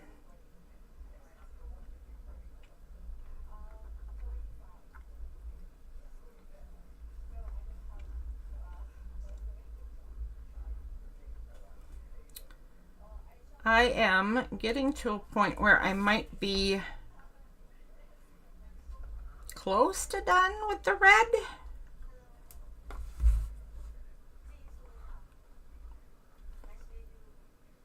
I can't tell if I should do any at the top of this, so I'm just gonna do this a little smidge. I'm gonna pretend a little smidge shows up there.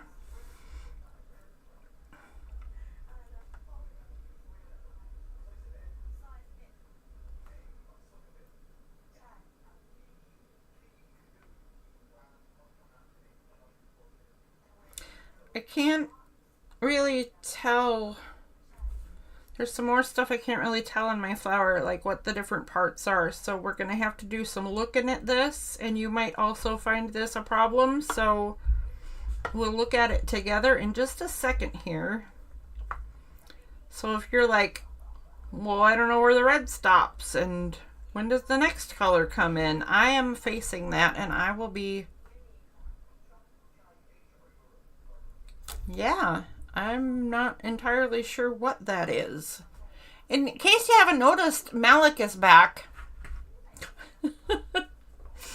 I'm just finishing going around my flower in the red that we need, and then I will try to, I'm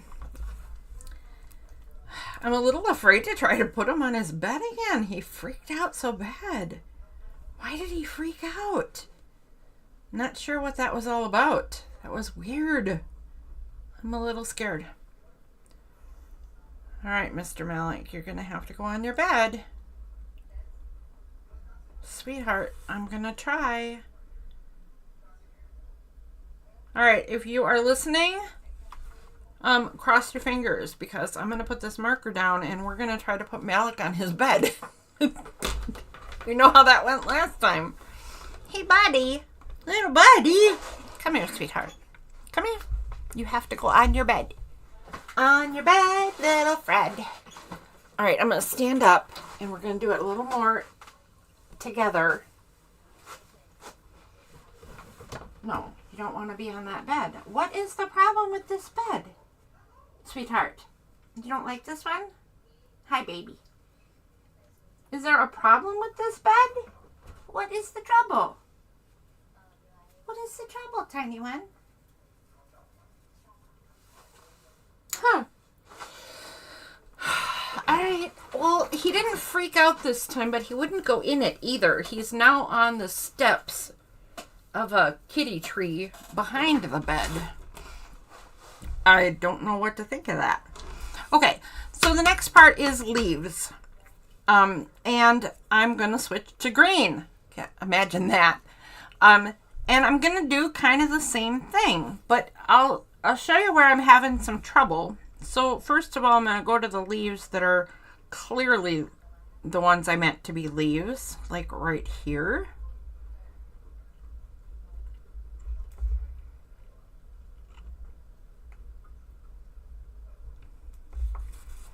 And do it on the side. That's an awfully shallow little spot. Oh, and I just...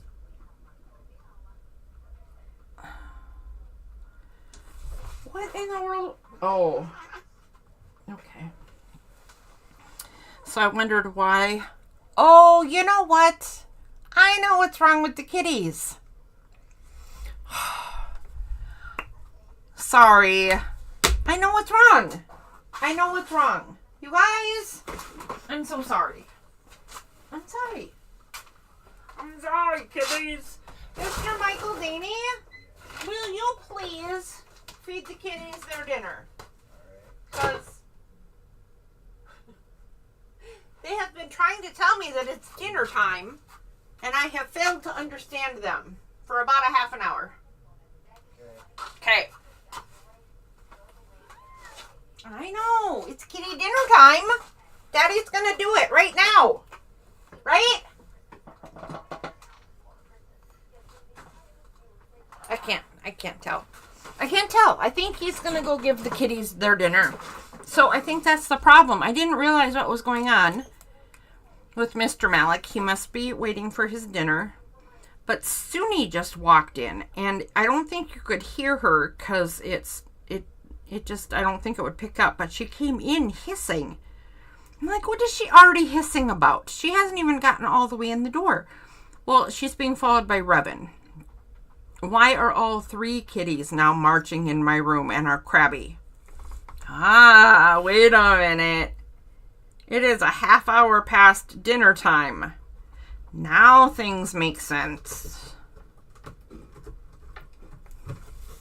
They are crabby because they are hungry and their mama who feeds them is not available.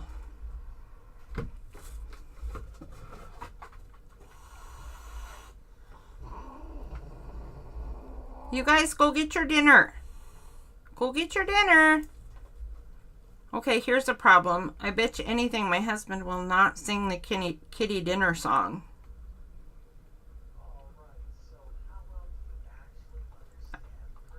I don't know if he went upstairs to feed them or not, but I think he did.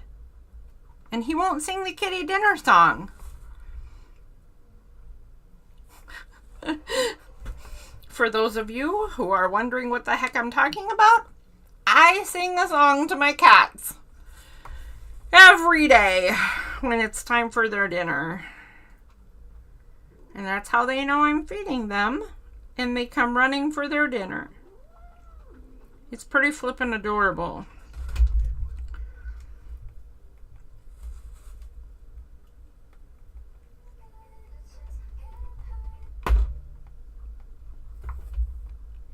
Michael, did you go yet? Okay.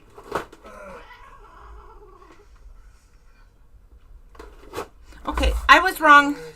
Oh, there he goes. Never mind. I was going to say I'm going to go feed them. Okay. So,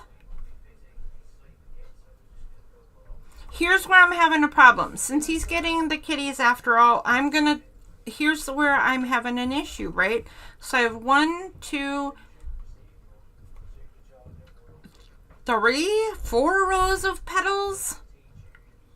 Or do I have 1, 2, 3 rows of petals? In a couple places, I'm not sure what I've done. But I think this space right here should be leaf, not petal. I do believe that this space should also be leaf, not petal. But I'm not entirely sure. This one, though, is so small that it really doesn't matter because it will be whatever I turn it into, right? So I'm going to go ahead and turn it into leaf.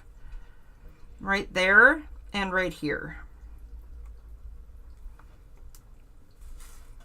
I thought Michael had already gone, and it became apparent he did not because they were getting even more feisty, weren't they? Did you hear Suni? Okay, so now this, I think, should be leaf, but that little curve right there indicates petal. So I'm going to pretend it's, okay, wait. I'm going to pretend it's a leaf that goes off this way and its joiner goes this way. And then there must be another leaf that goes off that way and this way. That means I need a little bit of green here and here. So in this whole little shape right here,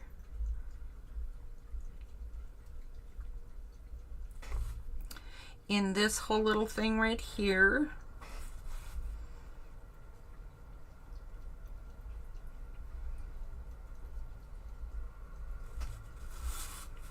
okay, the cats are just being grumpy at each other because it turns out all Revan wanted to do was get to the water bowl. Kitties. Kitty dinner time. There we go. Melon. Do you hear them skedaddling? Kitty dinner time. Okay. Okay, there they go. He did not sing the song, but he did yell for them that it's dinner time, so good enough. And they got the idea and they have all skedaddled. Excellent. Okay. Now, let's move forward. Leslie, are you still with me? Are you drawing? I think it's just me and you. If it's other people, then, you know, they're in the background. They're joining in. It's not required to say so, but there might be other people joining us.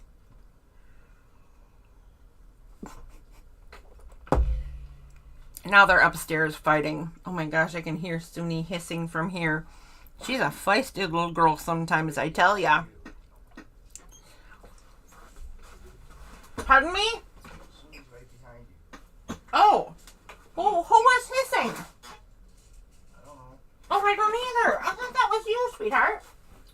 You're usually the feisty one. You want to go get dinner? No? Okay. Well, I'm shutting the boys out then. Maybe you'll be happy. Okay. Okay.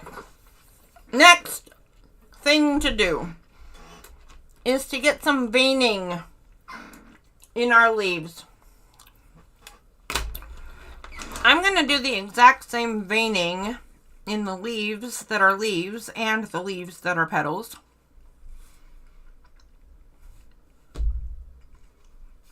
Just 'cause, I guess. 'Cause I'm lazy. But I'm just going to go a center line. And they can be curvy, just like I made that one. They don't have to be. Maybe you want yours to be more straight up the middle. Or maybe you want to vary it with however your petals turned out. Some of mine are distinctly straight petals, and some of mine are distinctly curvy petals. So I'm just going to go with whatever the petal feels like to me.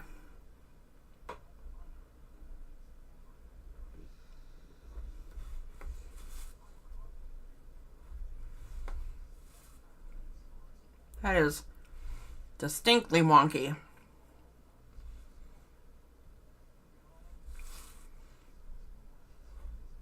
That one is also distinctly wonky, even though you can't see the rest of it. Okay. You don't have to do this the same way I did. I keep saying that, but it's true. But I put all my center lines in first. I don't even know why. That's just kind of weird, but there you go. Then I'm going to just do a couple little hints right? That one's a little too small for my taste, so I'll go do it again. But that's all I'm doing for veining. Little tiny hints of lines.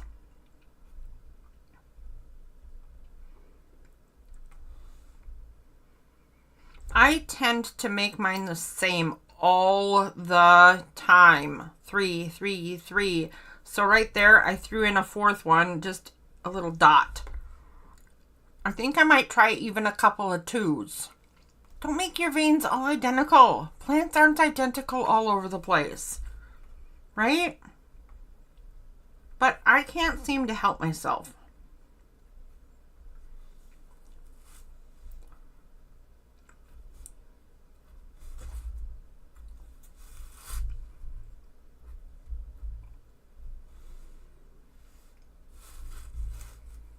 Remember to move your tile if things get awkward and your hand can't really do the lines that you want to do and it's uncomfortable.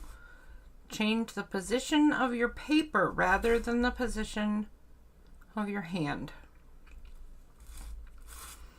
That's just healthy for everyone.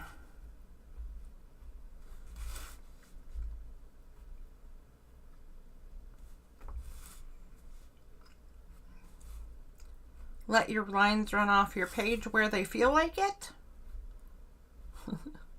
Let your flower be its own flower. I don't even know what that means. But all the little variances give our plants their own personality. So don't think you need to be getting things perfect. There is no such thing, and plants don't grow that way anyway.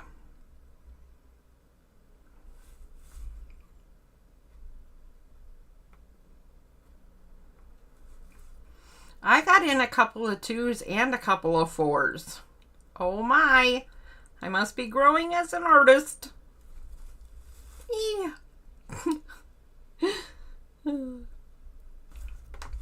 I know I'm being a little silly, but it's actually an accomplishment for me to not have everything identical. All right, I think all my reds are in place. I'm going to go ahead and do the exact same concept with the green. So my line is going to go up the center-ish of the leaf and follow whatever direction the leaf goes. Whoops, that didn't really follow that well.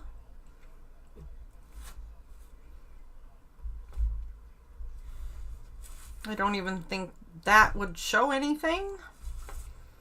So I don't think this would show any veins either. So I'm just gonna move right on. And I'm doing the same vague lines, although this might end up with quite a bit more because they're taller.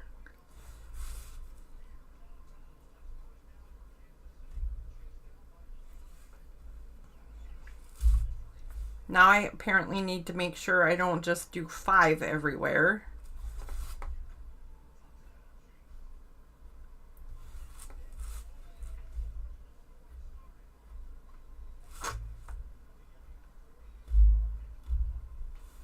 There we go. All right, that part is done.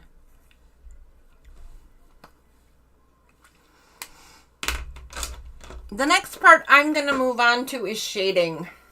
So in this case, shading amounts to a couple of different things.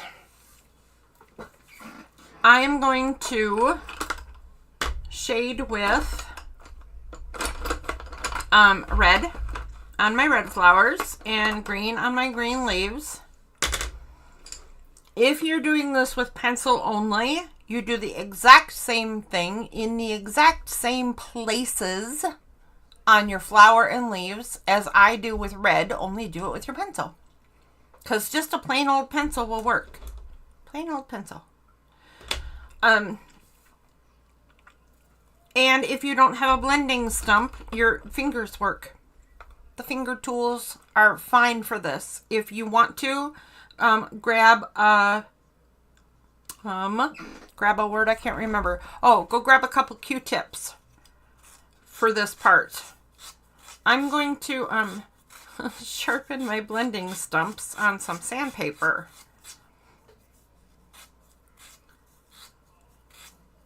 The blending stumps actually come with their own sandpaper paddle, but since I have a set of this that I can't find anywhere, and my sharpening paper is with the other set of stumps, I just make do. And you saw me, if you watched other weeks, you saw me cutting these stumps with the scissors because these are just paper. This is just balled up paper.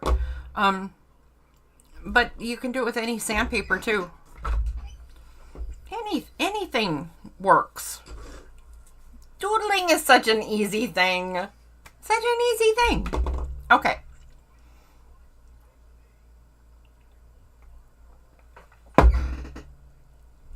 All right. So here's what I'm going to do. I'm going to sharpen. First thing I'm going to do is sharpen my charcoal. You'll want a nice sharp pencil. So if you are using a mechanical pencil, break it off and get a new bit, or, you know, whatever you need to do if it's not sharp. And if you're using a regular pencil, now would be the time to sharpen. If you're using charcoal like I am, and you can't sharpen it, like apparently I can't. There we go. There we go. So I was being sarcastic there, but if you're using charcoal, make sure that you get as sharp a point as you can. Mine is cheapy and it breaks easy, and I don't have a good sharpener, so, you know, you just live with whatever challenges you got, man. Just whatever you got. Get the best you can.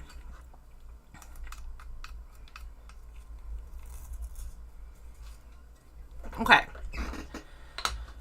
So, I do not have the greatest sharpened bit, but whatever it is that you're working with, this is what you're going to do. Take the sharpest point of your pencil or charcoal or whatever that you can get, and you're going to start at this center ink line and just put a little bit of your charcoal or graphite along this center line.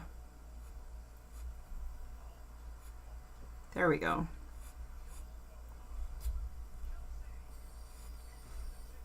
And then I'm also going to put a little bit across the base of these petals. So I'm going to do that to all the red petals. A little charcoal across the base and a swipe up the center. And when I say a little, I actually mean it, because it doesn't take much pencil if you're doing this with pencil, and the charcoal will build up if you're doing it with your finger or with a, oh, look at that one. I didn't put any center in this petal. The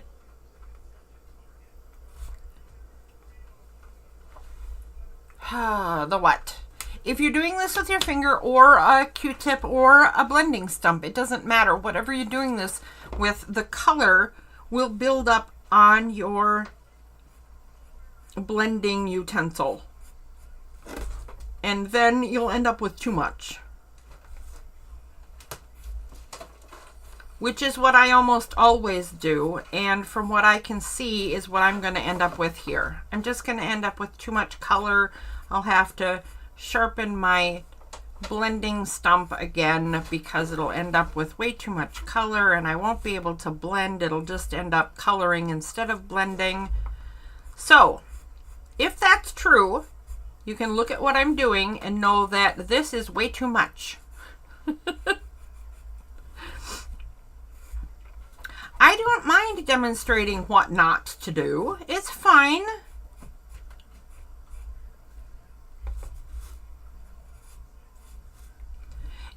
when you're doing this with just your pencil, it's good to hold your pencil at an angle. So you're going to do this kind of with the side of your pencil, right? So you're putting down a shaded kind of line, kind of like that, rather than a sharp line.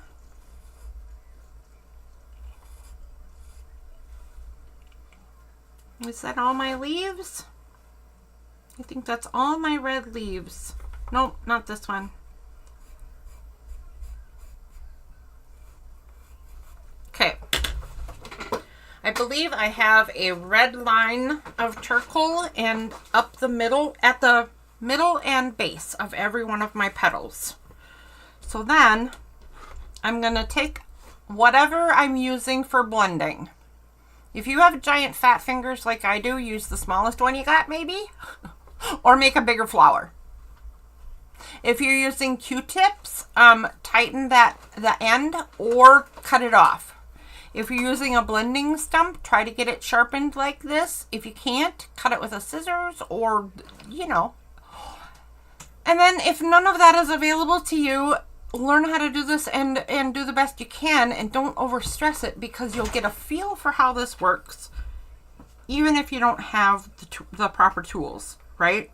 So with all that said, the first thing you're going to do is, pick a petal to start with, right? And you're going to follow the line you made. So I made a line across the bottom of this petal in red, and I'm going to follow it with my blending stump. And I'm just softening that line. And then I'm going to pull up. That's ever so slightly pulling that color into the flower. Then on that very same petal, I drew a line of charcoal straight up the center, and I'm going to soften that line, and then I'm going to pull out in each direction. So I'm following the veins I put in that petal. I'm going to do that all the way around this flower, and on each one, I'm going to smooth out the line that I made at the bottom, pull it up into the flower. The center line, I'm going to smooth out the line that I made and pull it out from the center and follow those veins. And I'm going to do that. It doesn't matter if I do the center first, right? I can do that like that. And then do the bottom. And pull up into the flower, or into the petal, I should say. Or I can start at the bottom like I did on this one and all those other ones.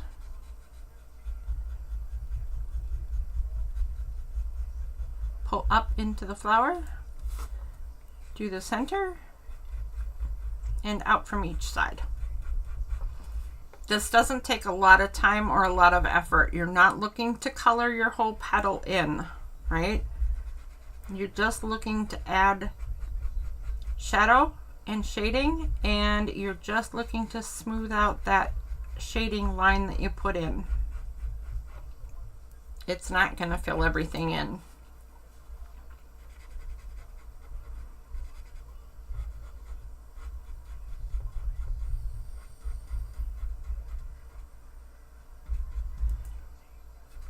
All right. Pull that into the flower petal. Up the center and soften the line.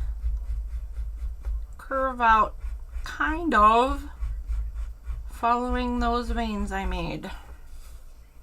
Doesn't have to follow exactly. We're also not doing high art here, right? So we're not worrying about things like, where does the light source come from? Where are the shadows supposed to be? I forgot a petal altogether. Look at this poor petal. Completely orphaned. There we go.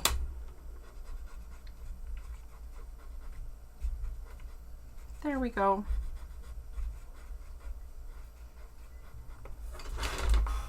Now you can see that I definitely always do too much in my application of whatever blending bit I'm using, pencil or charcoal or anything. It's just true. I always do too much because it really is starting to be more like I'm coloring my leaves.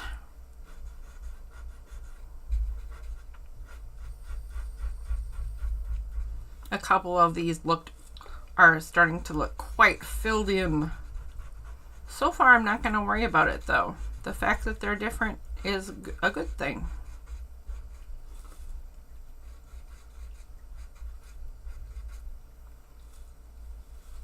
And I only have a couple to do. There's 3 more to do.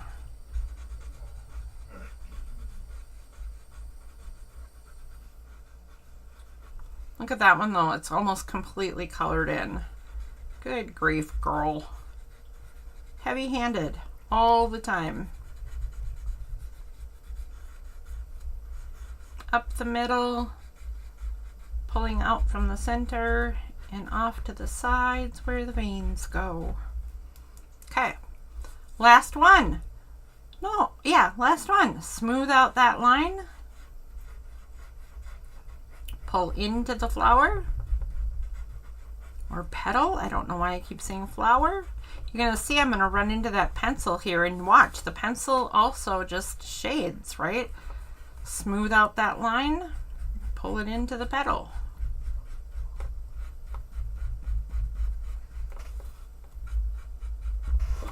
Okay, there we go.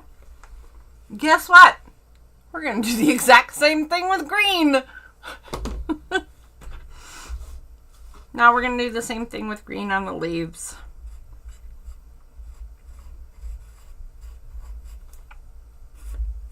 Whoops. Okay, that was a bit much and in the wrong place.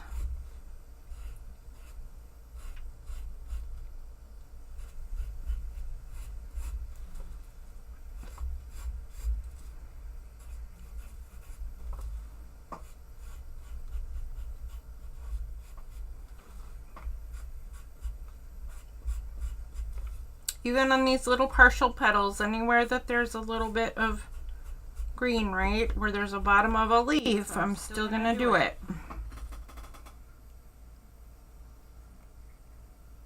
I wonder what that is. Huh. I'm not sure what I've done right here. I'm not sure what this part is at all, actually. All right, well, anyway, if you have a part that you've done all your red blending in, okay, so if you can, use a clean spot, use a different Q-tip, wash your hands, use a different finger, if you can. If you can't, just know that if you are doing colors, like colored pencils or something, and they're blendable, some colored pencils are not, so they might blend a little bit, but they might not blend as much as you're seeing on mine. Just know that if you mix red and green, you're going to get something brownish. And in this particular case, it doesn't matter. You're going to end up with a really cool looking flower regardless. I just want you to know that that can happen. And rather than start with my clean end of my blending stump, I'm going to go ahead and do the green on the red end so you can see that it really doesn't wreck your art. It'll be fine. It'll be fine.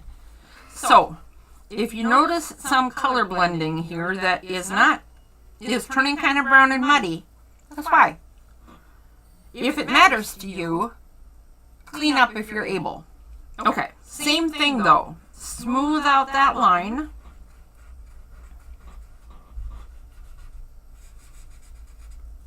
Smooth out that line.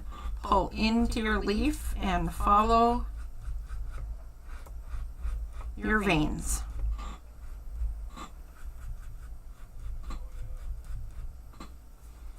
Same thing.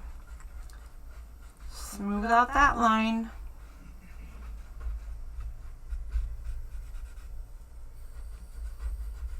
And this one. And this double one. It's not supposed to be a double line. And follow. Just following the angles of the veins that I put in there. I'm not worried about exact. And look, again, way too much charcoal. That's more like coloring than shading. I'm not stressing it because it doesn't really matter.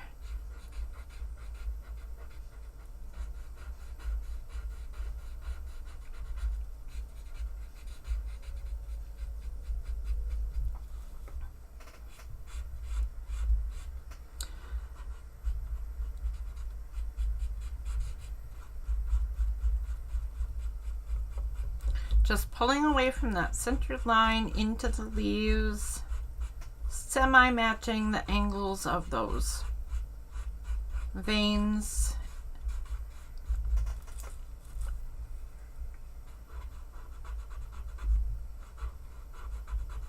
Those I am coloring in. They're going to be super shaded, right? Because they're all tucked under there, so I don't mind that at all. Same thing here. This is just a speck of the leaf, so it doesn't really matter. You know what? I think this is supposed to be a leaf under that leaf. So I'm going to find my green pen. And I'm going to curve that bottom like so.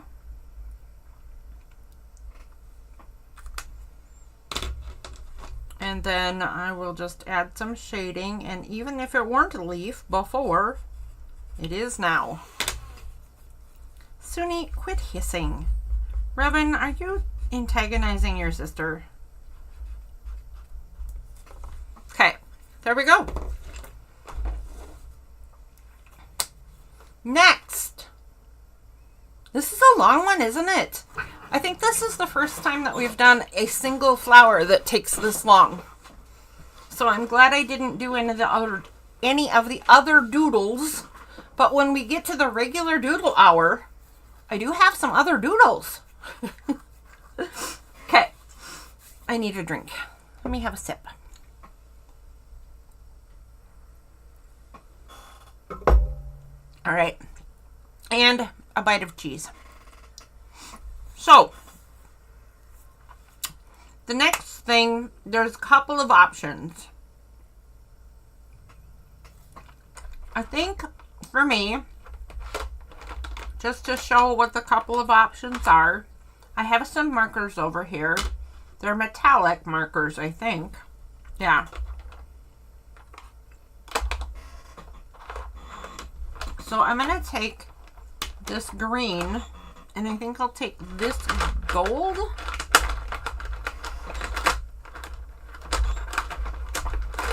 I don't know. Let's test. Hold on. I have a surprise doodle for later. So let's test the golds. I might want that one. Let's try this one.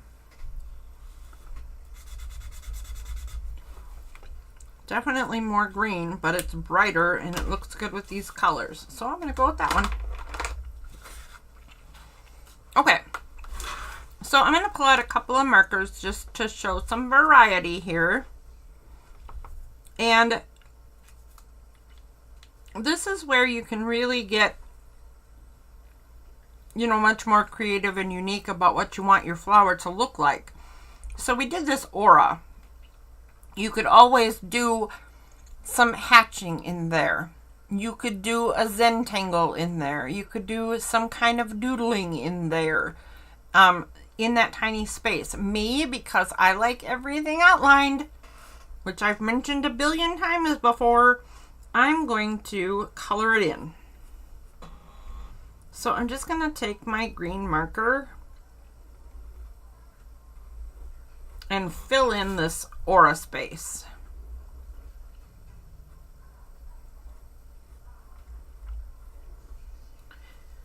But if you want to put a pattern in there, you go ahead and put a pattern. If you want a hash mark, if you want a shade, if you want to,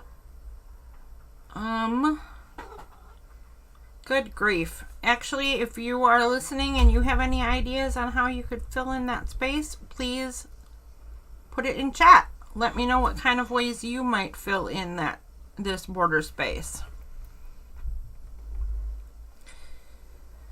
Okay, so you have met Malik's behind.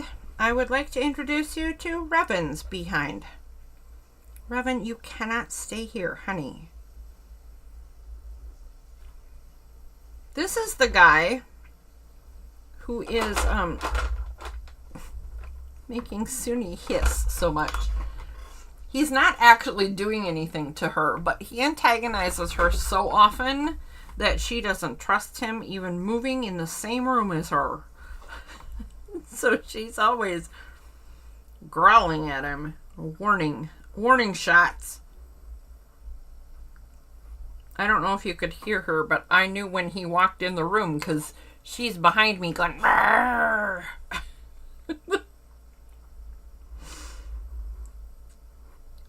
I didn't even have to argue with Revan. He just went straight over to his bed, and now I spoke too soon. Look who's back already. You were such a good boy just 2.5 seconds ago. No, do not sit here. No, do not sit here. Listen, Ratfink, you guys cannot be on my desk right now. Or, I really need to just get stricter. I need to be like, not on my desk ever. You know what? I just discovered something, and oh yeah, I can show you because he's not sitting in this part. So I think that this spot right here, this white little triangle bit, is supposed to be part of the aura. So I'm just gonna fill it in, just like so. Okay. Easy peasy lemon squeezy. The gold marker is for the center. And I will do a little bit of hatch marks in the very center. So hatch marks are very much like hashtags. No, Revan. No. No. Skedaddle, buddy. That's not a lot better. Oh, good grief. Okay. So lines in one direction and lines in a diagonal-ish direction. So something like that. I'm just going to do that. I don't even know if that will show through this marker that I'm going to put on there. But if it does, it will just give a little bit of personality to the center of this flower. And I'm going to fill my dots in with the gold. And then I believe I'm filling the center with the same gold.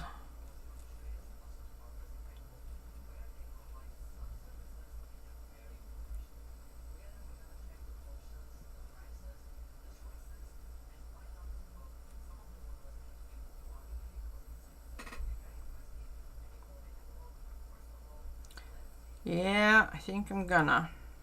You ready?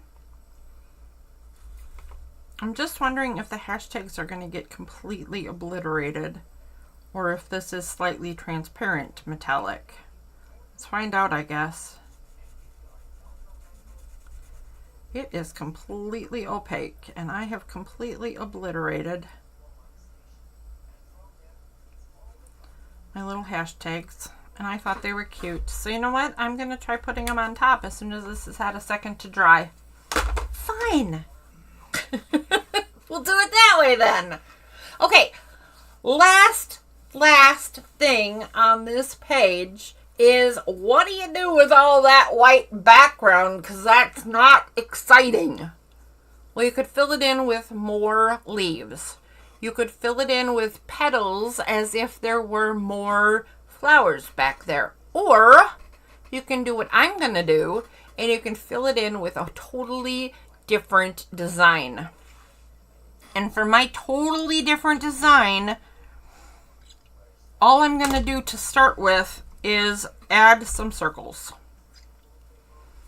First thing I'm going to do though is reestablish the center of my flower because that marker kind of obliterated parts of it.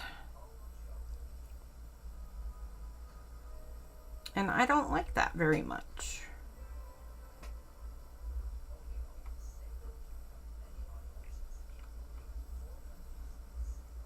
That happens a lot in this kind of art, this multi-layer doodling, right? Sometimes your lines get obliterated and you will find yourself doing the same lines over and over.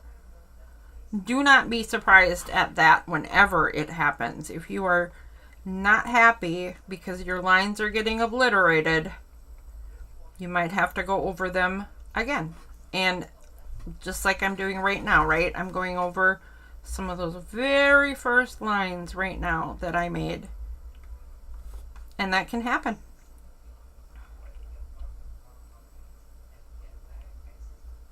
They get a little muddled. But the truth of the matter is that they're going to get muddled. And there is no perfect way to do this. And we don't want to be perfect anyway. So the fact that you go over lines again if you want to is perfectly okay. And if you don't want to, also perfectly okay.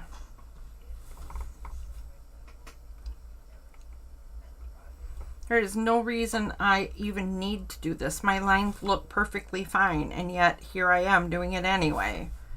It wasn't a plan. Apparently, my brain decided while I was chatting away to you that I need to do this.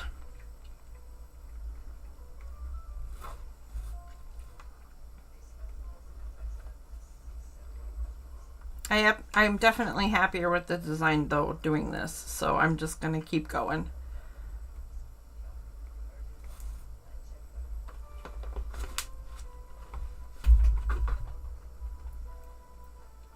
Is that it? Is that everybody? Nope, I don't think I did this. I suppose I should do the leaves too. Am I gonna? Looks like it.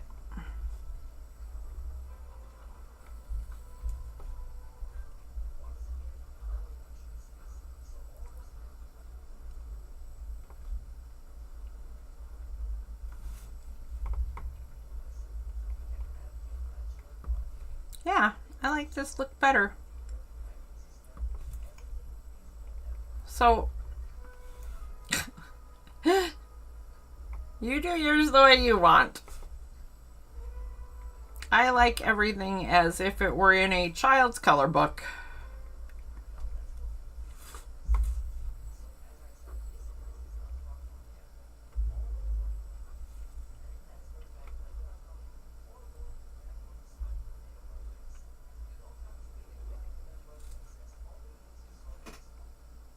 What the heck is happening right there? I think that goes like that.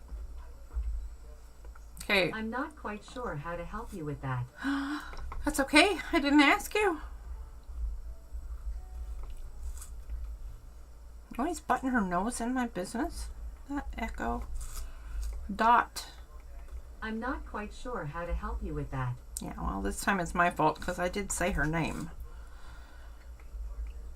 But I didn't even say her name last time and she's sticking her nose in my business.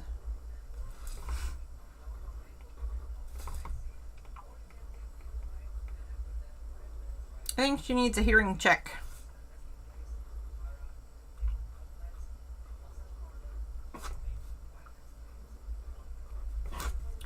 Alright. So I got a little sidetracked by outlining. But I'm almost done. I apologize for letting myself get squirreled away. No, I didn't get squirreled away. I did squirrel away. I apologize for squirreling. Alright, back to what I was trying to do.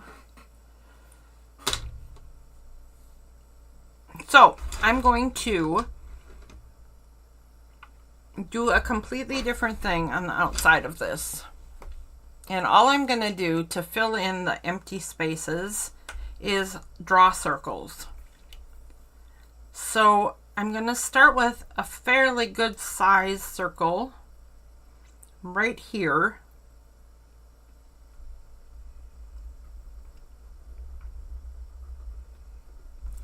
And you'll notice that that is not a perfect circle. It does not have to be. It just needs to be something roundish. That is definitely roundish.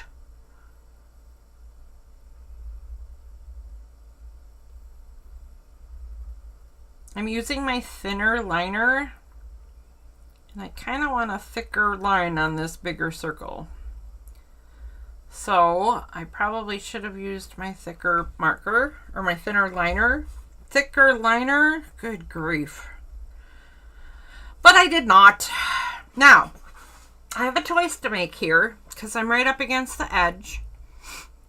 If you do this too, you have the same choice to make. Do I want to make circles that stay within the frame, or circles that go outside the frame?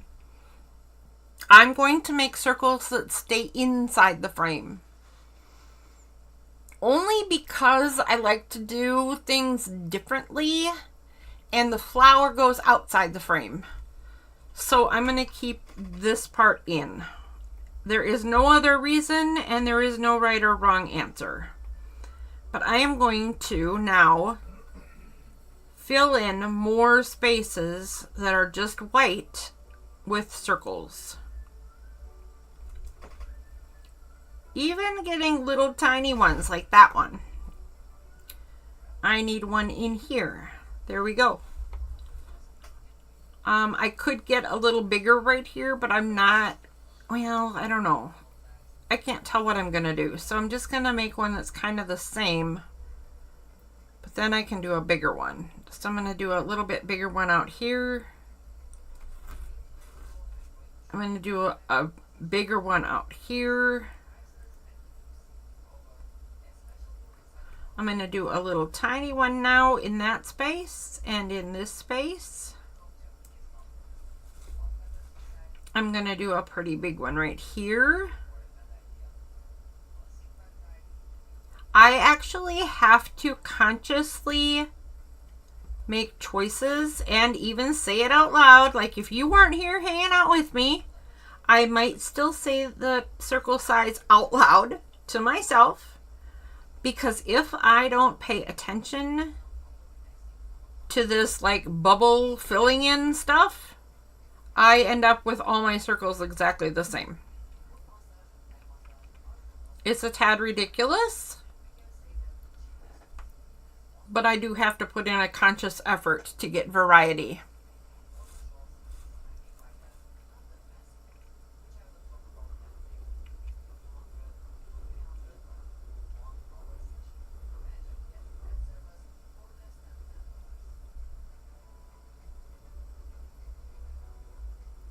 So if you find yourself and you are doing this particular fill, if you find yourself also ending up with circles that are all the same size, start finding places to do different sizes and telling yourself this one's gonna be different.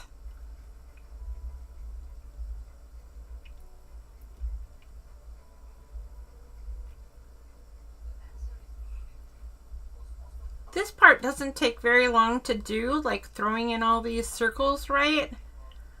The part where you color in the spaces between all the circles can take a really long time.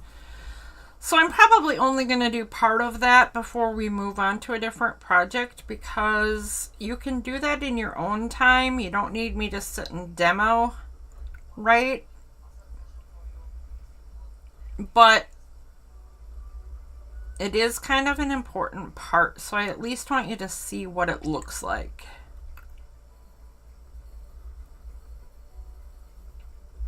Oops. My marker got away from me because of the divots in my paper.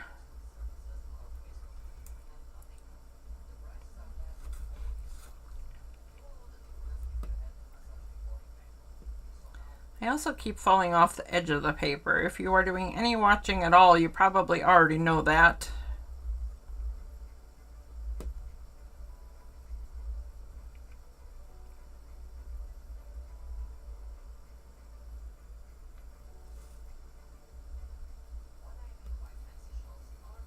I think it's a little hilarious that I can't keep my own pen on the paper.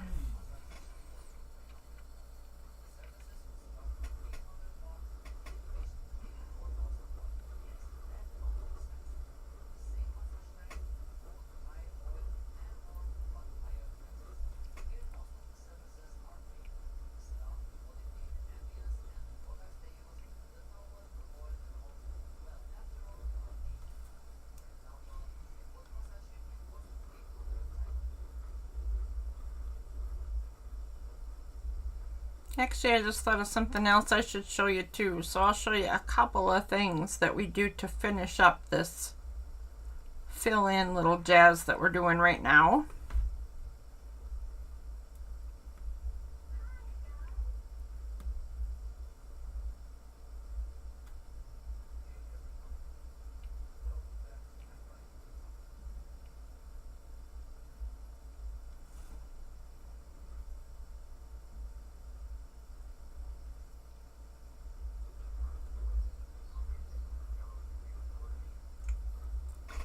Oh, ow. Okay.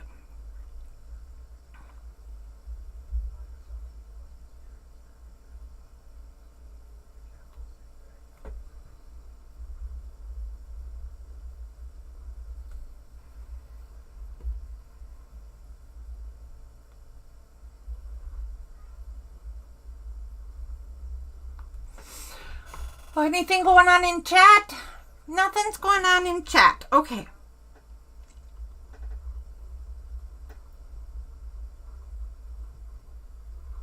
I don't want to miss anything. And sometimes I get so into doing what I'm doing, I forget to look up.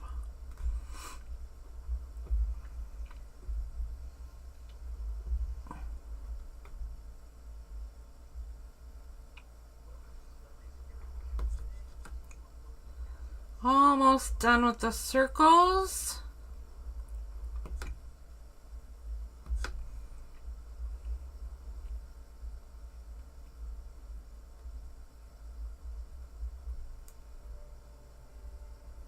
How tiny can they get? Okay, not that tiny. How tiny can they get? Oh, that one works. How about that one? Yep. This one? Ooh. Boy, that's cutting it right there. Okay, so here's what I wanted to show you about the circles. The first thing I wanted to show you about the circles is we're going to fill in all the white space that's too tiny for circles. So looks like I can fit a circle right there. So yeah, I'm going to go in and I'm just going to color in all the little bits. And this can be time consuming. So if you do this part, totally not necessary, and you're filling in the white space, could be just straight up coloring. It could be some other kind of design, extra leaves, or a second flower like I said before, or some other kind of pattern that you want to fill in. Like what if you just made checks? Or I don't know. I can't think and talk and watch the stream and color in all at the same time. My brain is shutting down. Anywho, there are lots of different ideas for infills, and we will learn more about infills in the future. If you are watching your screen right now, you are seeing that I am actually coloring in some places where I had circles because my lines started to blur together. My circles look like garbage, and I'm just not going to sit and worry about one little tiny white spot being gone, right? You shouldn't fuss too much either. And if you don't want to fuss with this, color your spaces in a different way. If, however, you choose to do this very same thing that I am doing right now, remember that this particular kind of thing is supposed to be relaxing and calming. You're supposed to do it slow and take your time at it, which means if you had to stop it and finish it some other time again, then do that. If you find it entirely too boring and your brain just will not pay attention to coloring in a bunch of little rectangles for however long it takes to color in this many little spaces, don't stress it. Put on a TV or a timer or a 5-minute meditation on YouTube or you know, whatever. Talk to somebody on speaker phone and do it for however long that conversation takes, and then color in the rest because you don't want to do this anymore.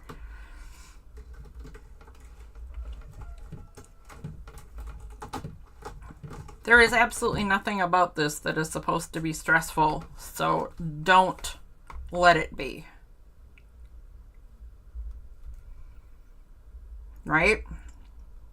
Don't let it be. Let this be a calming practice. A way to make your brain shut off all the other garbage.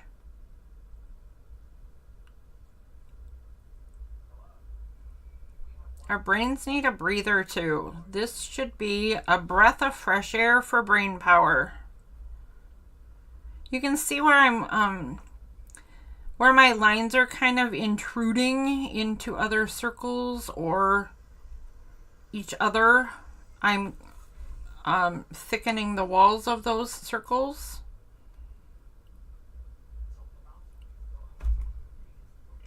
I don't know what I'm going to do with this one where I actually colored like right into the circle. But I'm going to show you one way of taking care of stuff just like that in just a second here. So I'm going to get this whole patch done in just the time I'm telling you a bunch of options and ways to think about this particular part of the doodle practice. Doodle practice. Okay. That just added a whole different meaning / dimension to the term doodle practice. Tickled my funny bone, I tell ya. I cracked me up. Okay, so there's what it looks like once you get all those spaces colored in between your little circles. Awesome possum. All right, so now I'm going to show you a couple of things you can do with what's left over, and one of them is a little tricky. So, Miss Leslie, I need to know if you are still following along, and if anyone else is following along and wants to see what I'm going to do next, either stop what you're doing and tell me you're ready, and or just hold up a second, or tell me hold on a second and then finish up what you're doing and then tell me you're ready. I think I said the same thing in like 5 different ways. Either ask me to hold on or say ready.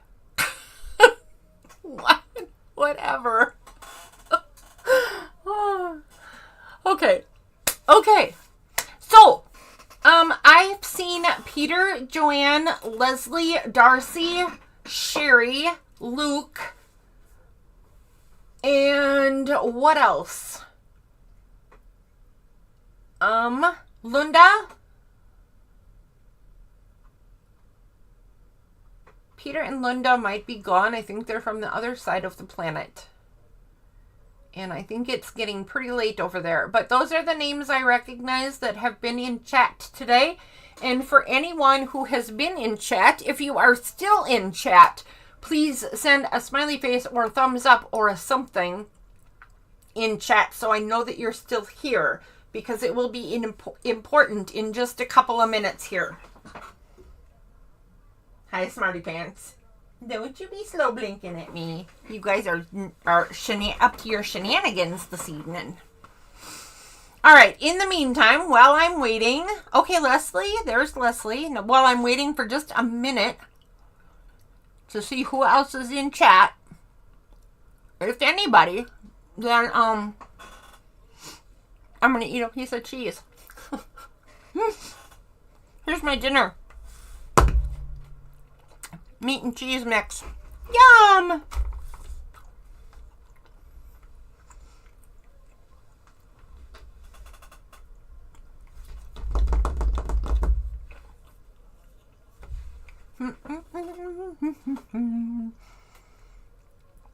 I need an intermission song.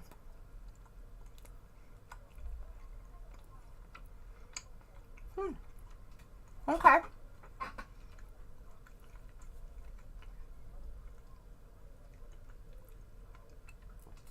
All right, let's go ahead and move on. So, I'm going to do this part with pencil. And if you've never done it before and you want to do this, pencil's the way to go to start. In the larger circles, and I'm not going to do this in any one that I deem too small to doodle in. So, I don't know what that'll mean, but I'll do this in here, here, here, here, here for sure, don't know what else. One of the things you can do is do a little bit of a curve toward one side and the same angle on the other side. So now I have a stripe down this. And then draw some kind of pattern along this stripe. My favorite patterns are always the curly ones. So I would start at one point and come down and do a very ovally swirl like that. It's what I like to do. And then I would come to the other to the one on the bottom and have it join and do an ovally swirl the other direction. There is one idea of how to do a decoration inside a circle. Now I'm going to show you a tricky one though. So I'm actually going to get a whole different square out to show you this because it's better to show you bigger.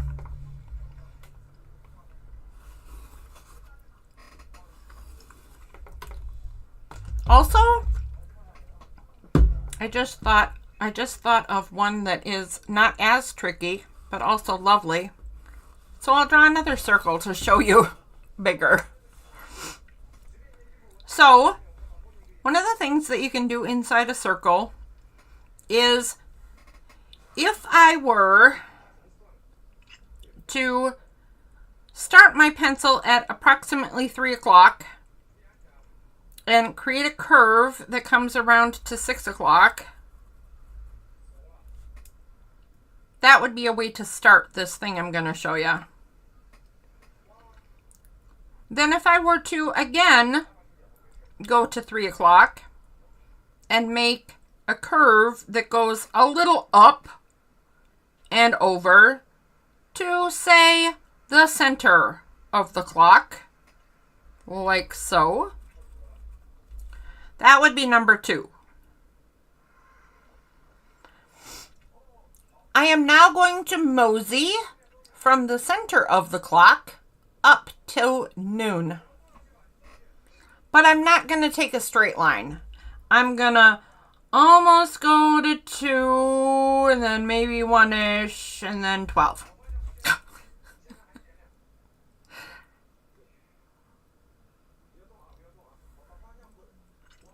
The next part I'm going to do is kind of the opposite of what we just did, right? We went up. I don't think I needed to do that so tight. I'm going to make that line a little bit easier to see. So we curve from 3 to center and then from center to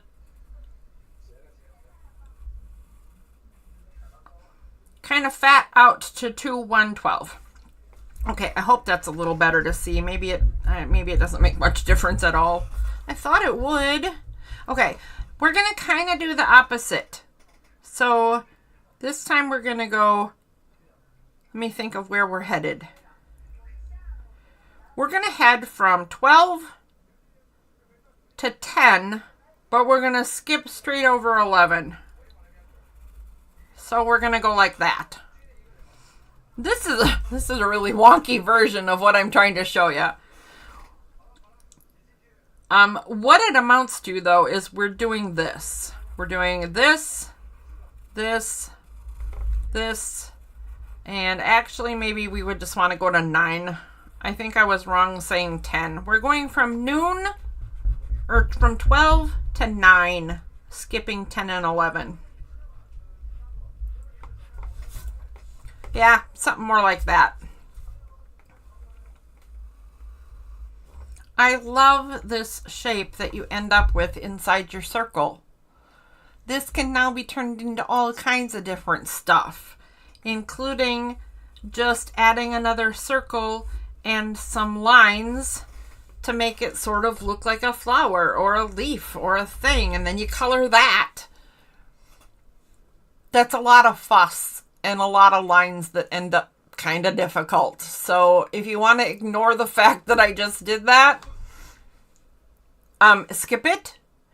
If you want me to show this one in more detail and have more practice at it on a different doodle night, I think that's probably the best way to do it. Yikes. Huh? Gotta go to bed. Really? Oh, you do? Okay. Okay. Everybody, Michael Daney is here to say good night. All right. Good night. Love you, see ya. See ya. I don't know what I'm gonna have. I forgot he has to work in the morning. What? Maybe I can take that carnivore mix for lunch. A big bucket of it. Not all of it. I mean, Just a little it's bit. for everybody. I don't know. Yeah, take a bunch. Take a bunch, honey bunch. Huh? I'll do it in the morning. Yeah, okay. Okay, so for the last one, this is much easier. Okay? It's still really cute, though. Watch. If you just make a V in your circle, and then do that trick that I always do, and curve all your pointy bits, like so, you end up with petals. You're going to color in this part, color in this part, and then you can also do the curves at the bottom if you want to.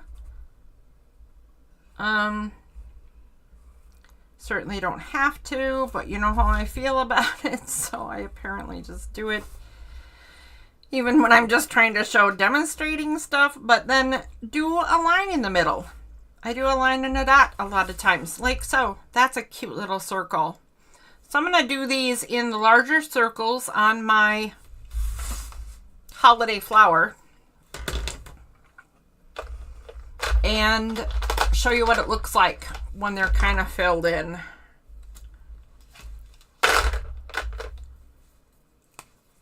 So first I will marker the one that I did in pencil earlier.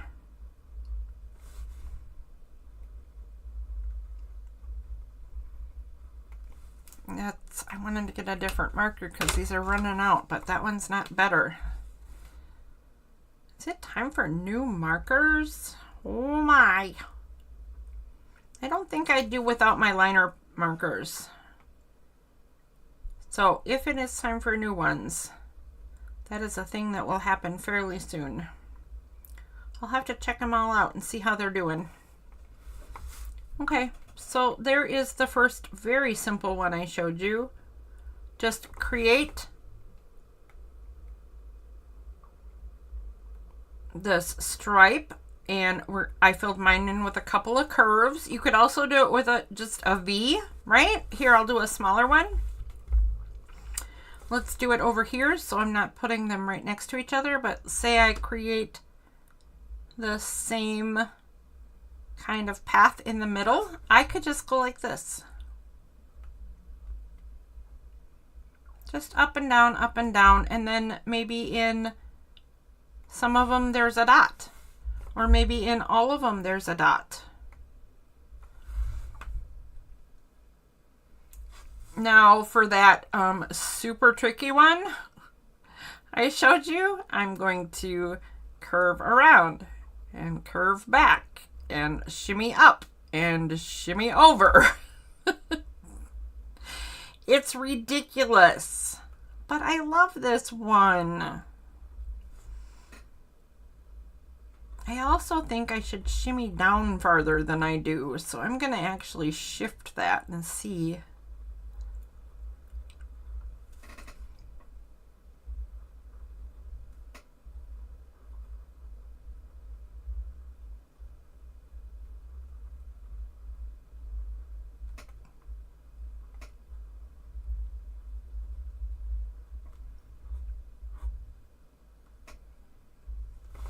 Okay, I'm just going to do that.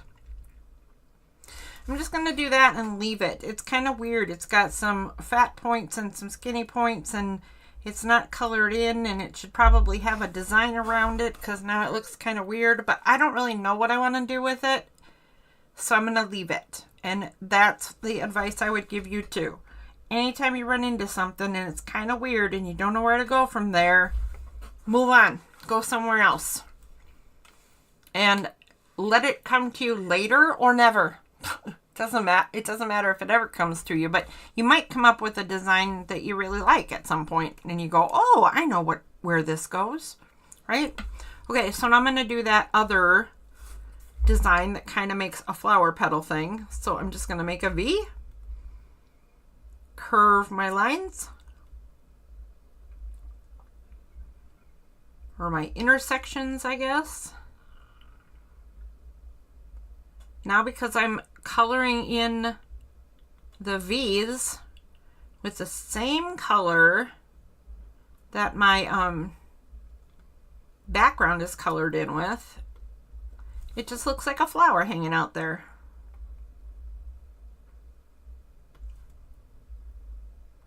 And do my little center thingies up and put my dots in. Look how cute that is. That's just adorable. So then just go through, make up your own designs, make up your own ideas, whatever you want to do, and fill in whichever little circles you feel like filling in, or none, or all of them. I know that might sound ridiculous, and it is, but I have, when I've done really big pictures of stuff like this, I have filled in even the tiniest little dots when I pull out my tiniest little pen. And it's not like you can see what's happening in there, but there's actually stuff happening in there. It gets a little ridiculous. So get as ridiculous as you wanna, or not at all if you don't wanna. Let's see if we can figure out another design. What if I made a V this way and a V this way? Then it's like a diamond pattern in there, right? And I want to put dots in there again. Well, I guess I'm gonna, because it's what I want. But, you know, I don't know that dots are just the only design thing you can do. So what if I did a diagonal that way and this way? Hash marks in the center of that one. What if I did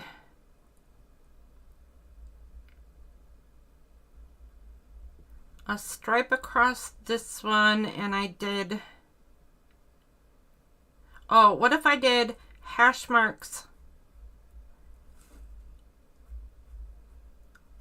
in the top and bottom?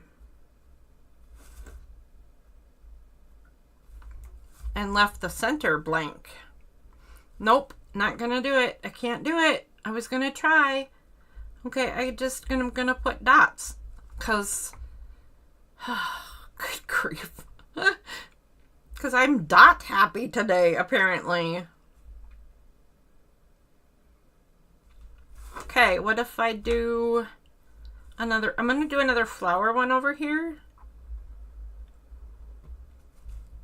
So, curve, curve, right? And then curve, dot, whoops, completely missed with that dot. There we go. Do I just leave it there or what? That's goofy looking. Man. Oops.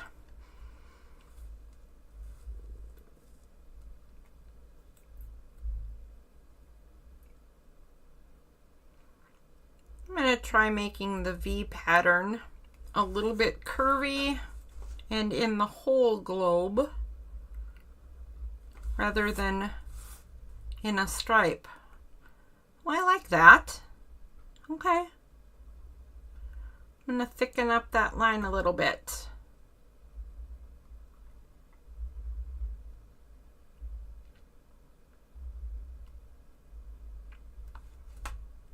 There we go. I don't know where else I want to do designs. I don't know.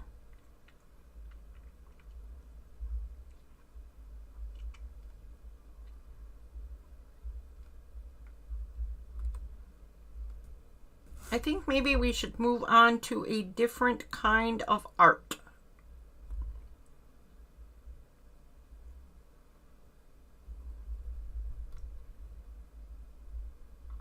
I think we should move out of doodling and go back to misadventures. What do you guys think? So I could do misadventures for the next hour, because after that we would start doodling anyway on a Wednesday, and then we could do the other pattern. Well, I have a few patterns for today, but the other pattern I for sure want to get in today because I happen to know that somebody who is watching would love it very much. So, I think maybe we should move on to some journal stuff.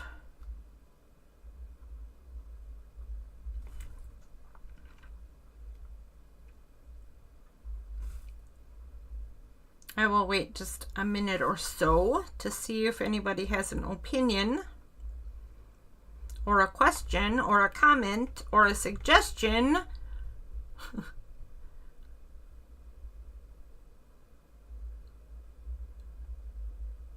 I would hate to have somebody have a question or need a little time on this project before, and then have me just jump off to the next thing. So I'll kind of just hang out here for a couple of minutes, continue working on this while I chat with you, and then we'll make some kind of decision. Oh, hello, Sonia. Goodness sakes, I didn't realize you were here. I apologize. It's been a while since I've looked up. Oh, you're working on your December daily to catch up. Good job. This pattern is fun, isn't it? I like it a lot. How long have you been here, by the way? I'm so sorry. And Merry Christmas. I hope that you had a lovely day. I hope that you had a lovely day. You and everyone else.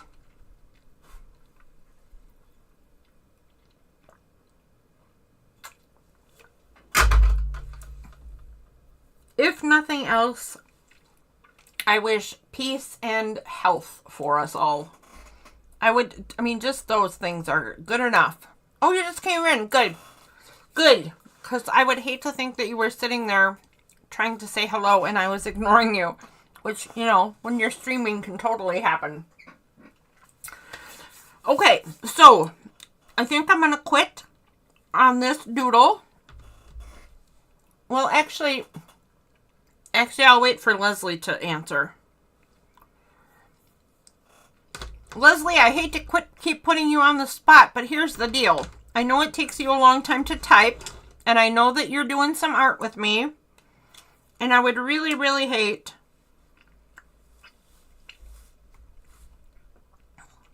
to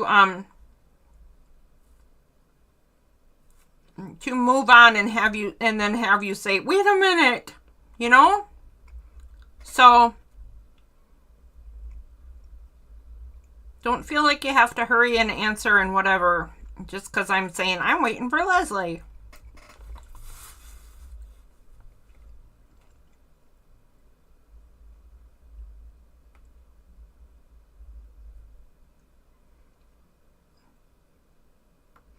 Okay, if I started from there and went that way, then I want to start from here and go this way.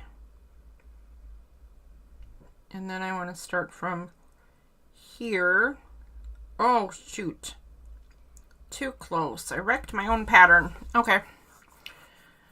It's not terrible. It's not terrible. It's not great.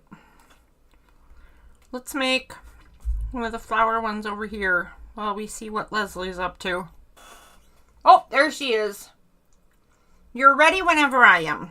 Okay. In that case, I'm going to finish this flower and then we're going to move on to something. I actually have quite a few things to pick from. So today I am honoring Misadventures in Mixed Media, right? So I have one of the misadventures that I've pulled to do today is gosh, my brain. Oh, unfinished projects. So sometimes I'll just start a project and something will come up and I'll need to go off to another project and then I just don't go back to the other project. One of those is this, which, by the way, is also from Darcy. This is her coffee digital kit. Lots of the stuff in here is from Darcy's coffee digital kit. And I made a journal, I think, like on a Friday freebie feature thing. I might have done this. I'm not sure, honestly. I mean, this looks really old. Is this even from Darcy's kit? Darcy, is this your kit? I think it is. In any case, this journal is not complete. And it really should be completed. Yeah. This is Darcy's stuff. Because I cut the birdies out and I layered them so that they would be a tiny bit dimensional. Or was this a how do you do project? Good grief. I don't know. I made it. Why should I know? You expect me to know what I make? Why would I know? All right. Well, in any case, we can work on finishing up this journal, and I will show you when you step away from a journal how to get back in touch with it, or any project really, how to get back in touch with it and how to get back on track. That's one thing we could do. The other thing I could do is very similar to what Sonia just said, is I completely dropped Defemorember. And I didn't want to just drop it, but things, like my health kind of got in the way. So I couldn't keep up with all the things that I wanted to. So we could definitely do some Defemorember prompts. And I have those. And I have some ideas ready to go with those as well. We could also which I'm gonna do, check in on our fox and see if it's dried and if it's still looking promising or not. Let's take a peek.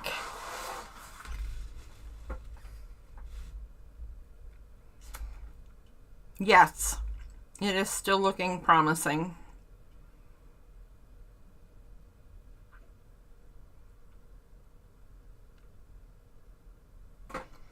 All right, I'm going to count this repaired. It's certainly not done, right? I don't mean done as in the project is done. I mean repaired as in the damage that was done to this poor fox and this whole tree section that was destroyed by my mistake. I think this is looking much better and better enough in a way that we can move on.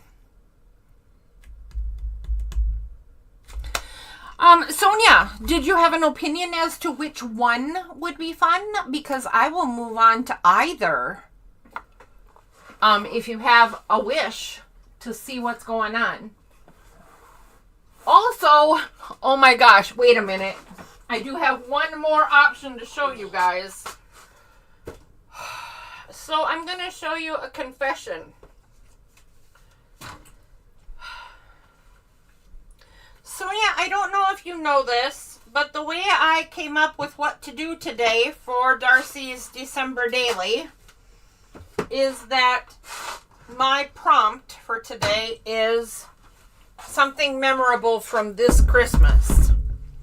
And what's memorable about this particular Christmas, like totally unique to this Christmas, is that I have never represented an artist in their project before. So I thought it's Darcy's misadventures, right?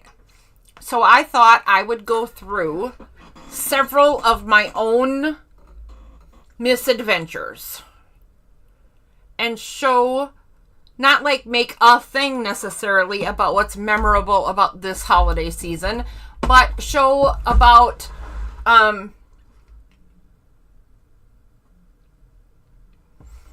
show how to fix all kinds of mistakes that we all run into.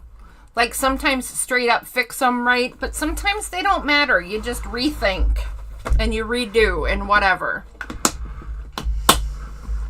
Here's the other confession, and I don't know which Defemember prompt. If we decide that we're going to do Defemember for an hour now, it would be whatever prompt I'm on and whichever one I wrote notes for, because I wrote notes for the ones I had ideas for. So we could totally pull out Defemember and take a look at it. Am I right, Sonia, that you have never done Defemember? I didn't remember. So if you'd like to see what that's like and how to do it and what it entails. Oh no, that's how we met. Of course you've done it. Never mind. You're just not doing it this year. Okay, never mind. Okay, so we have Defemember we might pull out. I have an unfinished journal that I could show how to get back on track with a project. Like Defemember where you have prompts to just go into.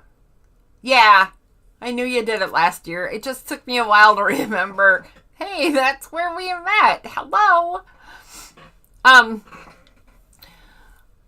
So we could talk about how to get back on track for a project like Defemember and what matters and what doesn't. We can do the journal, and like when you've left a project behind, you've completely forgotten what you were doing and don't remember and don't know where you're at. So we can figure out, like, how do you get over that misadventure? Well, there are ways to get back on track. So I could totally do that. And then there's this. This is my confession.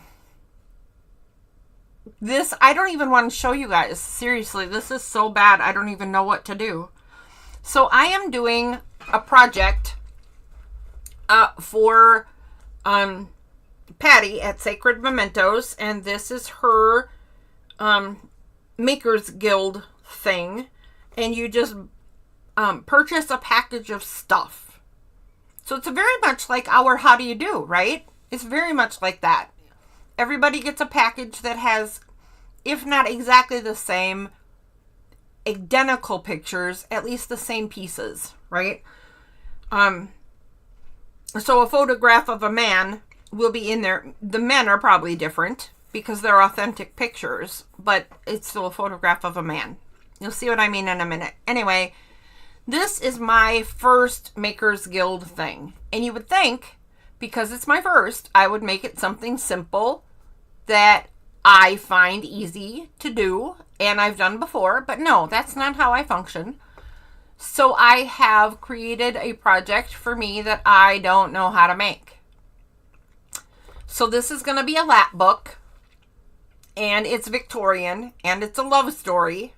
And it's about Catherine. Or is it Charlotte? Somebody said what her name should be. Was that you? That might have been you. Sonia. Anyway, whatever her name is. And then there's Thomas Taylor, married Catherine. This is her journal.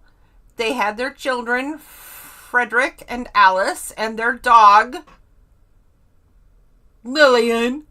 I love Lillian.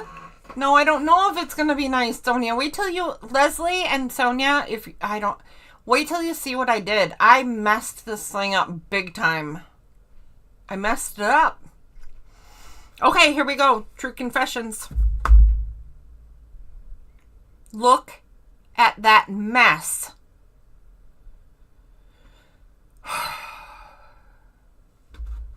It's just a pile of shiny disaster. No, it's not cool. It's terrible. I don't know what to do. I don't know how to fix it. Okay, so I was putting gilding wax on the edges, right? No. There's lag going on. I know that you typed that before you saw this because this is clearly... You are too kind. This is clearly a disaster. I accidentally got gilding wax where I didn't want it. And then it started spreading and it made the page look stupid. So then I had to put it all over or not at all, but I couldn't get it off. So then it's just all over. So now the whole page, like all the fretwork and stuff that was here, the layering, which, I mean, I didn't care about the pink anyway, so I don't care about that. But there's just this gold hazy glare on the whole thing. And I don't know how to fix it because it's gilding wax. So I don't even know that I can color it. I love the door too. I really, really, really wanted a door that was like a kissing gate situation, right? So I'm a little distressed that I've done such a terrible thing to it. But I'm happy with this. Leslie, what do you think? This is the layout that we talked about.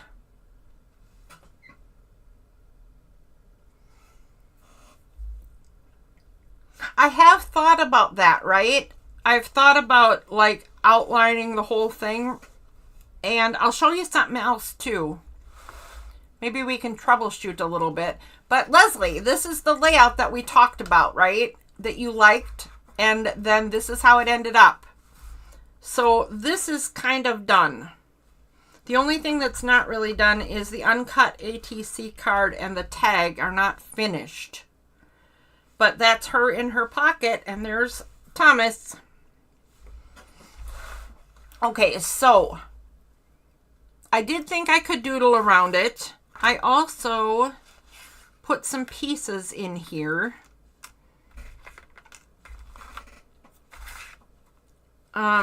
Let's see.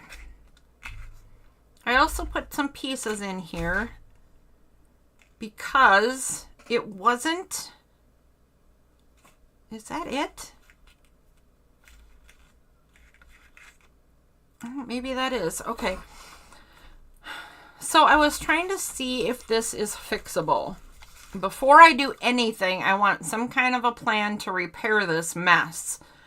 So I wondered if I could take a new piece of the plaster work stuff, right? And put that on the door. like so-ish. Malik, buddy, huh? Sweetheart, come here. Boy. All right. And then I wondered if... Okay, so I have these. This started looking like a burlesque dancer situation. But then I took this. I gotta hold this down because it's just gonna keep popping all over the place. But then I thought, hardware on the door. Oh, good grief. Malik. Jeez. Cat. And then...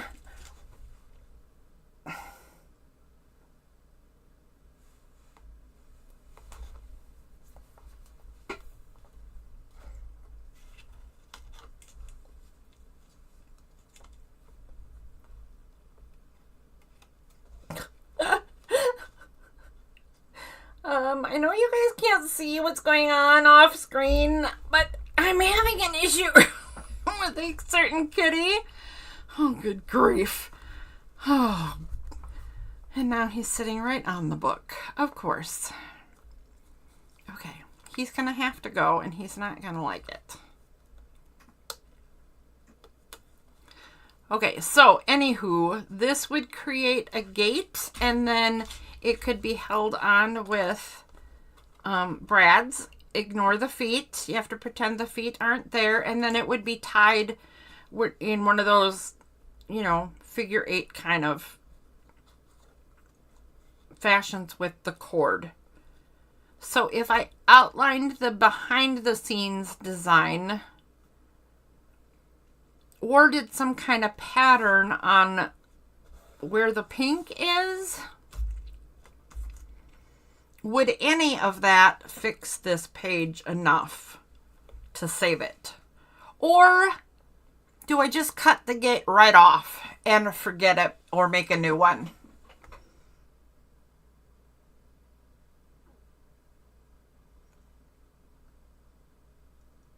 You don't like the emblem stuff on the pocket. Do you mean the pocket that your guy is in?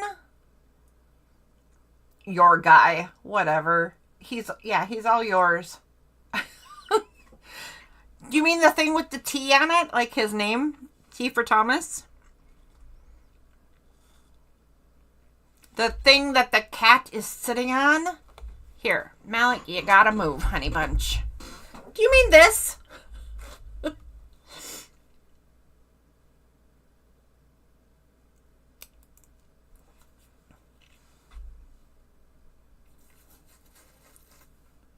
Why is it all off kilter now? Yeah. I didn't know that you would like this emblem. And it's not done.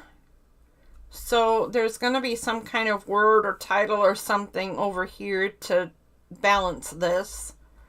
And I needed there to be something there. And I decided that she would put this here because it's decorations for him. So I've rationalized a product that I'm not particularly happy with too. You like this added to the door. You think that saves the door? Gosh, I don't know. It might be that I am so upset with what's happening with the door that I can't rationally think about it right now. I might have to take a step away from this project. But this is my new piece for in here. It might be cut down smaller. And it might be replaced with the one with the Eiffel Tower on it. But this is what I have right now.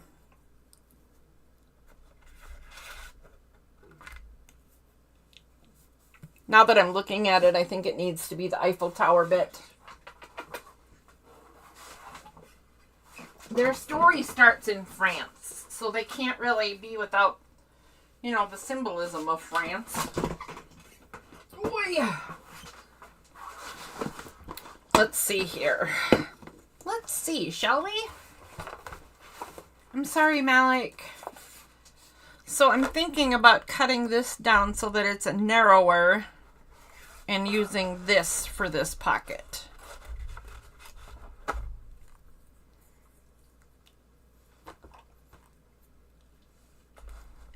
I'll cut it down and then finish it with some color and a focal point.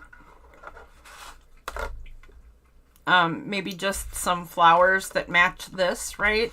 Maybe some of those flowers to go up here, or maybe just under, or something.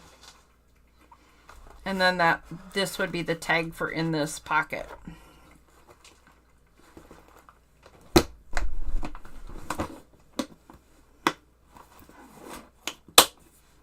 You do think it saves the door.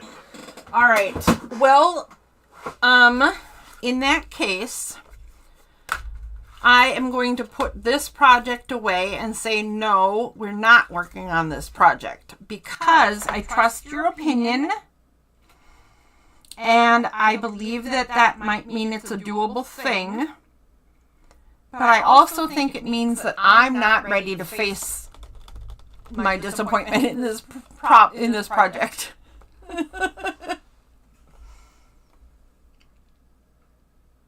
Yeah, I hear ya. Yep, that's why I liked it too. So maybe the Eiffel Tower ends up going somewhere else, right? So let's not do that for today. But that was another problem I brought in for today. And maybe that's exactly all I needed to do to show that one, right? So I'm showing how to deal with different kinds of mistakes we can make. Sometimes when you're too overwhelmed by a problem that has happened, stepping away from it is the best answer. And in this case, I think stepping away from that one for a little while is my best course of action. Okay, so I'm going to put a couple pieces of paper aside and get out a different one. So let's do this one right here. And did anybody else say they're still here? If you are still here and willing to put a "here I am" or a smiley face or something in chat, please put a something in chat to indicate you are here. I just want to see how many people there are that are willing to say hello. Leslie and Sonia, you are exempt from that assignment. Okay, let's take a peek here. So I have a couple of surprises coming up. And I hope some more people just come in. Oh, you just joined. Hello, Diane. Nice to see you.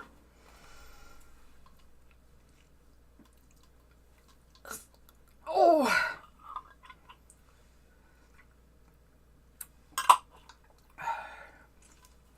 Oh my. Okay, that's crazy.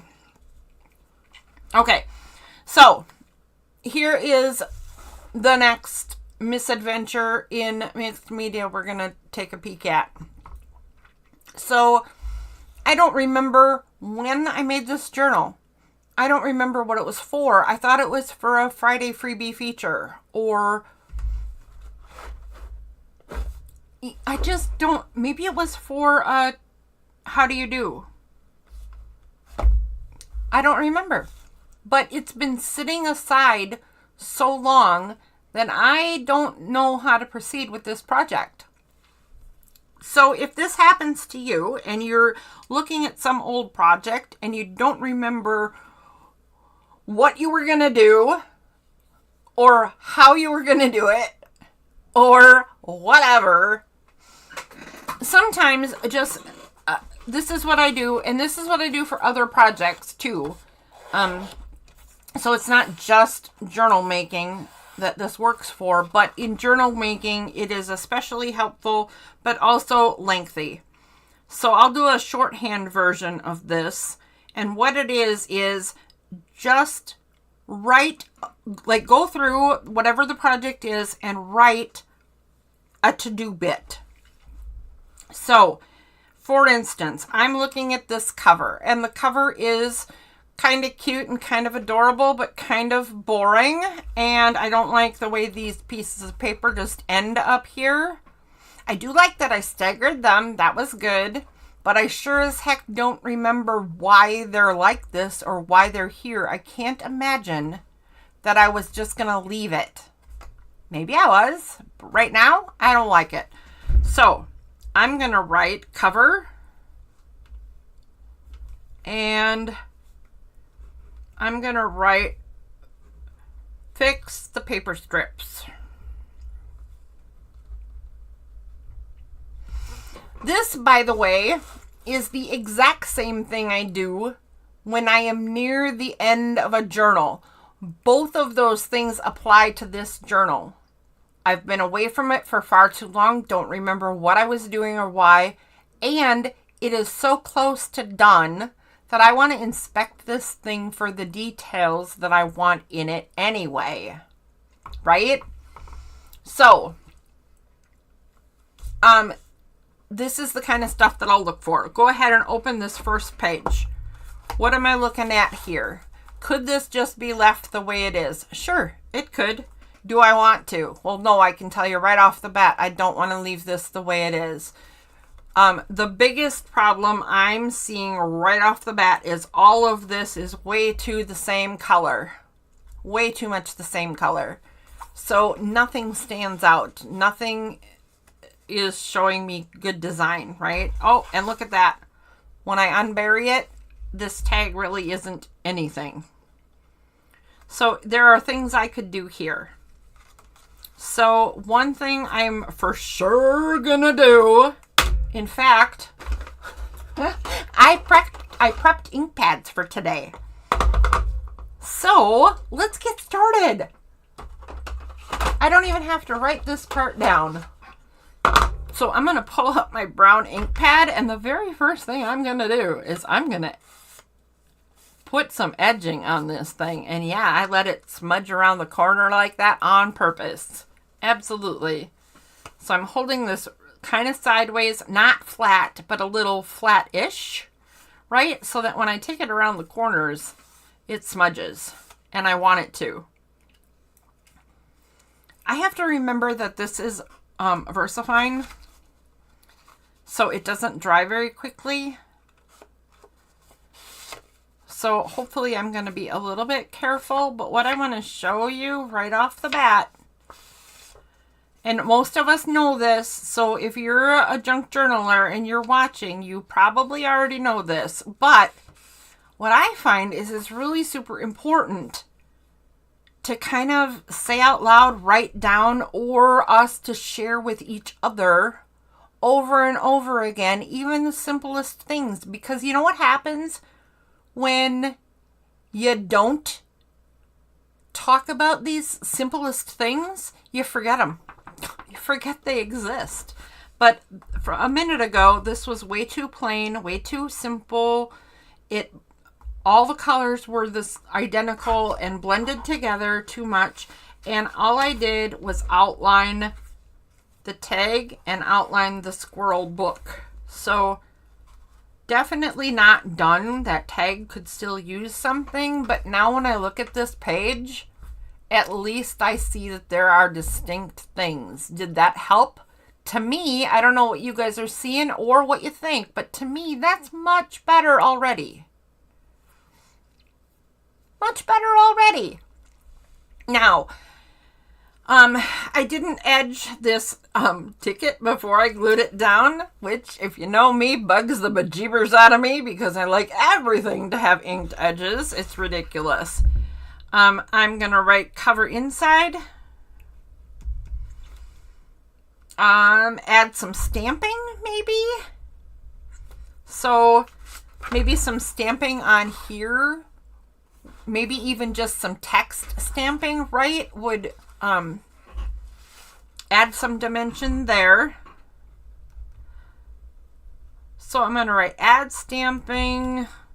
What else could I do? Maybe another element down here, maybe a word or a sentiment of some sort. I don't know. And I may or may not finish this tag because honestly, sometimes you want to leave stuff for people who might own a journal in the future, which would leave that whole space for decorating. And if I do nothing with it, it's cool for layering, right? And sometimes I just like pieces for layering. So maybe some stamping, maybe another, I don't even know what to call it. Maybe another element of some sort, a sentiment, maybe a sentiment. I'll write a sentiment, question mark, stamping, question mark. I don't know. This page, adorable, but boring. What can I do to this owl? I have no idea what to do to this owl. Oh, Diane, this is Sonia. Sonia? Diane. I don't know what to do to this. I honestly don't. I mean, I wish that I had made 2 copies. I wish I had cut this out. I wish I had taped this on separately. Then it would make a pocket or some such thing.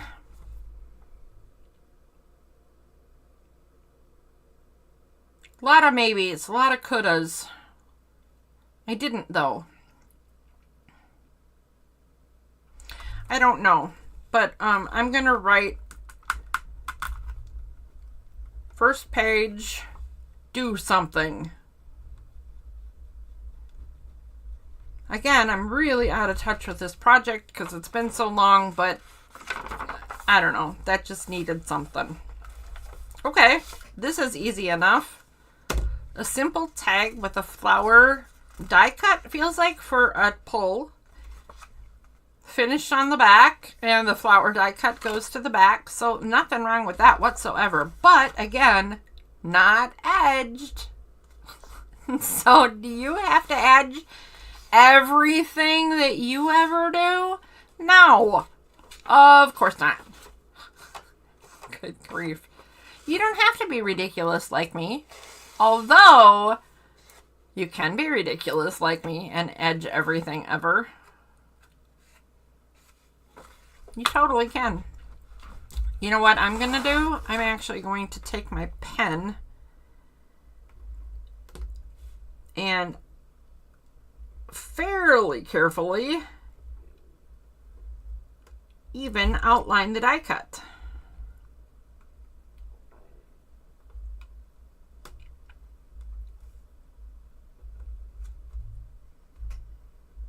You could totally do this all wonky, right? All scribbly and stuff to just add a doodle effect to this flower. That would also be cool, and I might still do it, but I at least want to get this first line in nice and tight like that. Because it's just my jam. It's my style. It's my thing. Gonna do it on the back too. I don't know why, because I don't know if it's needed back here. Looks like it really wasn't needed back here, but since I did it on the front, I'm just gonna keep going.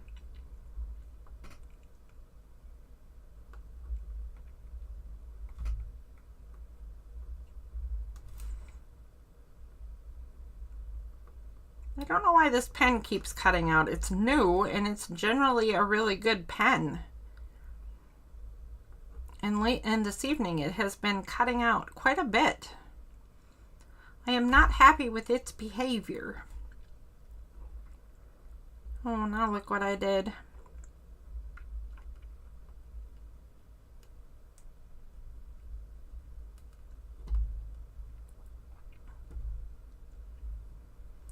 Speaking of misadventures,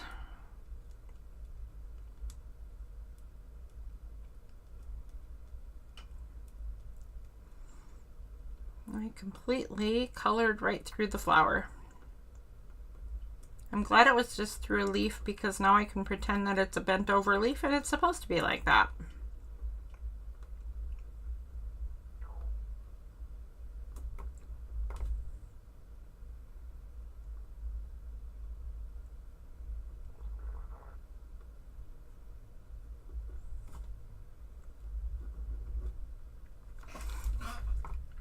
Okay.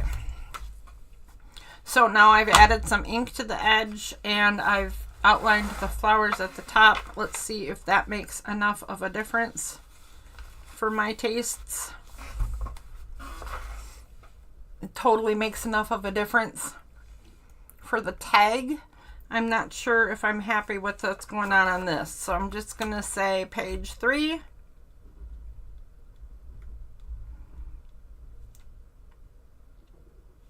Needs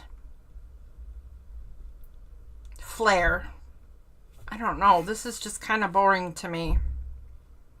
I wonder if I can just add a doodle. I'm going to add a doodle. Write with a pen.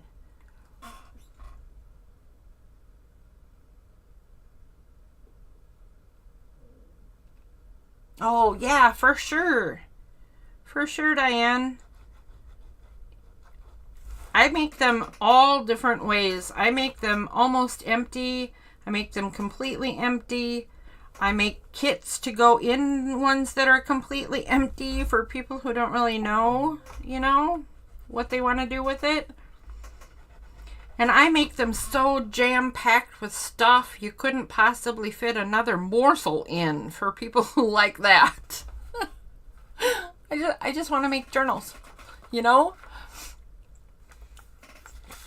All right, we got a tag up here. Obviously doing the same thing.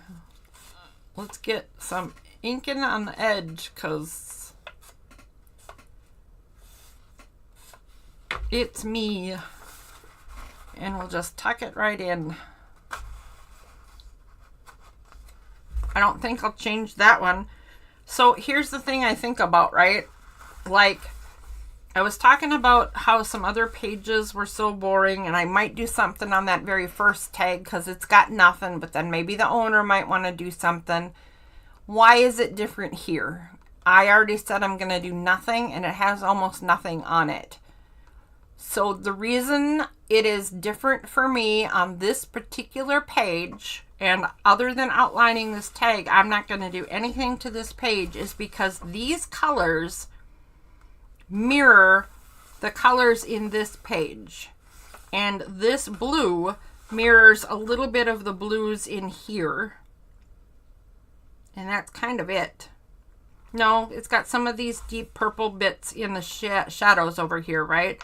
So these pages already mirror each other really well. And once I put this in this little pocket, the balance is super good.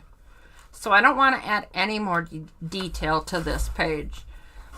So when I'm looking at reacquainting myself with a project and going through and doing this stuff, writing down thoughts I have, ideas I have, things I notice that are not quite done, in my opinion,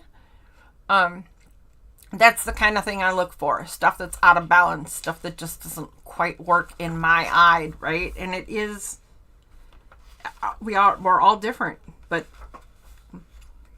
so you guys might decide to do something completely different than what I'm doing. Who knows, right? But whatever the case is, oh, look at that.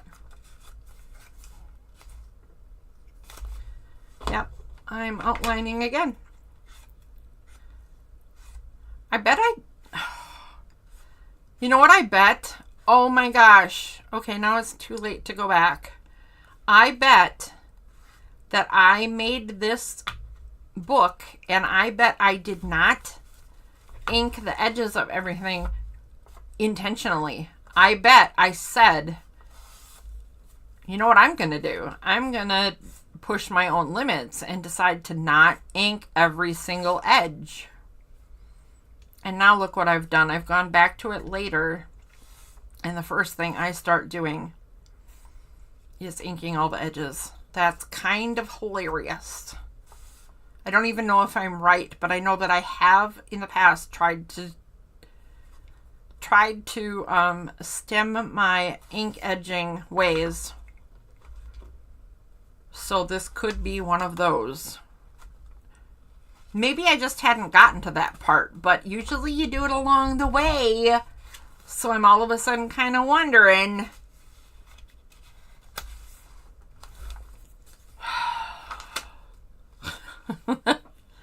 Too funny if that's the case. I'm telling you, that would be ridiculous. All right, so I have a question. I think I'm going to leave this just as it is. So this just has an extra paper folded in it here, and a tag and another paper. So this would be just stuff for whoever owns this to play with, right? I think I will outline this one though, because that will look good. I have a question. As I go through this journal, tell me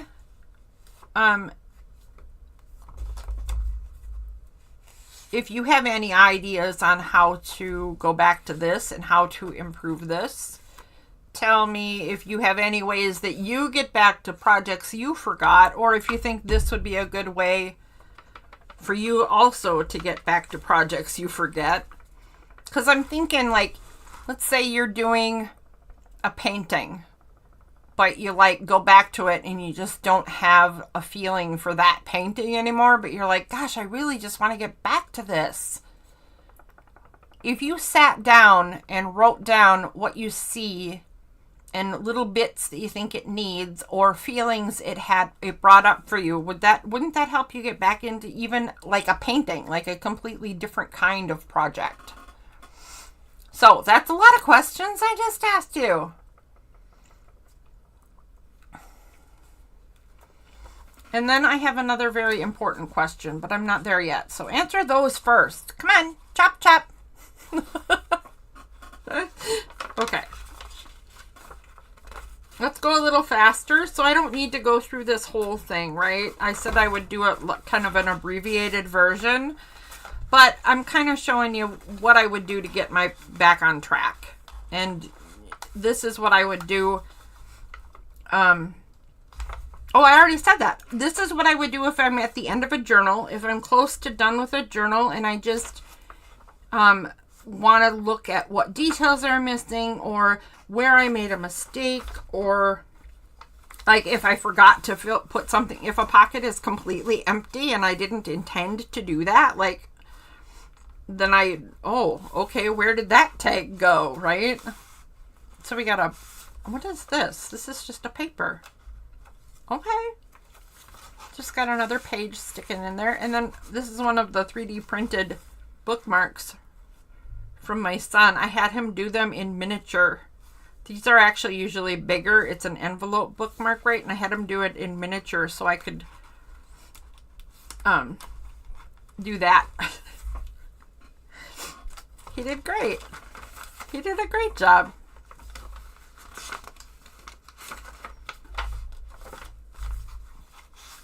Oh, we're going to outline this one.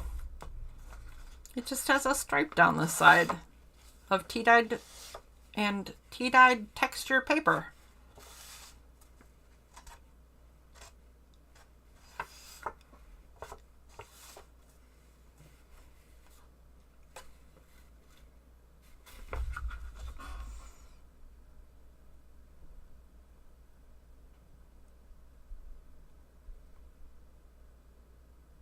Yeah, I forget to write things down along the way too. And then, I mean, that's probably the biggest reason why I get lost along the way, because I had ideas, but I didn't take notes. So then when I put something aside for too long, I can't, like this project, I can't remember what the heck the plan was. But in my eyes, it's clearly not done. Oh my gosh, look at how cute this is. What do we have in here? That's a pretty heavy-duty envelope. Oh, just a card. Okay. Just a craft paper card with a lace trim. I kind of like that. That's neat.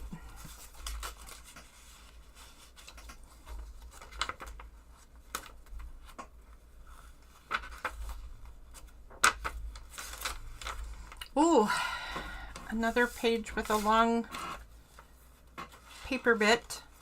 Okay.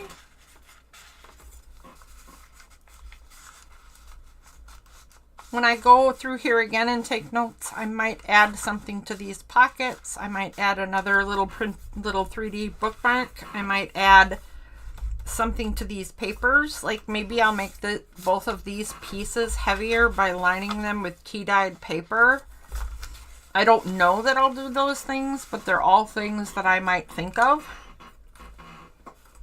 Oh, see, there's a bigger one. Oh, I remember this. Okay, wait a second. Watch. Here's the bigger one, and I cut it apart and lined it so that it made a little flip open pocket. And now there's a little tiny thing in there. Look at that. Little ferret or otter or something. He's so cute. All the cuteness. Oh my goodness. I love tiny things. And it kind of holds itself shut. I mean, you just saw it pop up. So not like fabulously, but it kind of locks into where I cut it apart. This is definitely getting lined because this is another one that just blends too far into its background. Too much into its background.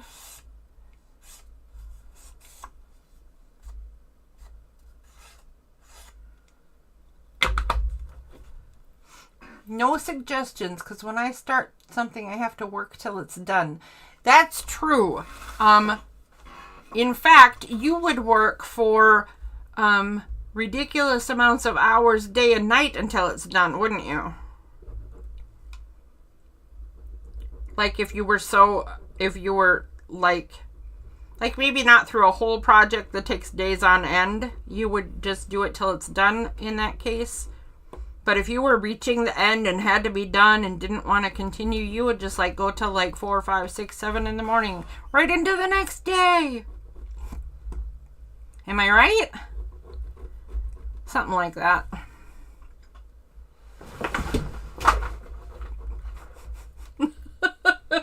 Sweetie, are you okay? Are you alright? You big dummy.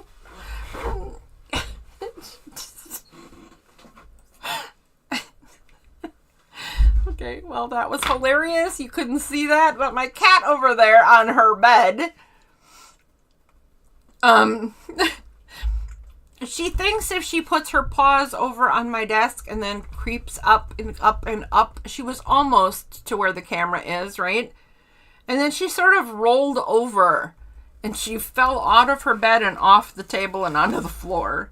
I don't think she got hurt. It was kind of a slow motion deal, but good grief. What a goofball. Here, have a toy.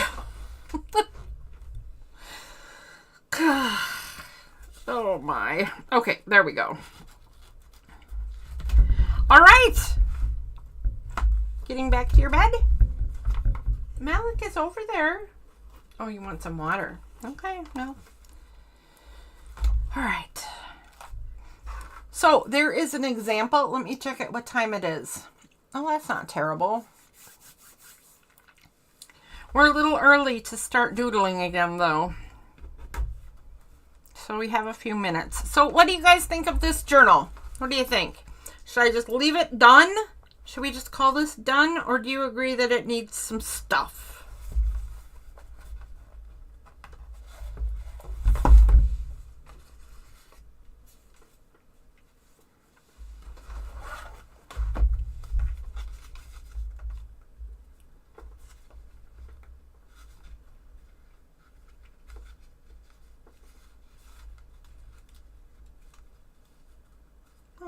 Look at the little birdie.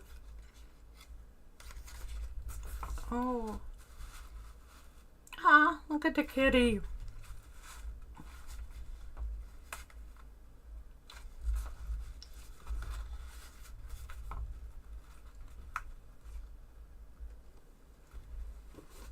Oh, I didn't even think of a closure.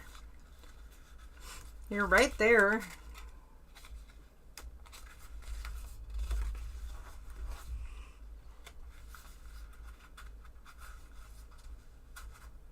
This is a cute little thing. This is one of our How Do You Do projects.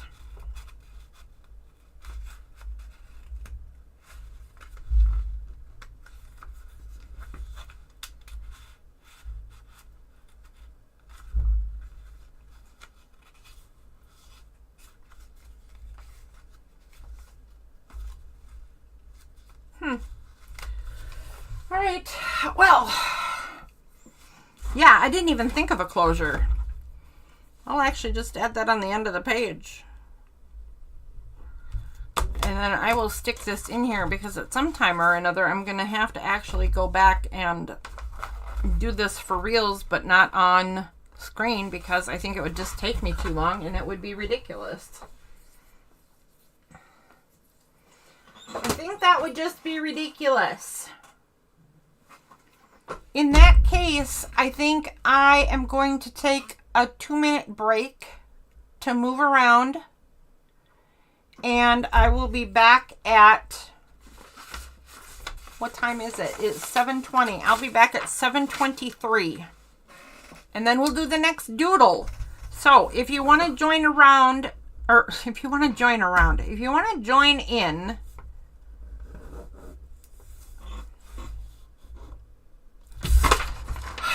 if you want to join in with doodling for the next part of the night, you need a pencil, a pen, and a piece of paper. If you have other things, like ways to color, like colored charcoal or colored pencils or crayons or anything, then color is also a good idea. But we're going to come back and we're going to doodle at least 2 more things and make ourselves a little winter scene. And I think that at least one of us will be thrilled to pieces at one of the things we're going to doodle. I'll leave it at that. And here is my second super high tech be back soon sign. Be back at, okay, now I give myself until 7:24.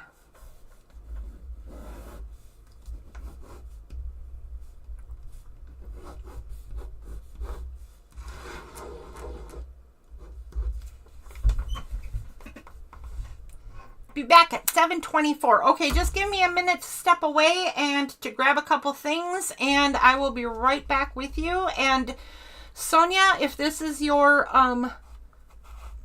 joining in doodling debut, grab a pencil, a pen, and a piece of paper, and anything to color if you want to add color.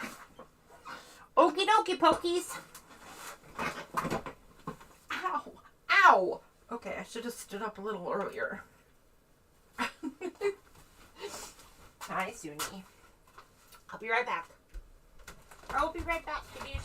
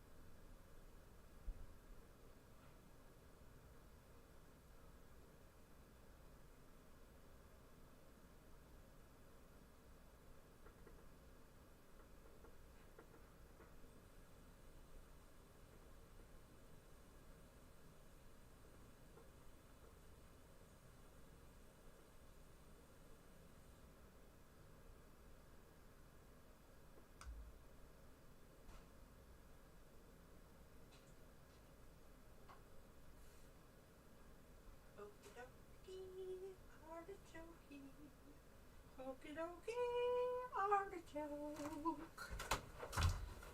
Oh, hi, Junie Baloney. What you doing? You need to get back on your bed, lady cat. Okay. Oh, all right. Good night, Sonia. I mean, maybe I missed you. I don't know. If I did, I'm sorry. If not, Merry Christmas. See ya. Leslie, we're gonna do this doodle together if you want to. And then I'm gonna sign off for the night too after our doodle, but I prepared a doodle specifically with you in mind. Well, I mean, the poinsettia was with you in mind too. You did say poinsettia, but there's another one. There's another one. I'm going to try the key lime, by the way.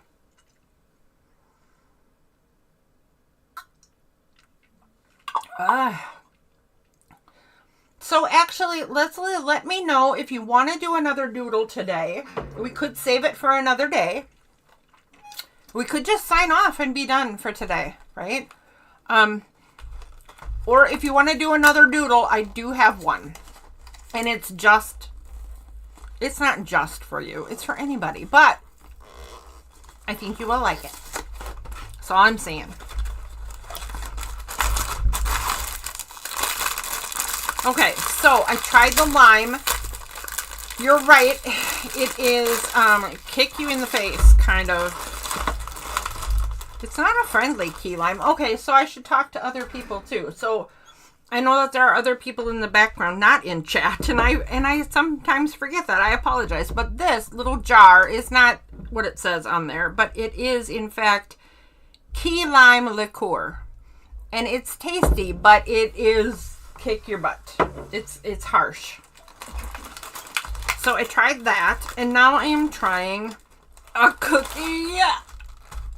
You're up for it? Okay. Okay. In that case, just let me take a bite because I'll show what I'm tasting. This is my dessert for the day. I'm going to have raspberry white chocolate shortbread cookie. Oh my gosh, I'm so excited about this. I could hardly stand it.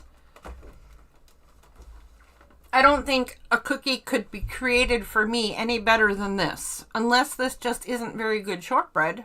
And then then it could be more for me because it could be better. But, oh my gosh. Raspberry white chocolate shortbread is like me in a cookie. Let's try it.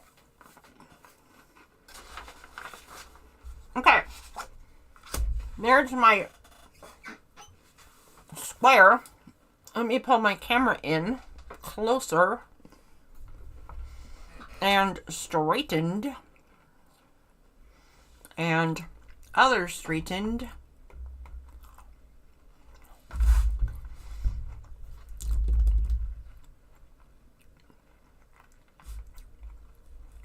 I think I should be even closer than that, right?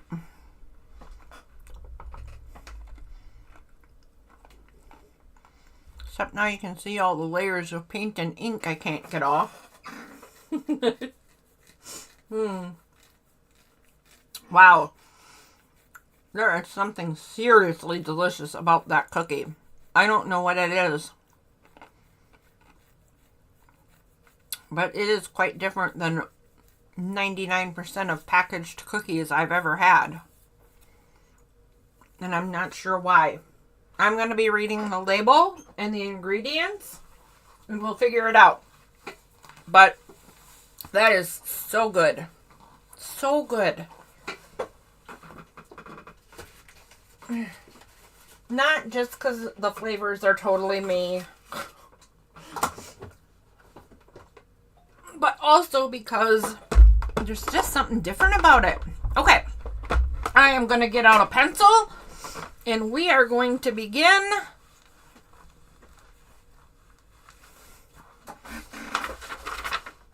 Okay, let me find.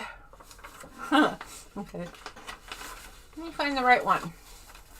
I think it's this one right here we're going to do. Oh my. Let me check. Yep.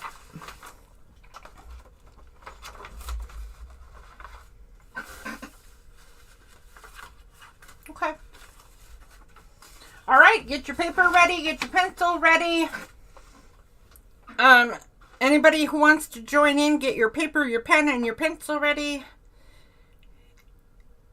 And we're going to start on another doodle. Oh, wait a minute.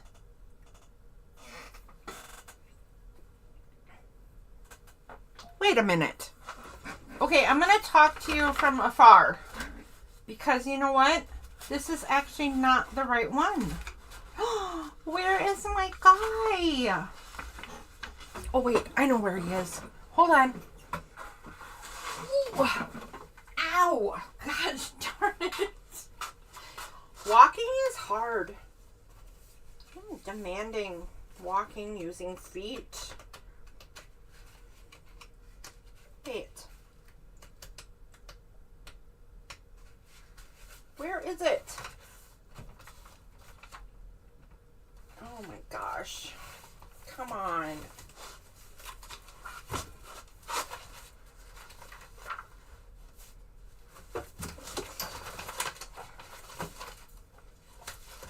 Nope, it's not going to be in that pile. Nope, it's not in here. Nope, it's not going to be there or there or there. Are you here? You are not. Are you here? Maybe. No.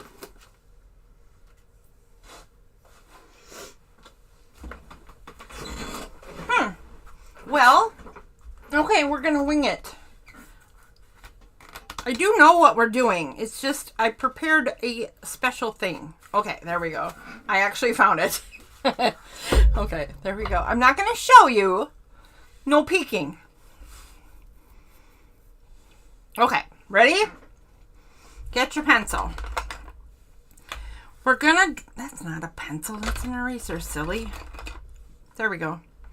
Okay, so first thing you're gonna do is go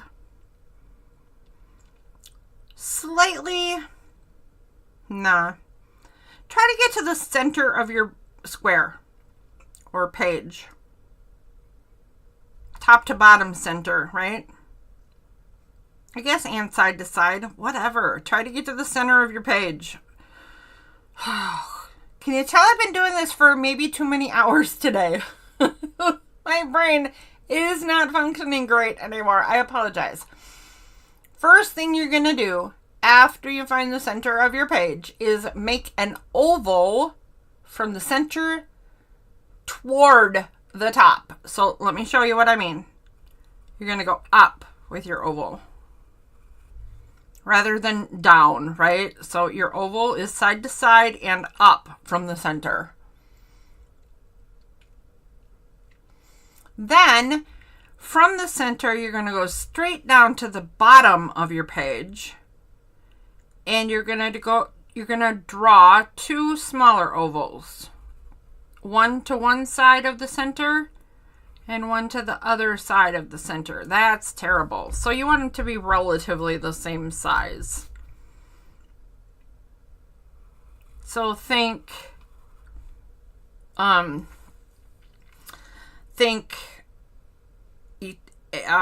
what do they call it? Infinity? Think infinity or an 8 on its side. Something like that. Two ovals anyway. Then, from the center of those two ovals, make a fat V. So, follow the edge to the left and make one side of the V, and follow the edge from the point to the edge to the right and make a V.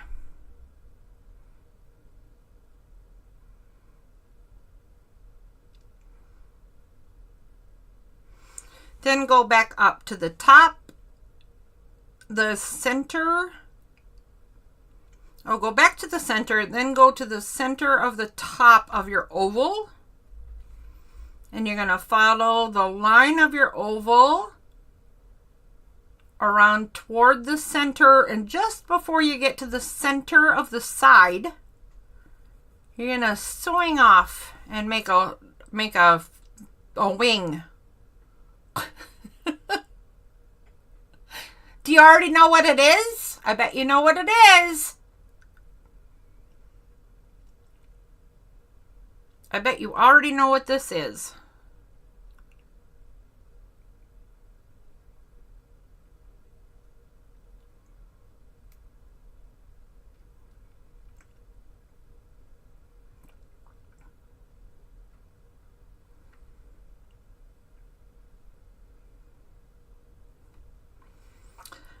Do the same thing on the other side. Start on the top in the center.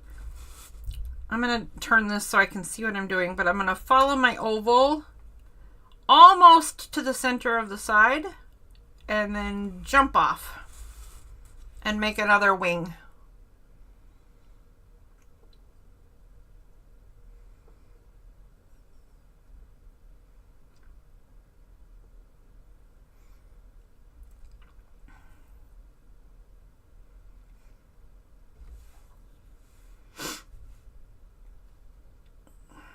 Then,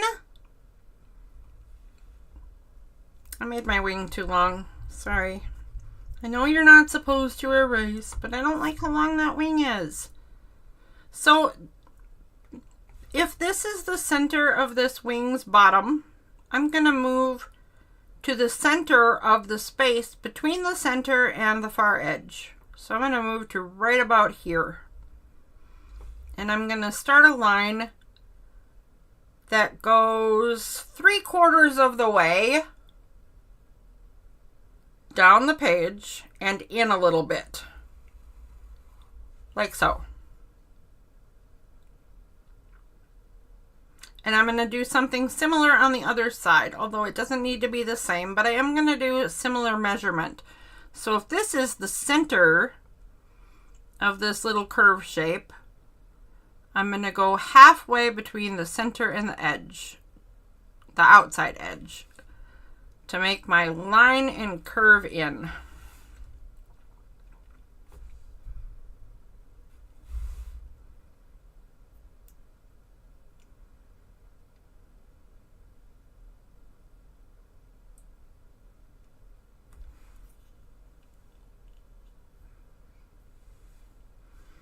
Then I'm going to do a short curve, very similar to this curve right here. This one that follows the V, right? The left side of the V is going to go right here as well. So something like that-ish. And then the right side of the V is going to copy over here. Something like that-ish. I didn't mean to do it twice. There we go.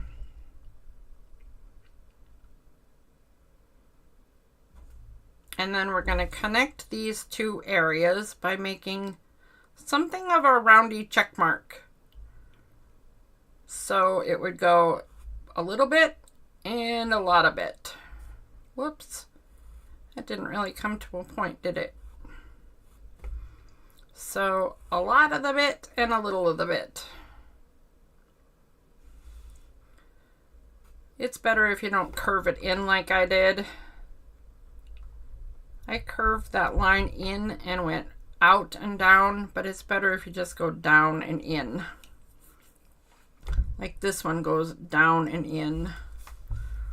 This one should go down and in. I just think it looks better.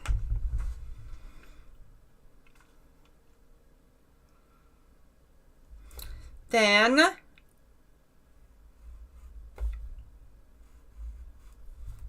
hook the bottom ovals to the center V checkmark thingy with a little curved line, or even a little straight line. It doesn't matter. Whatever you want.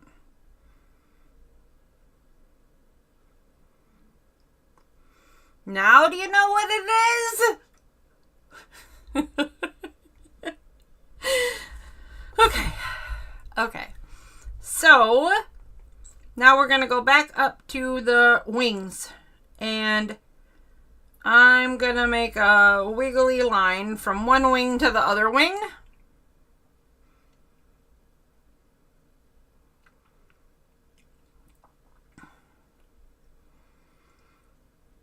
The next thing I'm going to do is make a big arch. So, no, I lied. The first thing I'm going to do is, the next thing I'm going to do is erase that. I don't like that little lump I made, so I'm going to change it. There we go.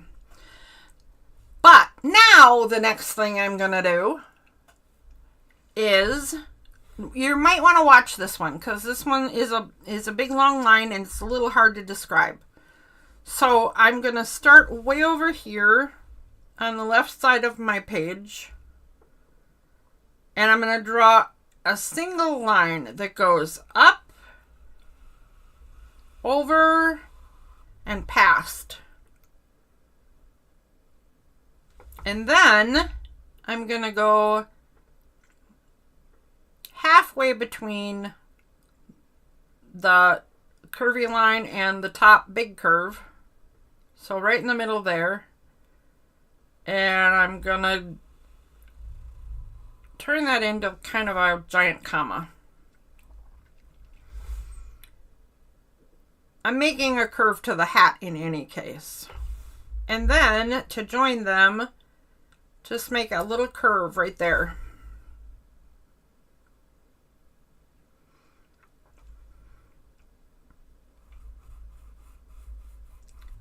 Draw a big floofy thing on the top of the hat. And if you want to, you can draw some mittens.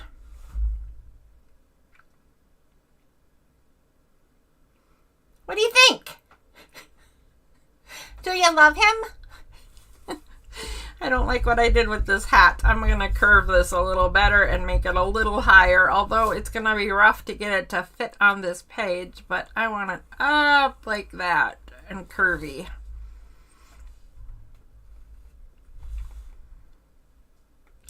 I thought you might like this one.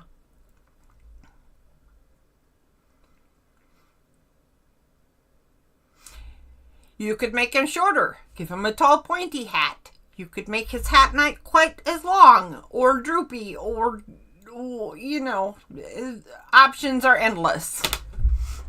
But the next thing, and probably the last thing before drawing this in, is to just add a little curl to this guy's beard.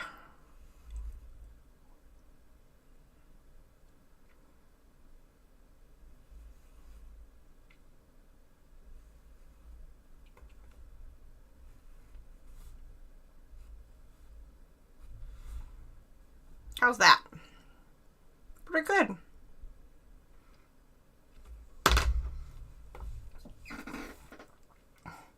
All right, I'm going to get out my pen and start outlining this guy.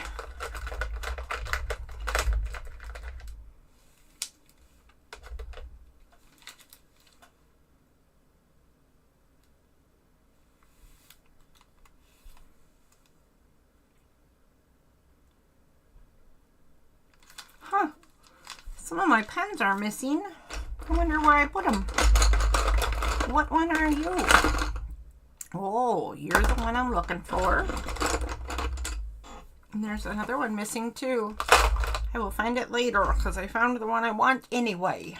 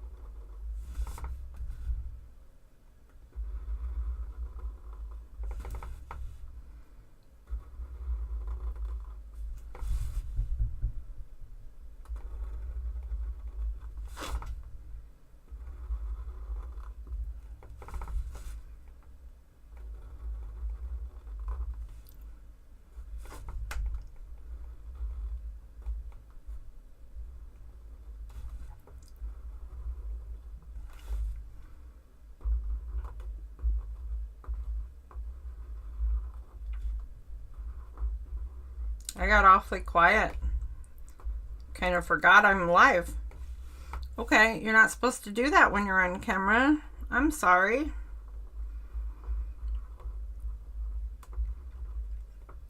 Tell me how you're doing.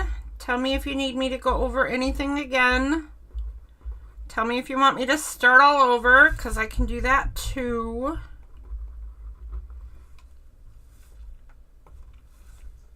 I don't know what else. I'm sure there's more options.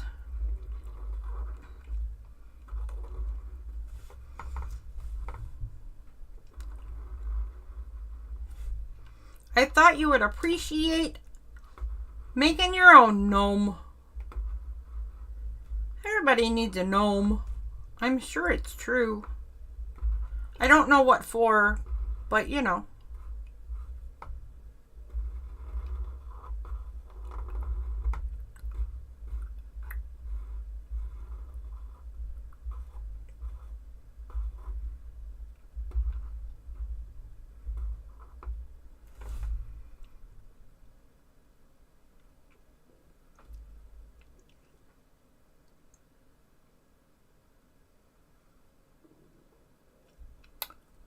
Alrighty.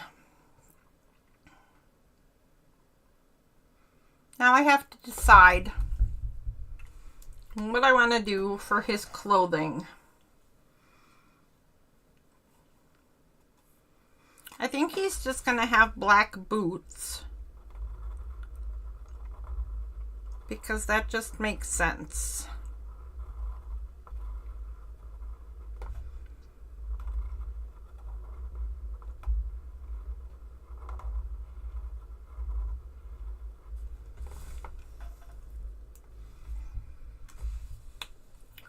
I think he's gonna have blue mittens.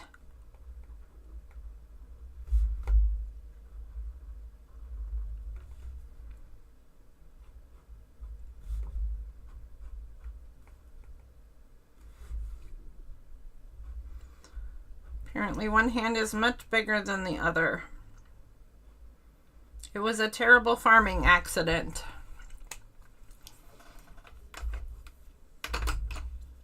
He doesn't like to talk about it, so just pretend you can't see.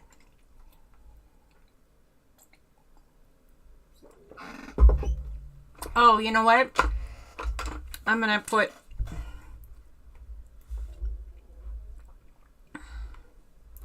okay, apparently I'm coloring his mittens in.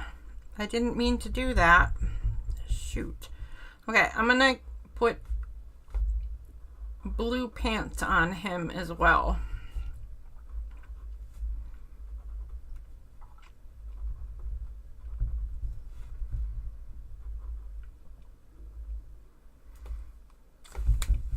I thought I had a lighter blue and I thought that's what I picked up, but maybe I just don't, and that was my imagination. Let's color his jeans in with a charcoal instead.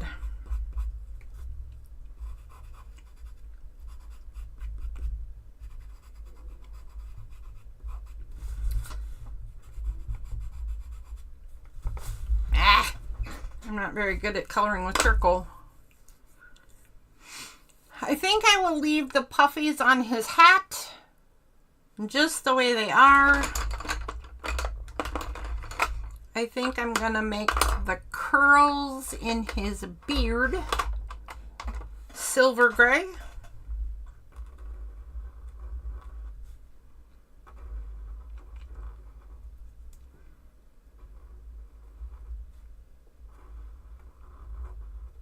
Because he's an aging fella, apparently.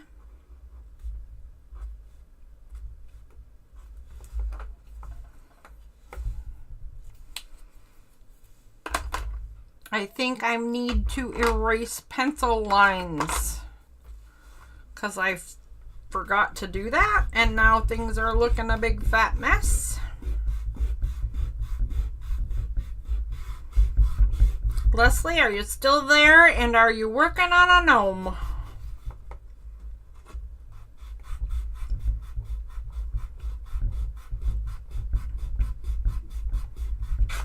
Oh, shoot.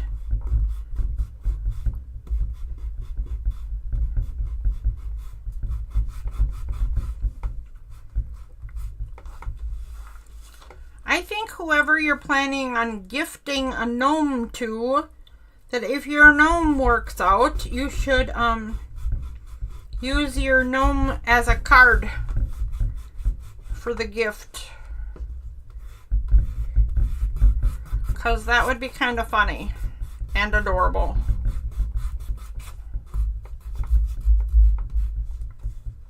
Just saying.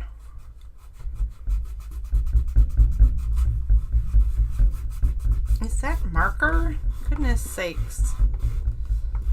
I made quite a mess of this poor little guy, didn't I?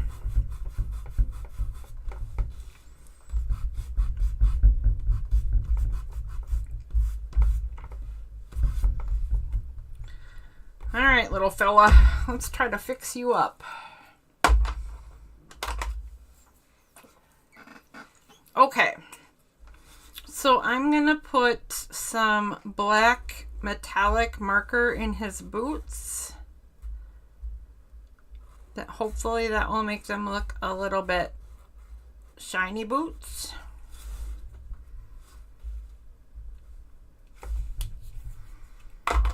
And then if he has blue jeans and blue mittens, I suppose he needs a blue hat as well. But I do not want to sit and color the whole hat with a fine line marker. And I don't want the whole thing metallic. And I don't want the whole thing charcoal. So, I guess hashtag it is. It'll make it look like kind of a knit pattern maybe. If I do this through the whole thing, but I'm kind of wondering how does it go then through the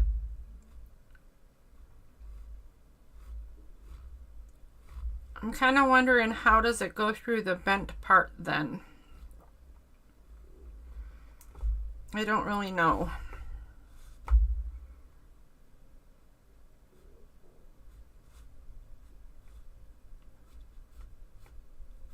I suppose it would shift like this.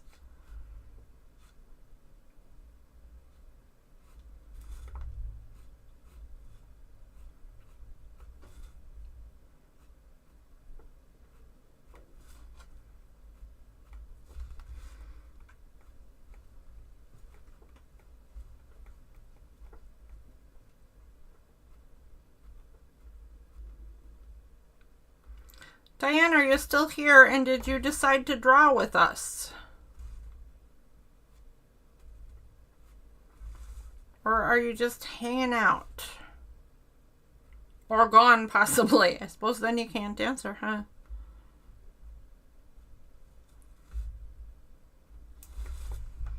Alright, so if I do that, then I would do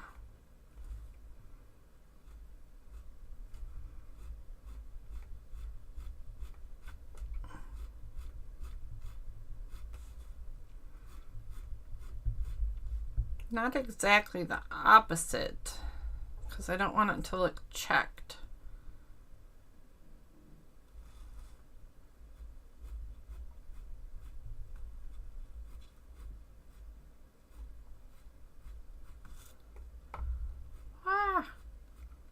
I don't know if this is right.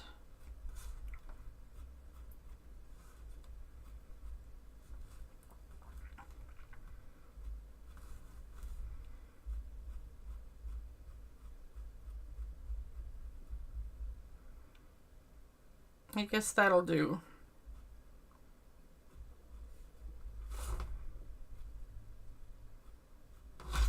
All right, there's my little guy's hat.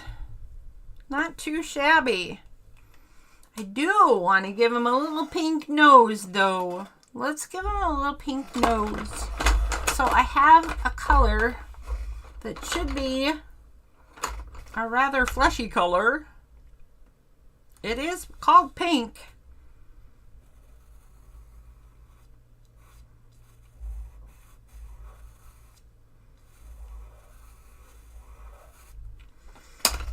There we go. And we will blend this into the center. And I might have to do a darker pink.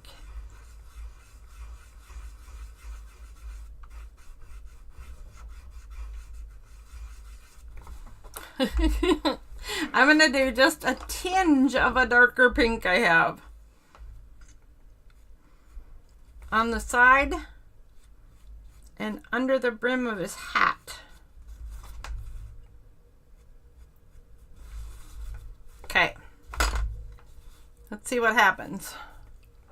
Oh, you're lurking. Well, hello there. Lurk away, ma'am. I just wanted you to know that if you didn't already know that we do this doodling every Wednesday. And if you ever did want to join in, we're going to start a whole new series. Yeah, on the first Wednesday of the year.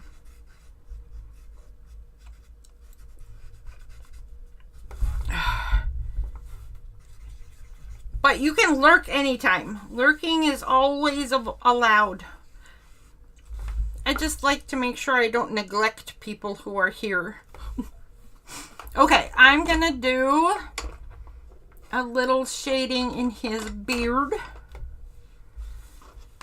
as well. So I will put some gray charcoal,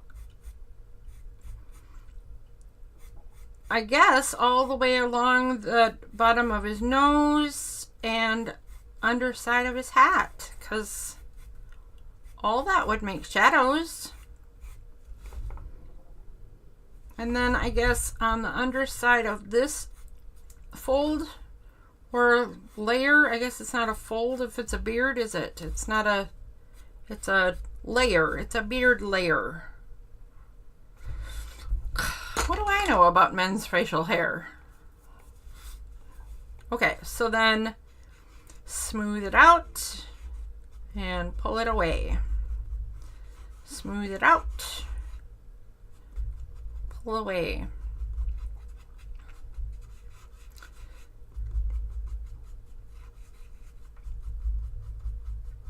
There we go. And then I'll go down. Actually, hey, yeah, I should go all the way around the edge, right? Because the edges would go around his face or body.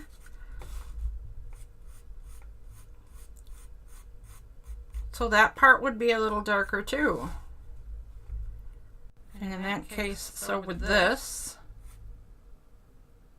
And I guess I'll put a little bit of darkness just at the very bottom.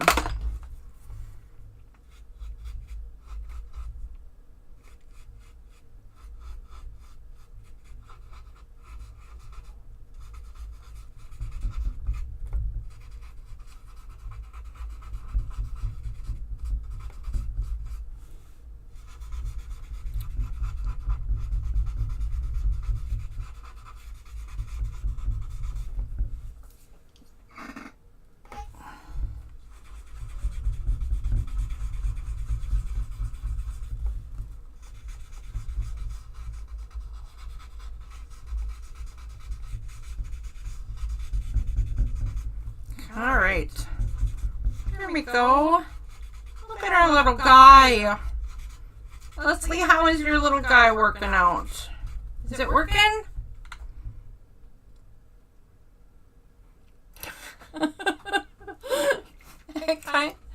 I kind of love him. He's hilarious. He needs a smaller hat or a little bit of a trim. Maybe both. I'm just saying. I'm not picking on you, buddy. I'm just saying.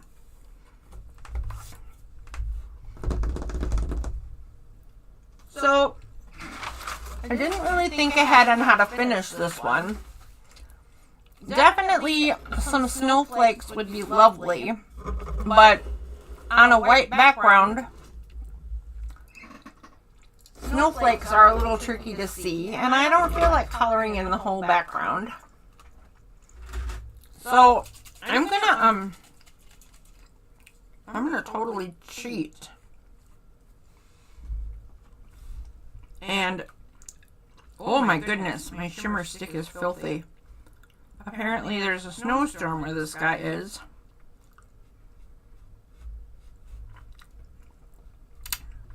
But I'm going to just use my shimmer stick and put glitter all the way around him. Apparently filthy glitter. Look at that thing. Somebody needs a new shimmer stick. I don't know who it would be. Might be me.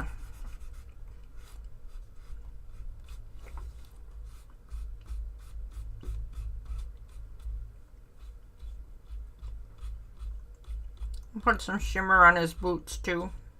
They're wet and snowy. There. Now it's dark and glittery all around our guy.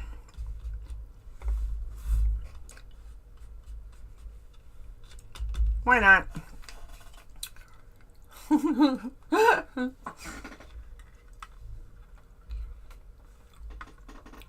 Yours doesn't have enough definition. As in what? Maybe I can help ya.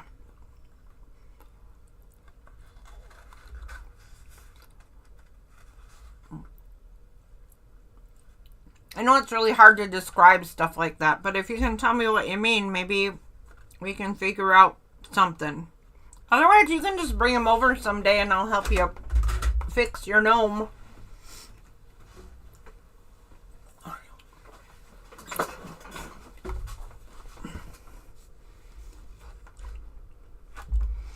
Okay, so if I did this and put him in a glittery snowstorm, I think then I can take out my white pen and actually put a little snow on his shoes.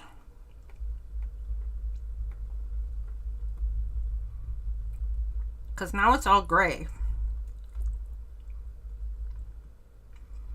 Right? So, I mean, it won't show up great, but excuse me. I inhaled a piece of cheese.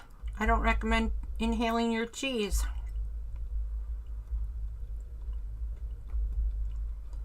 Let's do a little hill of snow right here.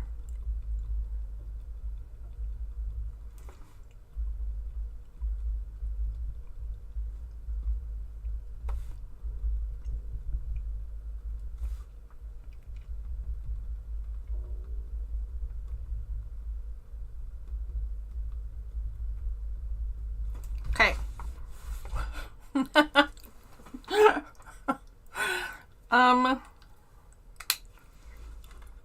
Okay, that glitter is causing an awful lot of glare. I'm actually a little surprised at how much glare it's making. I'm sorry. It's a super, super fine glitter, so I didn't think it would do that, but wow. Anywho, there's my little gnome.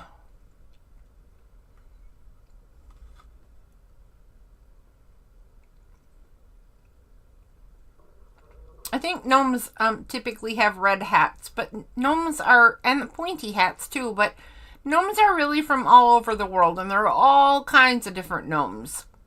So, I don't know where this gnome is from, but they wear blue squashy hats. Do you want me to draw another one and go through it some more?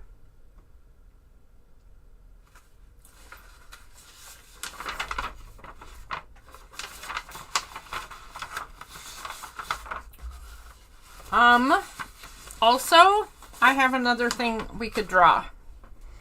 I have another thing. I'm gonna draw another thing. Leslie, I don't want you to switch. I just want you to keep working on your gnome. And whenever you have a chance to tell me if you need anything, just do that. Just let me know if there's something you need me to go over.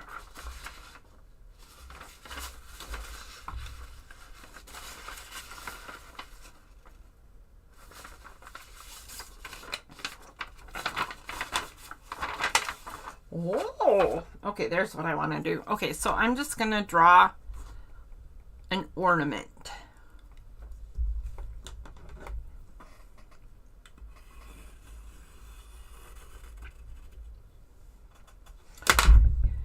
You know what?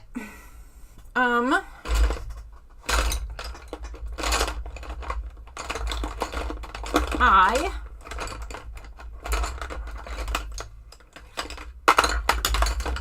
not gonna do a pencil right off the bat. I'm gonna go straight for the marker.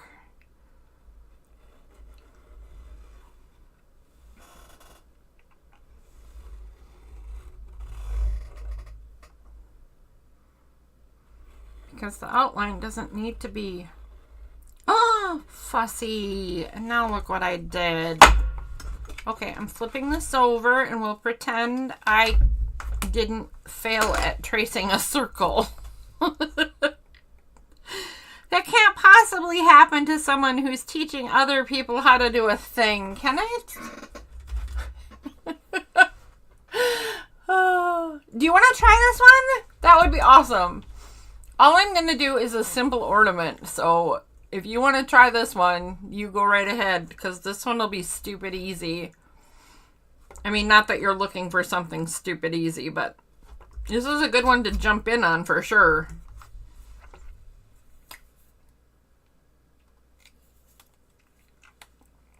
Oh, well, hello, Becky. Oh, in your jammies, because jammies are the bestest. So, Becky, we're doodling along, or doodling away. Leslie is working on her gnome. Here, we just did this guy. Leslie is still working on her gnome.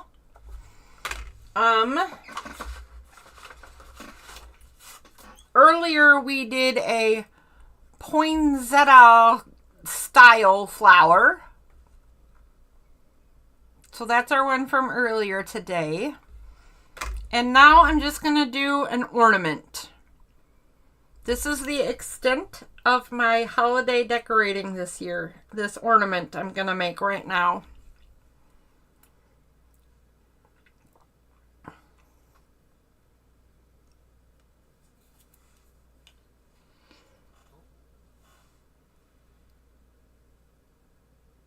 All right, so I'm going to trace a circle. Diane, if you are in fact still joining in, you can trace a circle, draw a circle, or have a different shape ornament for all that, right? I don't think the shape you do in this particular case matters. I do, however, think that I screwed something up here. So if you haven't circled in marker or pen yet, don't. And let me show you what I screwed up first. And then you can fix it as you see fit. So I didn't want to do it in pencil, but this is going to have an ornament hanger on it. And it is like that, like a little bit slightly curved line, right? And a slightly curved line. And an oval thingy, a curve down joining the two, and a curve up joining the two with a hole in the middle. And then it's supposed to be, okay, you would go toward the center, okay, not sort of. Oh, words are getting harder as the day goes by. Go straight down from the center of the top of your ornament hanger and go under the bottom of your ornament hanger. So this is down farther than that. And make a little V up. A little up on each side. And then from the edge to the top of the V, make another little loop. Curve, I mean. Like so. Yep, words are definitely getting hard as time goes on. Okay. So I think I'm going to back my light out. I wonder if that's why things are getting so glary. Yep, that was definitely adding to the glare. Too much light. In any case, this is why you might not want to do it in marker right away. I am sorry, Diane, if I've already messed you up. I apologize.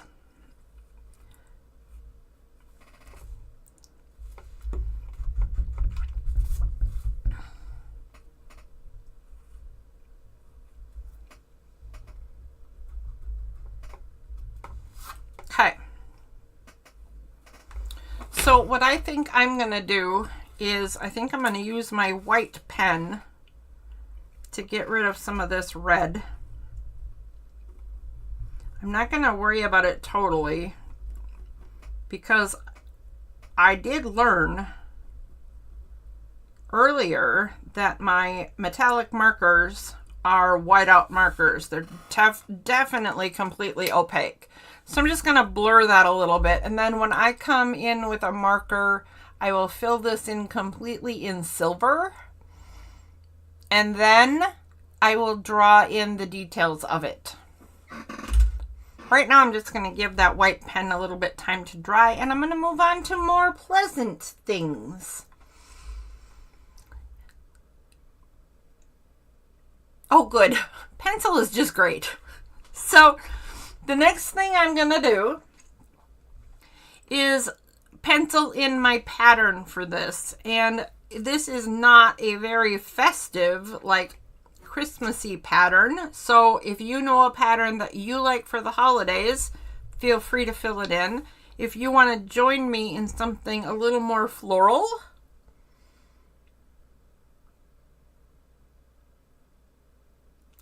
actually there's two things I wanted to do. Where is the other one? I have no idea. Okay, well anyway, I'm going to start somewhere around 10:30. 12, 11, 10, 10:30. Okay? And I'm going to make a swirl, but it's going to go in from the side and over a little, and then swirl.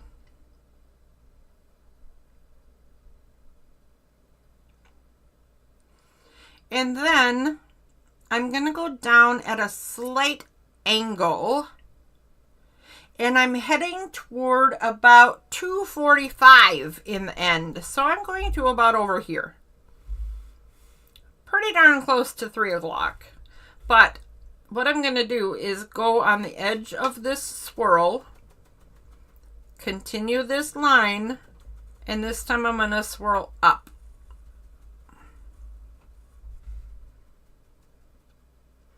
And then still heading toward 2:45, I'm going to go off of this swirl, follow the line, jump off, and make another swirl. I don't like the way I cut that off, and I'm going to erase it. And you're not really supposed to erase in doodling. I'm breaking my own rules, but I want to show you what I did and why.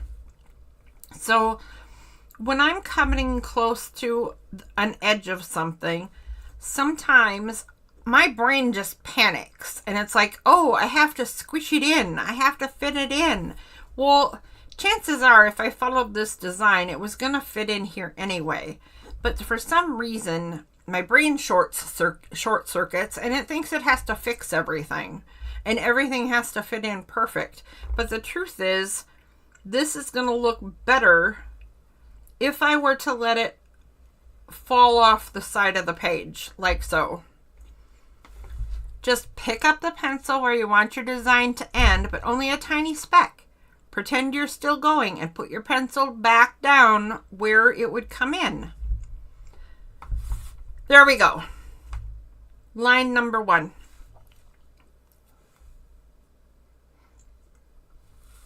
I'm going to come in now about 9 o'clock and I'm going to do the same thing, only I'm going to do the only difference is I want to start with the opposite direction swirl, and I don't want to end up with them in the same place. Like if I just started here and did the opposite direction swirl in the same place, they'd come out looking like a heart on the side of my ornament. And I don't want that. I want more of a viney feel. So rather than start at 9 o'clock and swoop my way in and make a swirl right here, what I'm going to do is pretend that my swirl starts over, or my line starts on the other side of the globe, or the ornament, right? And it starts a little above 9 o'clock. Like maybe it's 9:05. And it comes into the circle and it swirls like that.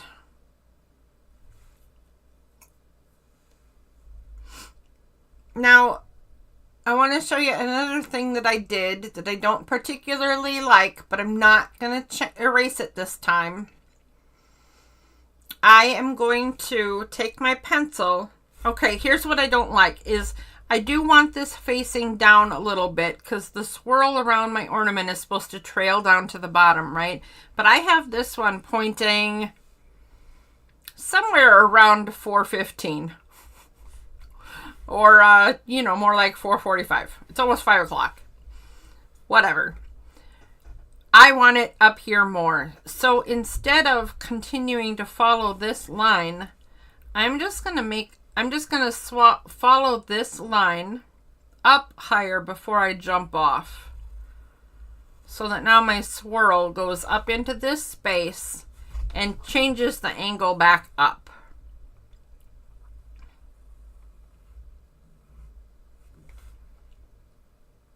I hope that made some sense. I don't know if it did or didn't.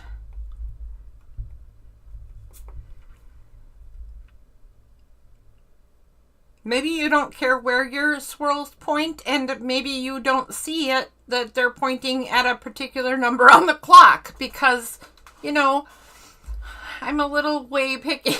I'm a little way picky. You don't need to be. I'm just sharing my observations so that if these things occur to you, you know how to adjust. That's all. I'm just sharing. Okay, so I want to end up at approximately 4:30-ish. So I want to follow this line, jump off, and come down to a swirl again. I do not like how these are matched up as much as they are. I'm not going to erase it because I already showed how I did that once, but I could have made this shorter and then started another one. Or I could have made it longer or a bigger swirl and had it go off the side again. I don't know. I'm not going to worry about it this time. This, however, would come around and jump off. So I am going to put that little connecting bit right there. Because there definitely would be a line that would come up here and would terminate right there.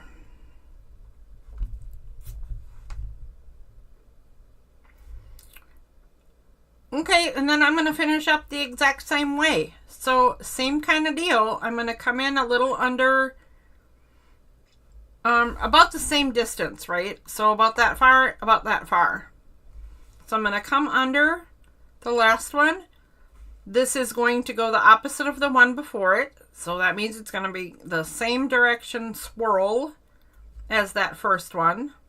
And I'm going to split the difference between this and this. This one's going right up, or coming onto the page, already swirling.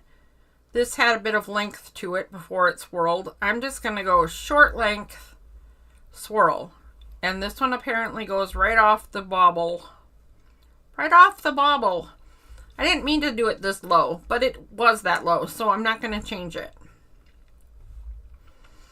Then follow, jump off, and swirl. And then follow, jump off, and we don't quite get to the swirl. There's my ornament. It's kind of cute. I kind of like it. What do you think? Okay, so we're going to move on to some of the detail stuff.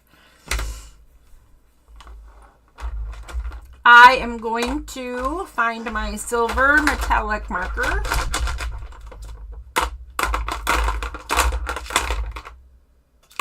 Maybe. I mean, I used it for the gnome's beard. Oh, there it is. I put it in the wrong bin.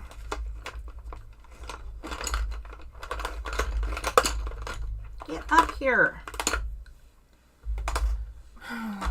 Okay. So, first thing I'm going to do is try to do some repair work up here to this ridiculousness of red. I did by accident.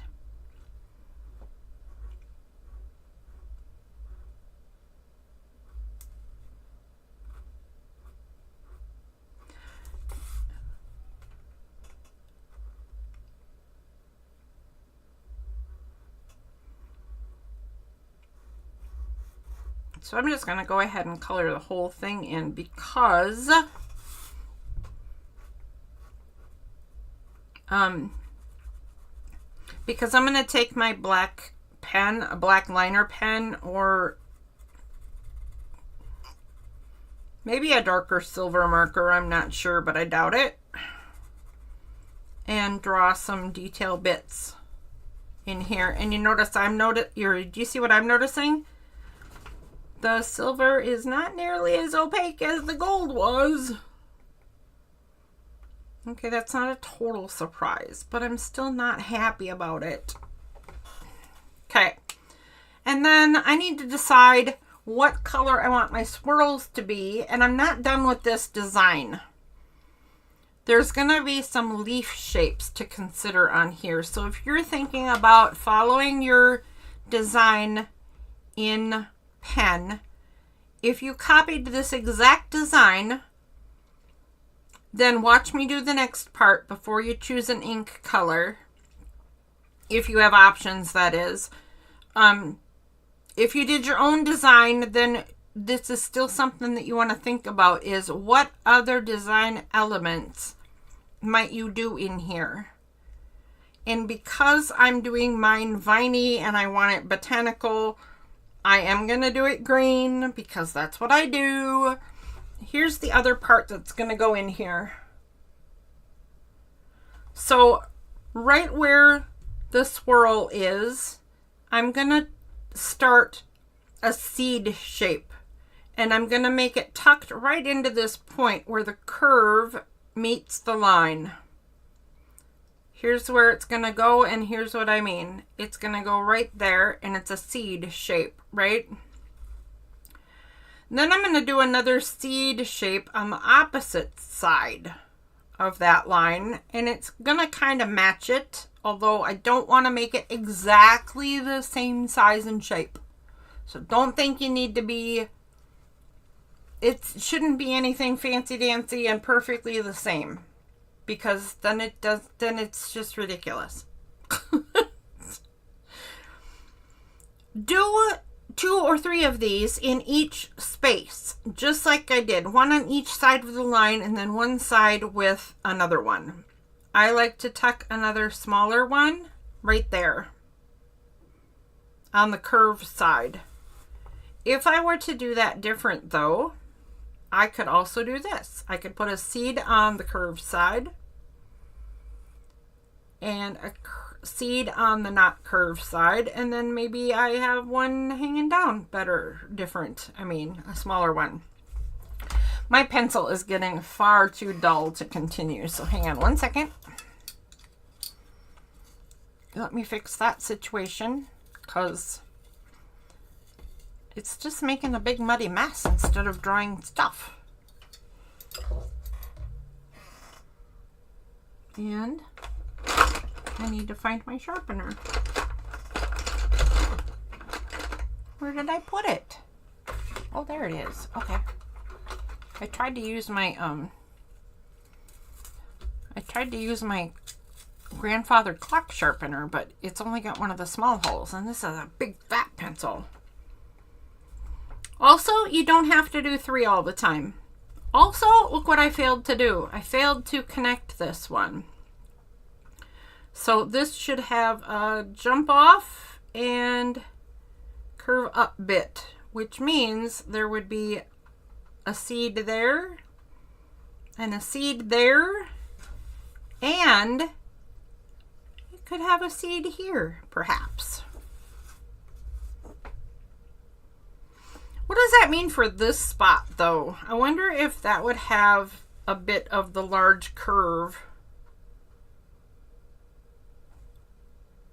Maybe that's too close. That's too close. I'm going to decide this is too close, but the reason I'm asking is because maybe it would have a bit of the largest part of the curve for the next one, just right there. Excuse Revan. I'm sure he's going to keep moving. Get on the bed, Revan. Oh, jeez Louise. Cats. Cats are everywhere. Hi, Pumpkin. What you doing? You need to get off my work. Off. Come on, scoot your patoot. Scoot your patoot. Get on the bed. Thank you, mister. Thank you. That was good patoot scooting. Okay, so if that had a thingy there, right, just the smallest little smidge of the next curlicue, does that mean then it would have a smidge of seed part thingy? Like so, maybe? I don't know. But it does now because I was demonstrating. Seed. That's a pretty big one. That's a pretty small one. You can even go the other direction. So could this one maybe have its third one go off that way? Sure it could. Why not? Sure.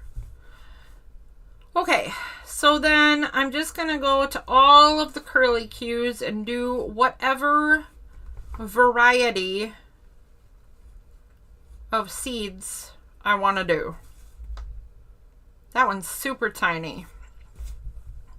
I'm not sure why I did that, but I wanted to, so there you go. That's all you need.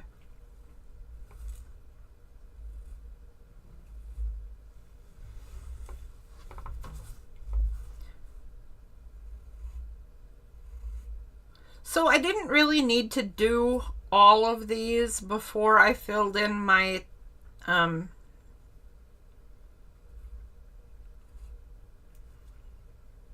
before I colored my viney part, right? But since I started and I was showing you kind of what kinds of things you want to keep in mind when you're deciding colors and when to color, I just kept going. So now I've got all those in place too, and I am indeed doing them in green. So I'm going to go ahead and pull out this green liner, but if I have a different green liner, no, I do not. Okay, I wasn't sure, but I have, it's the charcoal I have more than one green color of. But I'm going to go ahead and go over all of those lines with my green liner. And I should really look at the screen because I haven't stopped to look if anybody has questions or comments or anything in a while. Nope, nothing going on in there. Okay, good. At least I remembered to check.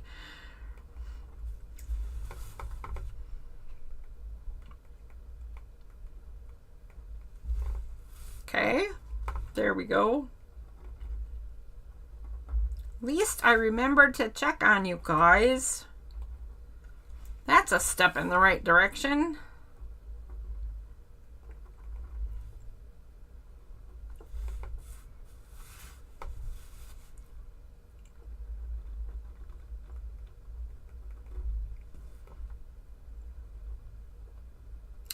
I wish that I had a fatter marker for this, but not quite as fat as those metallic markers are. That would be kind of perfect. But talk about picky, huh? Good grief, girl. So I'm going to go over these lines a couple of times, and then at the very tip of my leaves, I'm going to do a little pointy flick thingy there.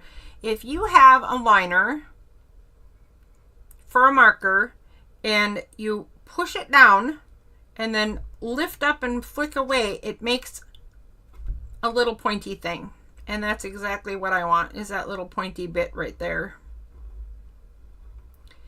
If you don't, you can do the same sorts of things with pens and other kinds of markers. They just might end up too fat. So, or not fat enough if you're, you know, with a pen and stuff. So practice them on a separate sheet of paper and see how your coloring utensil works. If you have something like a colored pencil, use a sharpener to get a nice sharp point to do that little point on your leaves. Or if you have something like crayons, Again, super sharp to get crayons to do that kind of thing, but you totally can.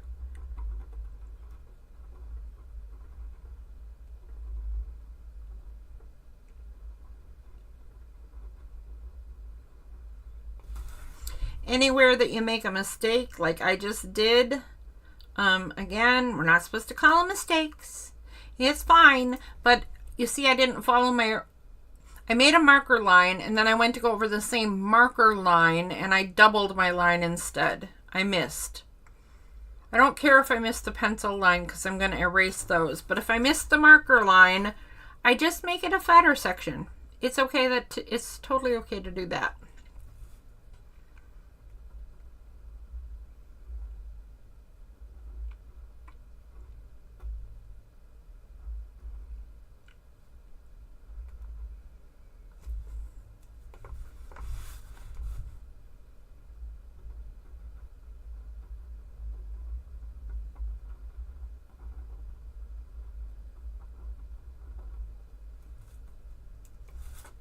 Okie dokie, artichokey.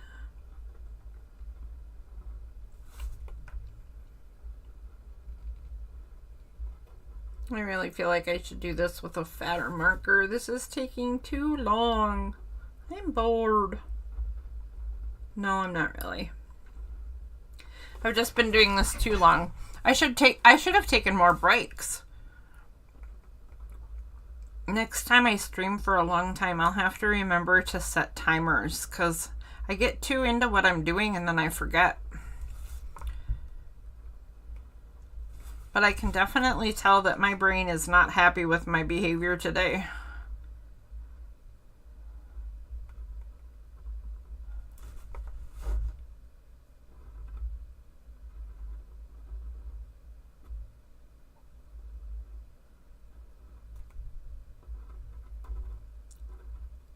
I suppose that's not so bad though, because sometimes I don't even make it through a whole Wednesday show without completely forgetting how to talk and what have you.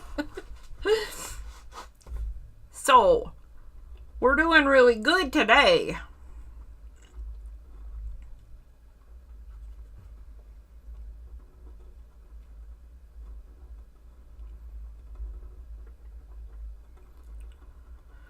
All right.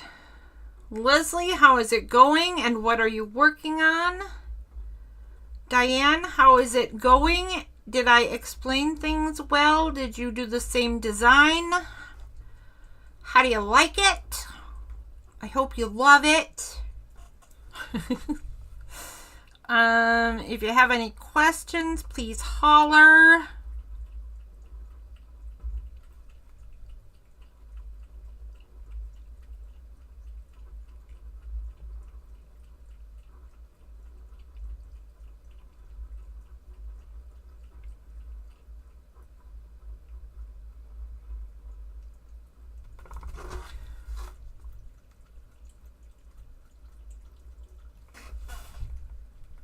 Oh, okay. What do we got? Okay.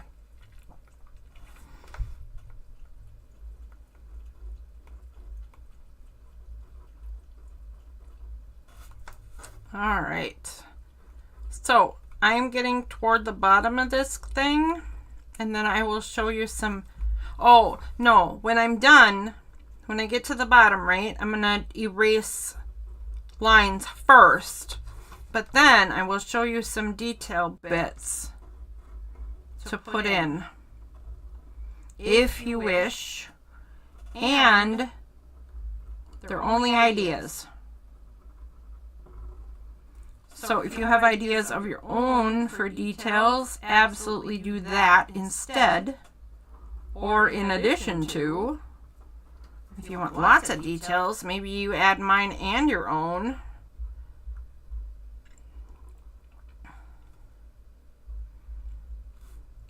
I usually fall pretty short in the idea department on these, and I have to go back and look up fill ideas. I keep a chart.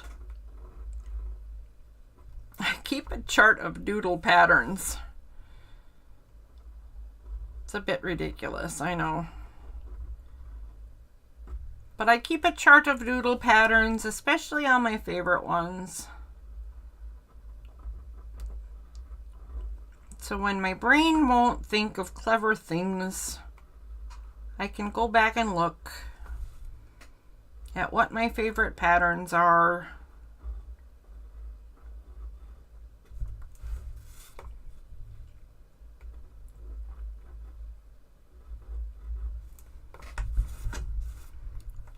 All right, it looks like this is my last one. Then I'm going to go ahead and erase my pencil lines. Yeah, that looks like it. And then I will show you what's next for some detailing.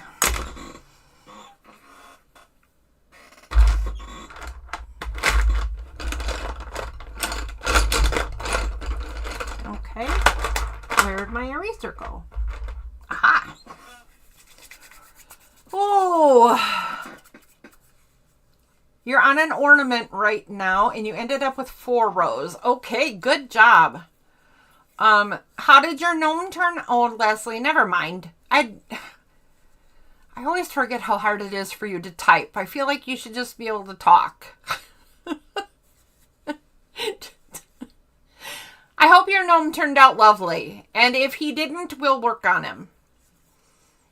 And 4 rows is perfectly all right. It sounds like it would be a finely detailed ornament. Remember, if you are online and you have Facebook, you can join Darcy's Facebook group and post these to show what we're doing on dabbling and doodling. I know we all like to see what each other's makes. I know we like to see what each other end up with, because even when we follow exactly, they still all end up a bit different, and it's just fun to see. Okay, so the next thing I'm going to do, and again, if you're only doing this in black and white, this applies. If you are doing this in color, then whatever color applies to what you want to do, right? But here's what I want to say. If you wanted to do your, oh shoot, what do you call this little, the ornament cap bit? If you wanted to do this in silver and you have a pencil, just fill this in with shaded pencil. And then the next part that I'm going to do, go ahead and do it with your pen. If you wanted to do it a different color, then leave it blank for now and don't do this next part, because you might want to do a little shading first. So for me, I am pulling out my very smallest pen and a medium-sized pen. And this is just to show you guys, if you wanted to get a cheap set of fine liners, Bianyo is a perfectly acceptable and fine brand of inexpensive fine liners. But here's what will happen. I'll follow, my voice cracked. I will follow the outline of the ornament cap, the ornament cap in the wider pen.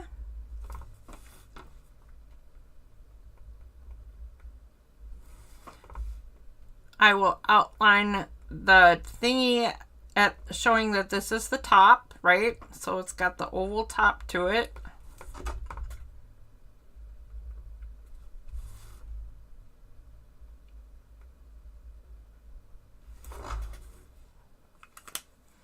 Then I'll put my medium marker away, and I'm going to take the tiniest one. The tiniest one I have is 0.05. There we go. So I'm going to make the hole for the hook with this, and then these things, at least in my recollection, always had ridges, crimping ridges. So I'm just going to draw in some lines that aren't actually full lines, right? They just are indications of those crimping ridges, like so.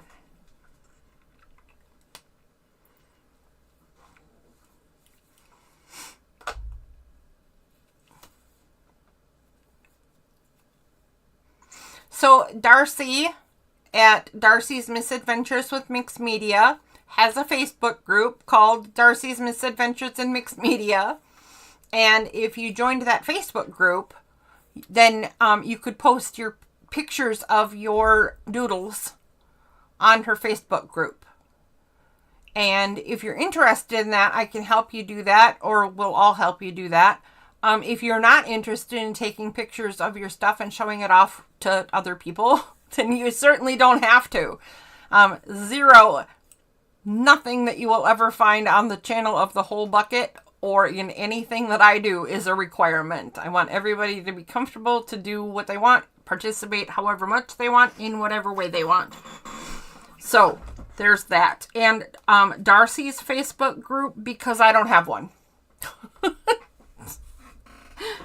Okay, the next little detail I'm going to do is I'm going to put a loop on the end of my curly cues.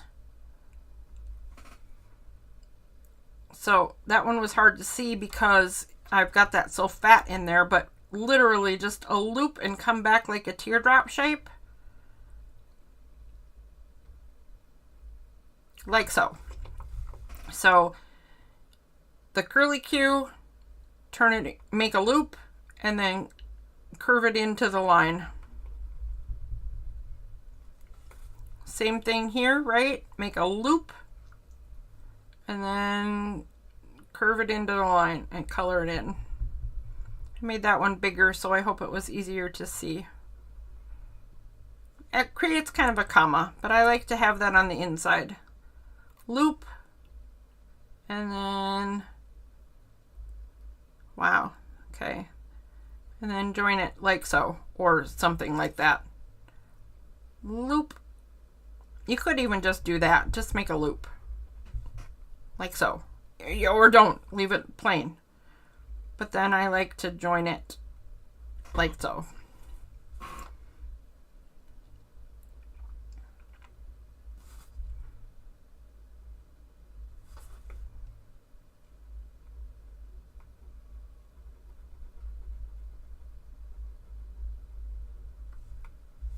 Yeah, like those. I think I'm just going to make this one fatter all the way around. Why not? Loop.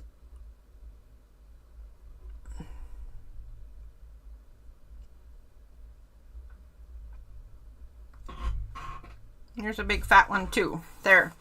So next. Oh, are you already a member? Did I know that? Did you know that? I like how you say it. I guess I'm already a member. All right. Did you forget? Or did I forget your name? I mean, who knows? All right. Well, anyway, now I'm going to put a line in my leaves, and I'm just going to start at the base and do it up that way, up toward the top of the leaf. And I'm not going to do it all the way. I'm just going to do it sort of that same way I do a flick. Push down a little bit and flick up. And I'm going to do that on, whoops. See, turn the paper, not your hand. That's a great demonstration of why turn the paper instead of your hand.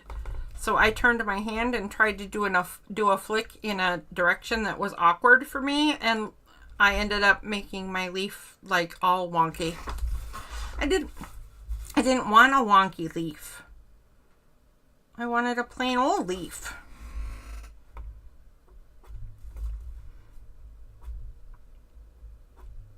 Oh, good grief. Come on. There we go. I am most comfortable making these flick things directly away from me.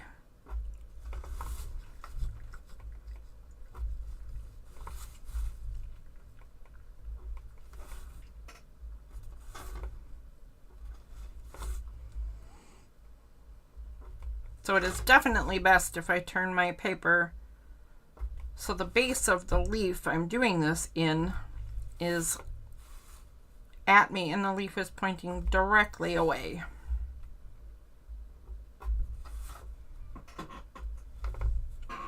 Oh, is that everybody? Nope, I missed right in the middle.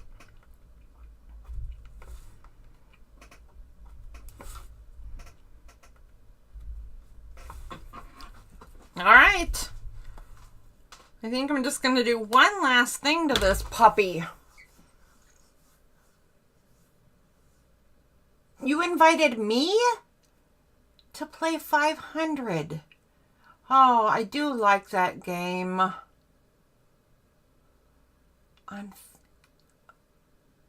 I think I remember that. Yeah, because we were talking about 500, not the rummy kind, right? Is that right? We were talking about, you know, left and right bower and all that jazz. Leslie plays that kind of 500 too. I think we're getting a team together. Woo! Okay, last thing I'm going to do, at least the last, I think it'll be the last thing. Diane, I think I remember that. That sounds familiar to me now.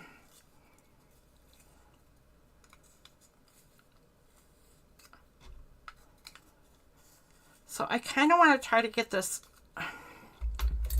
Let's see if the clock tower is, or the grandfather clock is any better at sharpening charcoals. No, it's not. Okay, whatever. So I'm going to take this burgundy color and I'm going to make a circle, or make a line, I should say, all the way around, even over where the insides of my leaves would be, because I didn't color them in, right? So I'm assuming that the color of the ornament would be the center of the leaves too. Certainly I could have colored them in. I could have colored the whole thing green. I could sit and be fussy with the charcoal and do green charcoal inside the leaves, but I just want this to be stupid easy right now because I'm getting kind of tired, right? And because this is a completely legit thing. I'm also going to go under the cap.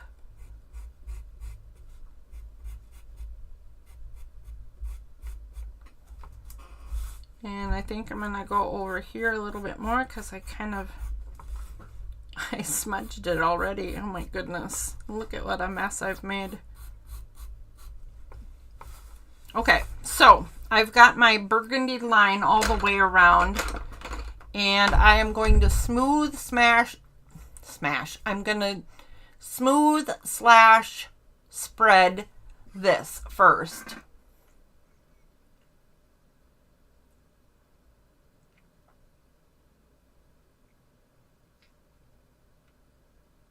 You would drive here to play 500? I know, right?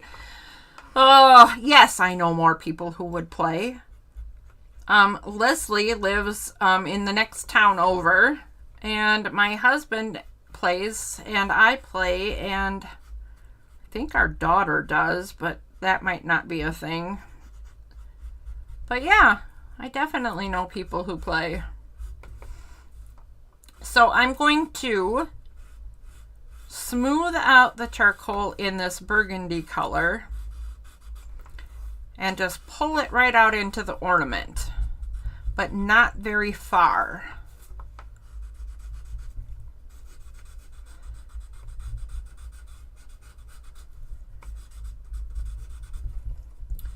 So smooth, pull, right?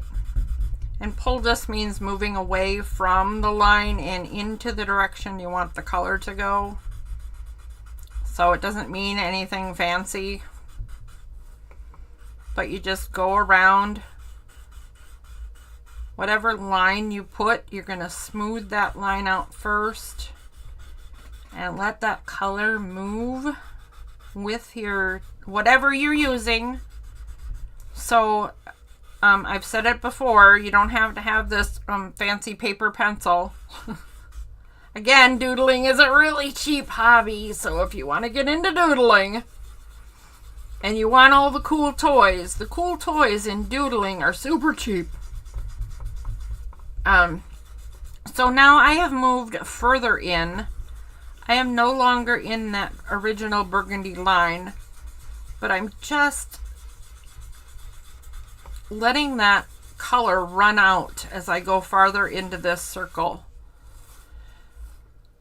So that is kind of good enough as it is, but I want to do a little experiment. So I put burgundy on first because I want this to be a really deep red ornament.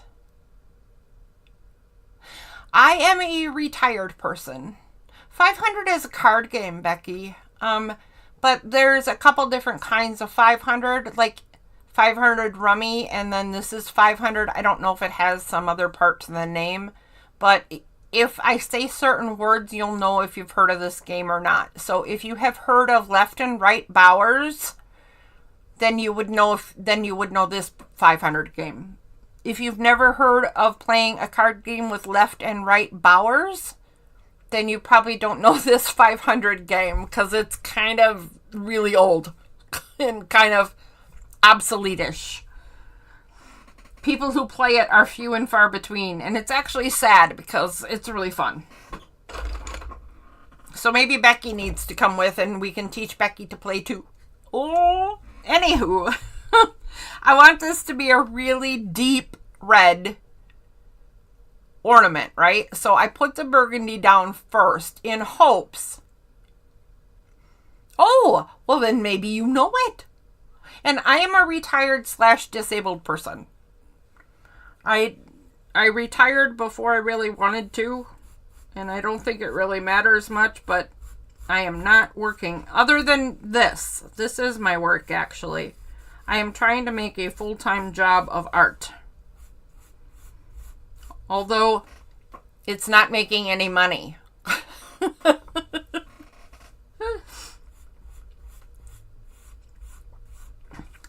I don't remember where Becky is exactly. I did know just like a day ago, Becky. But you don't never know how far people might drive for a card game. You never know. Anywho, I'm going to see if layering this bright red over the burgundy and maybe repeating the bright and burgundy a couple of times will give me a deep red ornament.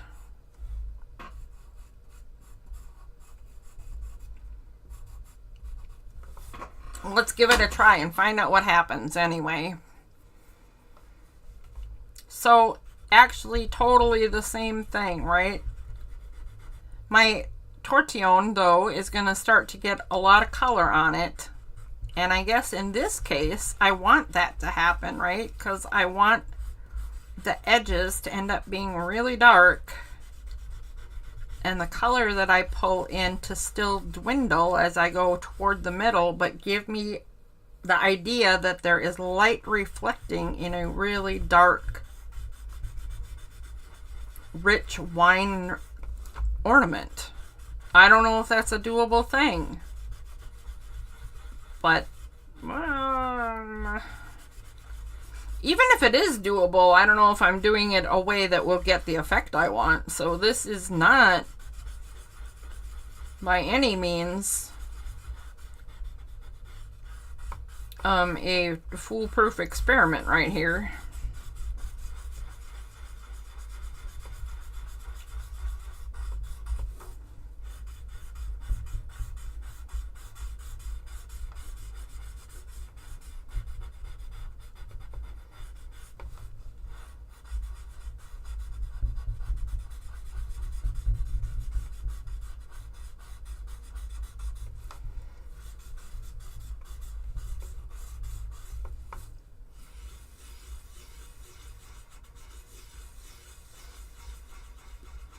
Same thing I did last time. I'm now just staying on the edge of this color and slowly pulling it toward the middle.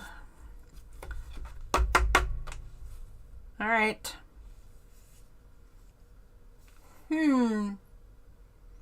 I think it needs another round of burgundy. Oh, what you guys chatting about? Illinois, that's right. Yeah, this is a blending stump. That's exactly what this is. And if you don't like the name blending stump, like I don't know why, but I'm a weirdo. I don't like blending stump. So the other name for it is a tortillon. And I don't like that name either because it just sounds lofty and the other one sounds icky. So, you know, it's a this. It's a paper stick. All those things are true. Oh my. I'm such a weirdo. But yeah, a tortillon is a blending stump. Yes, ma'am. I am going to go around with burgundy one more time.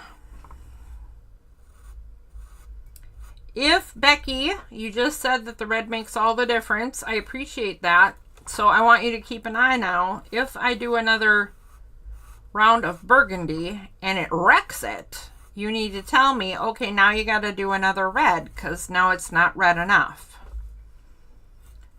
But I feel like I did not get the dimension I want.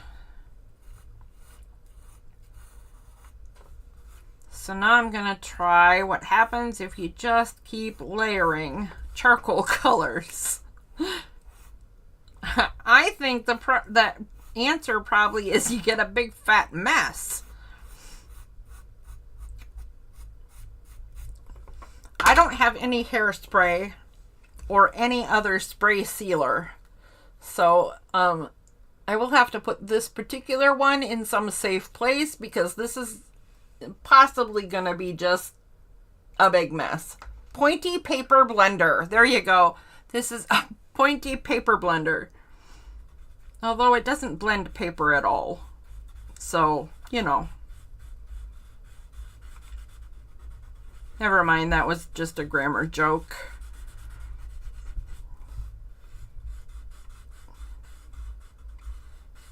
Oh, actually, Becky, you were the one I told all about that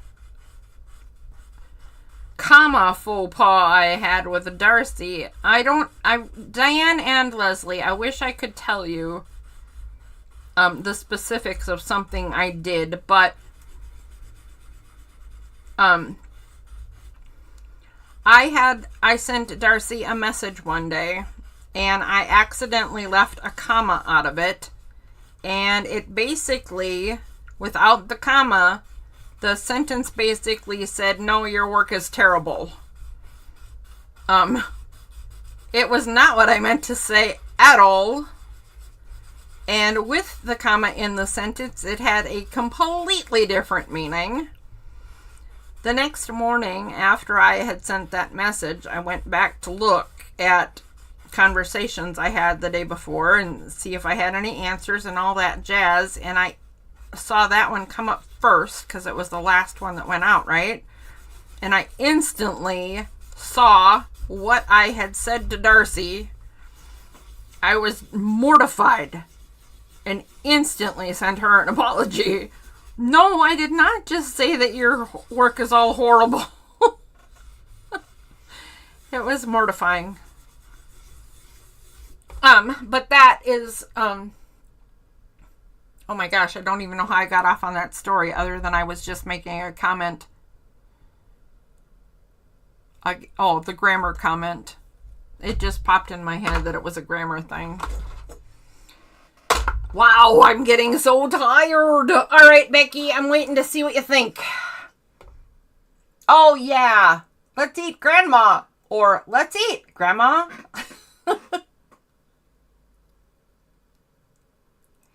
They do come in a package of several, and they're not very expensive, right? And you can use them with charcoals or pencils. And sometimes watercolor pencils too, but you gotta use a solvent, or no, you have to use water to get that move, and regular colored pencils, but you gotta use a solvent to get the regular colored pencils to move. And what else?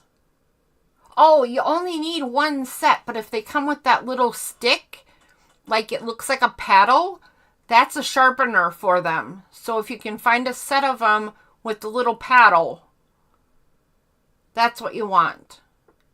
And the thin ones might look like you're using drugs. I mean, maybe nobody cares. Is the nert open? You need to put yourself in the nert, lady. I don't think my channel typically knows what the nert is. So if you are not familiar with PM Artist Studio, they have a nert. It is a yurt. If you know what a yurt is, it's a tent with a floor and it's round and they're cool and I want one. And the nert is the yurt for naughty people. So if you're naughty in chat, you might get sent to the nert. Just letting you know.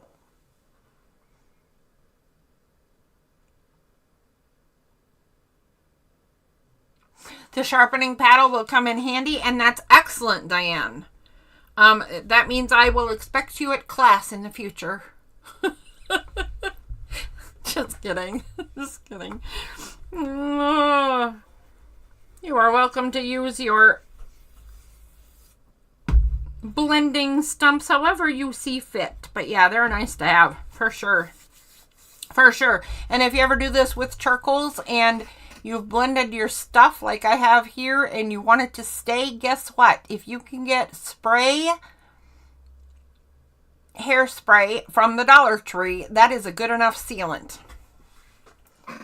The naughty yurt is a nert. Yep. You live there. Yeah, I hang out.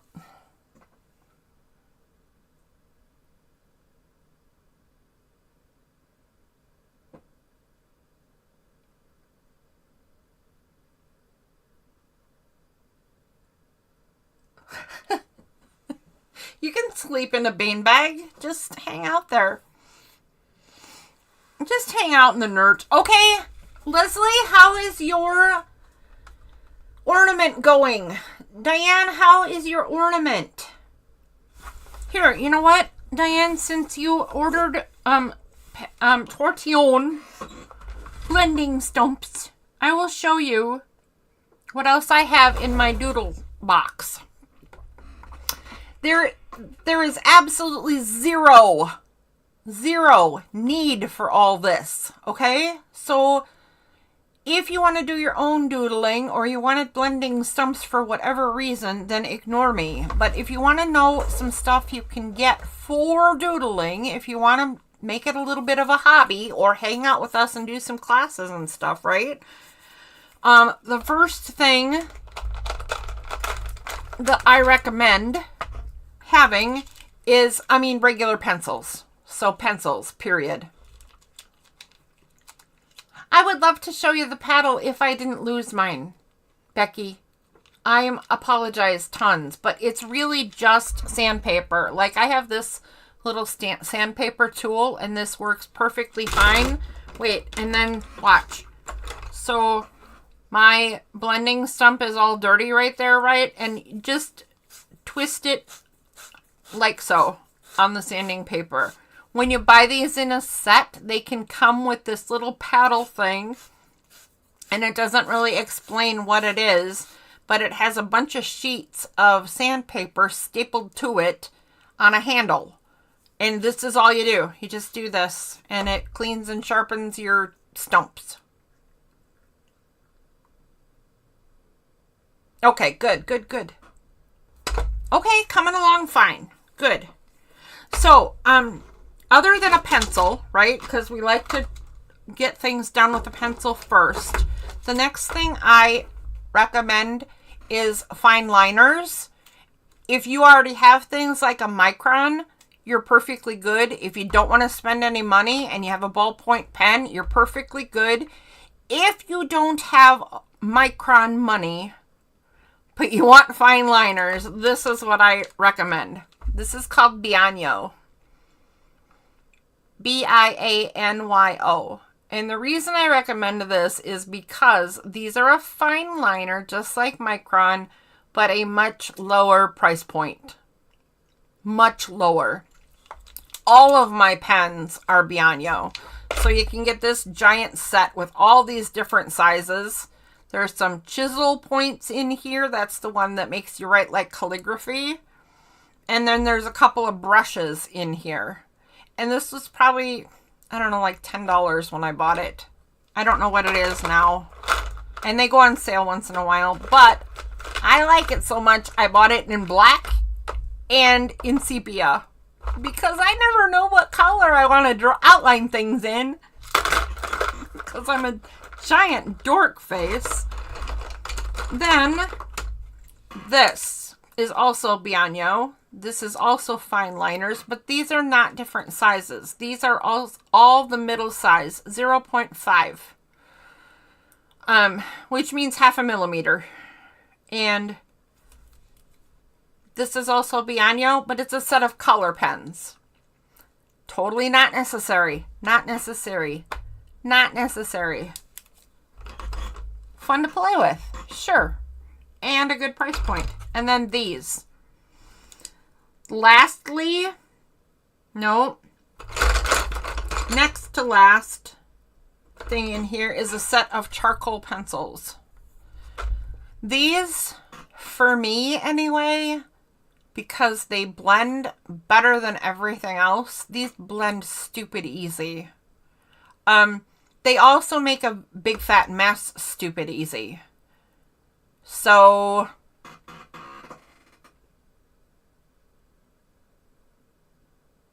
oh yeah, microns.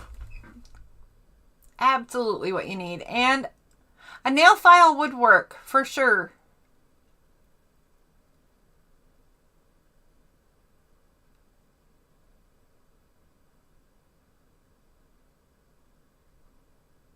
Oh, you did ruin them, didn't you? You ended up with a nasty coating that won't come off. Okay, so charcoals, if you want to add color that blends easy, but it makes a giant mess, so pick up some hairspray. Here's something nobody in the whole wide world needs, but it makes me giggle, so I have them. Pencil erasers. You know, because you never know when you want to erase a line. And I have a separate set of white charcoal because can never get enough white for highlighting. Okay, that's my whole box. Nope, it isn't. I didn't show you what's in here. This is not Bianyo. It is also, again, not necessary for doodling. In fact, I'm not sure why I keep it in my doodling box. But it is an entire set of metallic markers. And they're a hoot. I guess that's why they're in here, right? Because they're a hoot. I have one of those stretchy erasers. That's all. All of those things are possible. All of those things are inexpensive. None of... Not only will these things help you save, but Echo. also inexpensive to purchase. Echo. Stop. I didn't ask her a question. Okay, anyway, I don't know if you needed all that info, but just in case you did, that stuff isn't really necessary, but it is fun to play with. And there's what we did today, and there's what we did today, and there's what we did today. And I had a decorated tree one too, but we didn't get that far, and I need to take my meds and go to bed soon, so I guess we gotta be done. I didn't really want to do a Christmas tree because today was for people who either don't do Christmas or weren't doing Christmas or were done with Christmas. But you know what I do like is I do like those pictures where the woodland creatures are out in the moonlit snow banks and they decorate their own tree. So I kind of have that idea. What brand are the markers? Let's take a peek. I don't know. Water-based metallic pen. I'm assuming that means super generic. All right, good night, Leslie. See you next time. I hope your drawings turned out well. And those are for you. Merry Christmas.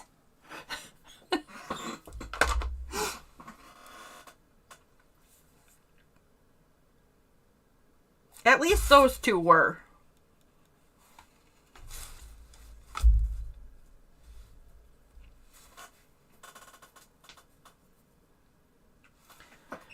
Let's see. What date will I be back? Oh. I don't know. Should I come on the 1st or wait till the 8th? Ugh. I don't know. Alright, well, watch for a posting. Whenever the next posting is, that's when we're going to get started on a new round of doodling. And I am going to have us end up with a mini accordion book of spring flowers. So if you're at all interested in learning to doodle that, that's what I intend to do. Ooh.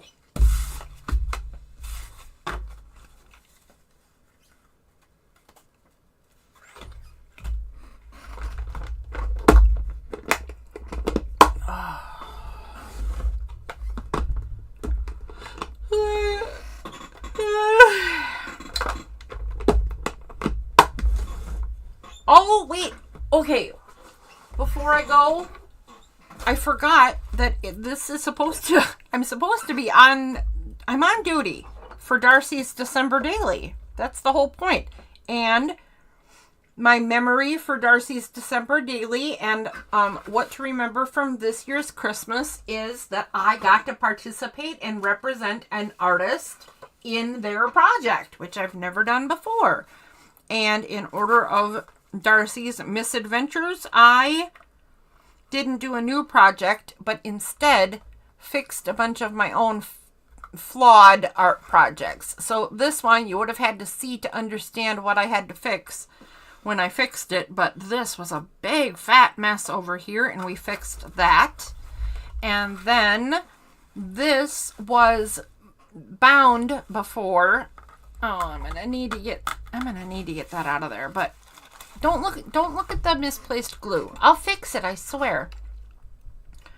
What else did we do on behalf of Darcy's project? I rebound this book so it is no longer broken and it is ready to be worked in and created. So I have my Valkyrie book finally ready to go. And we did this, which is an incomplete journal that has been incomplete for so long that I can't remember what I was doing with it. So I was showing how to get your brain back into a project that you have on the wayside and you're not really sure how to get back to it. So we did all that today. This, and a bunch of doodles. There. Okay. Now I'm ready to go. Good night, Becky. Good night, Diane. Good night, Leslie. And good night to any and all lurkers that may be hanging in. Thanks for spending some of your Christmas time with me. Bye, everybody.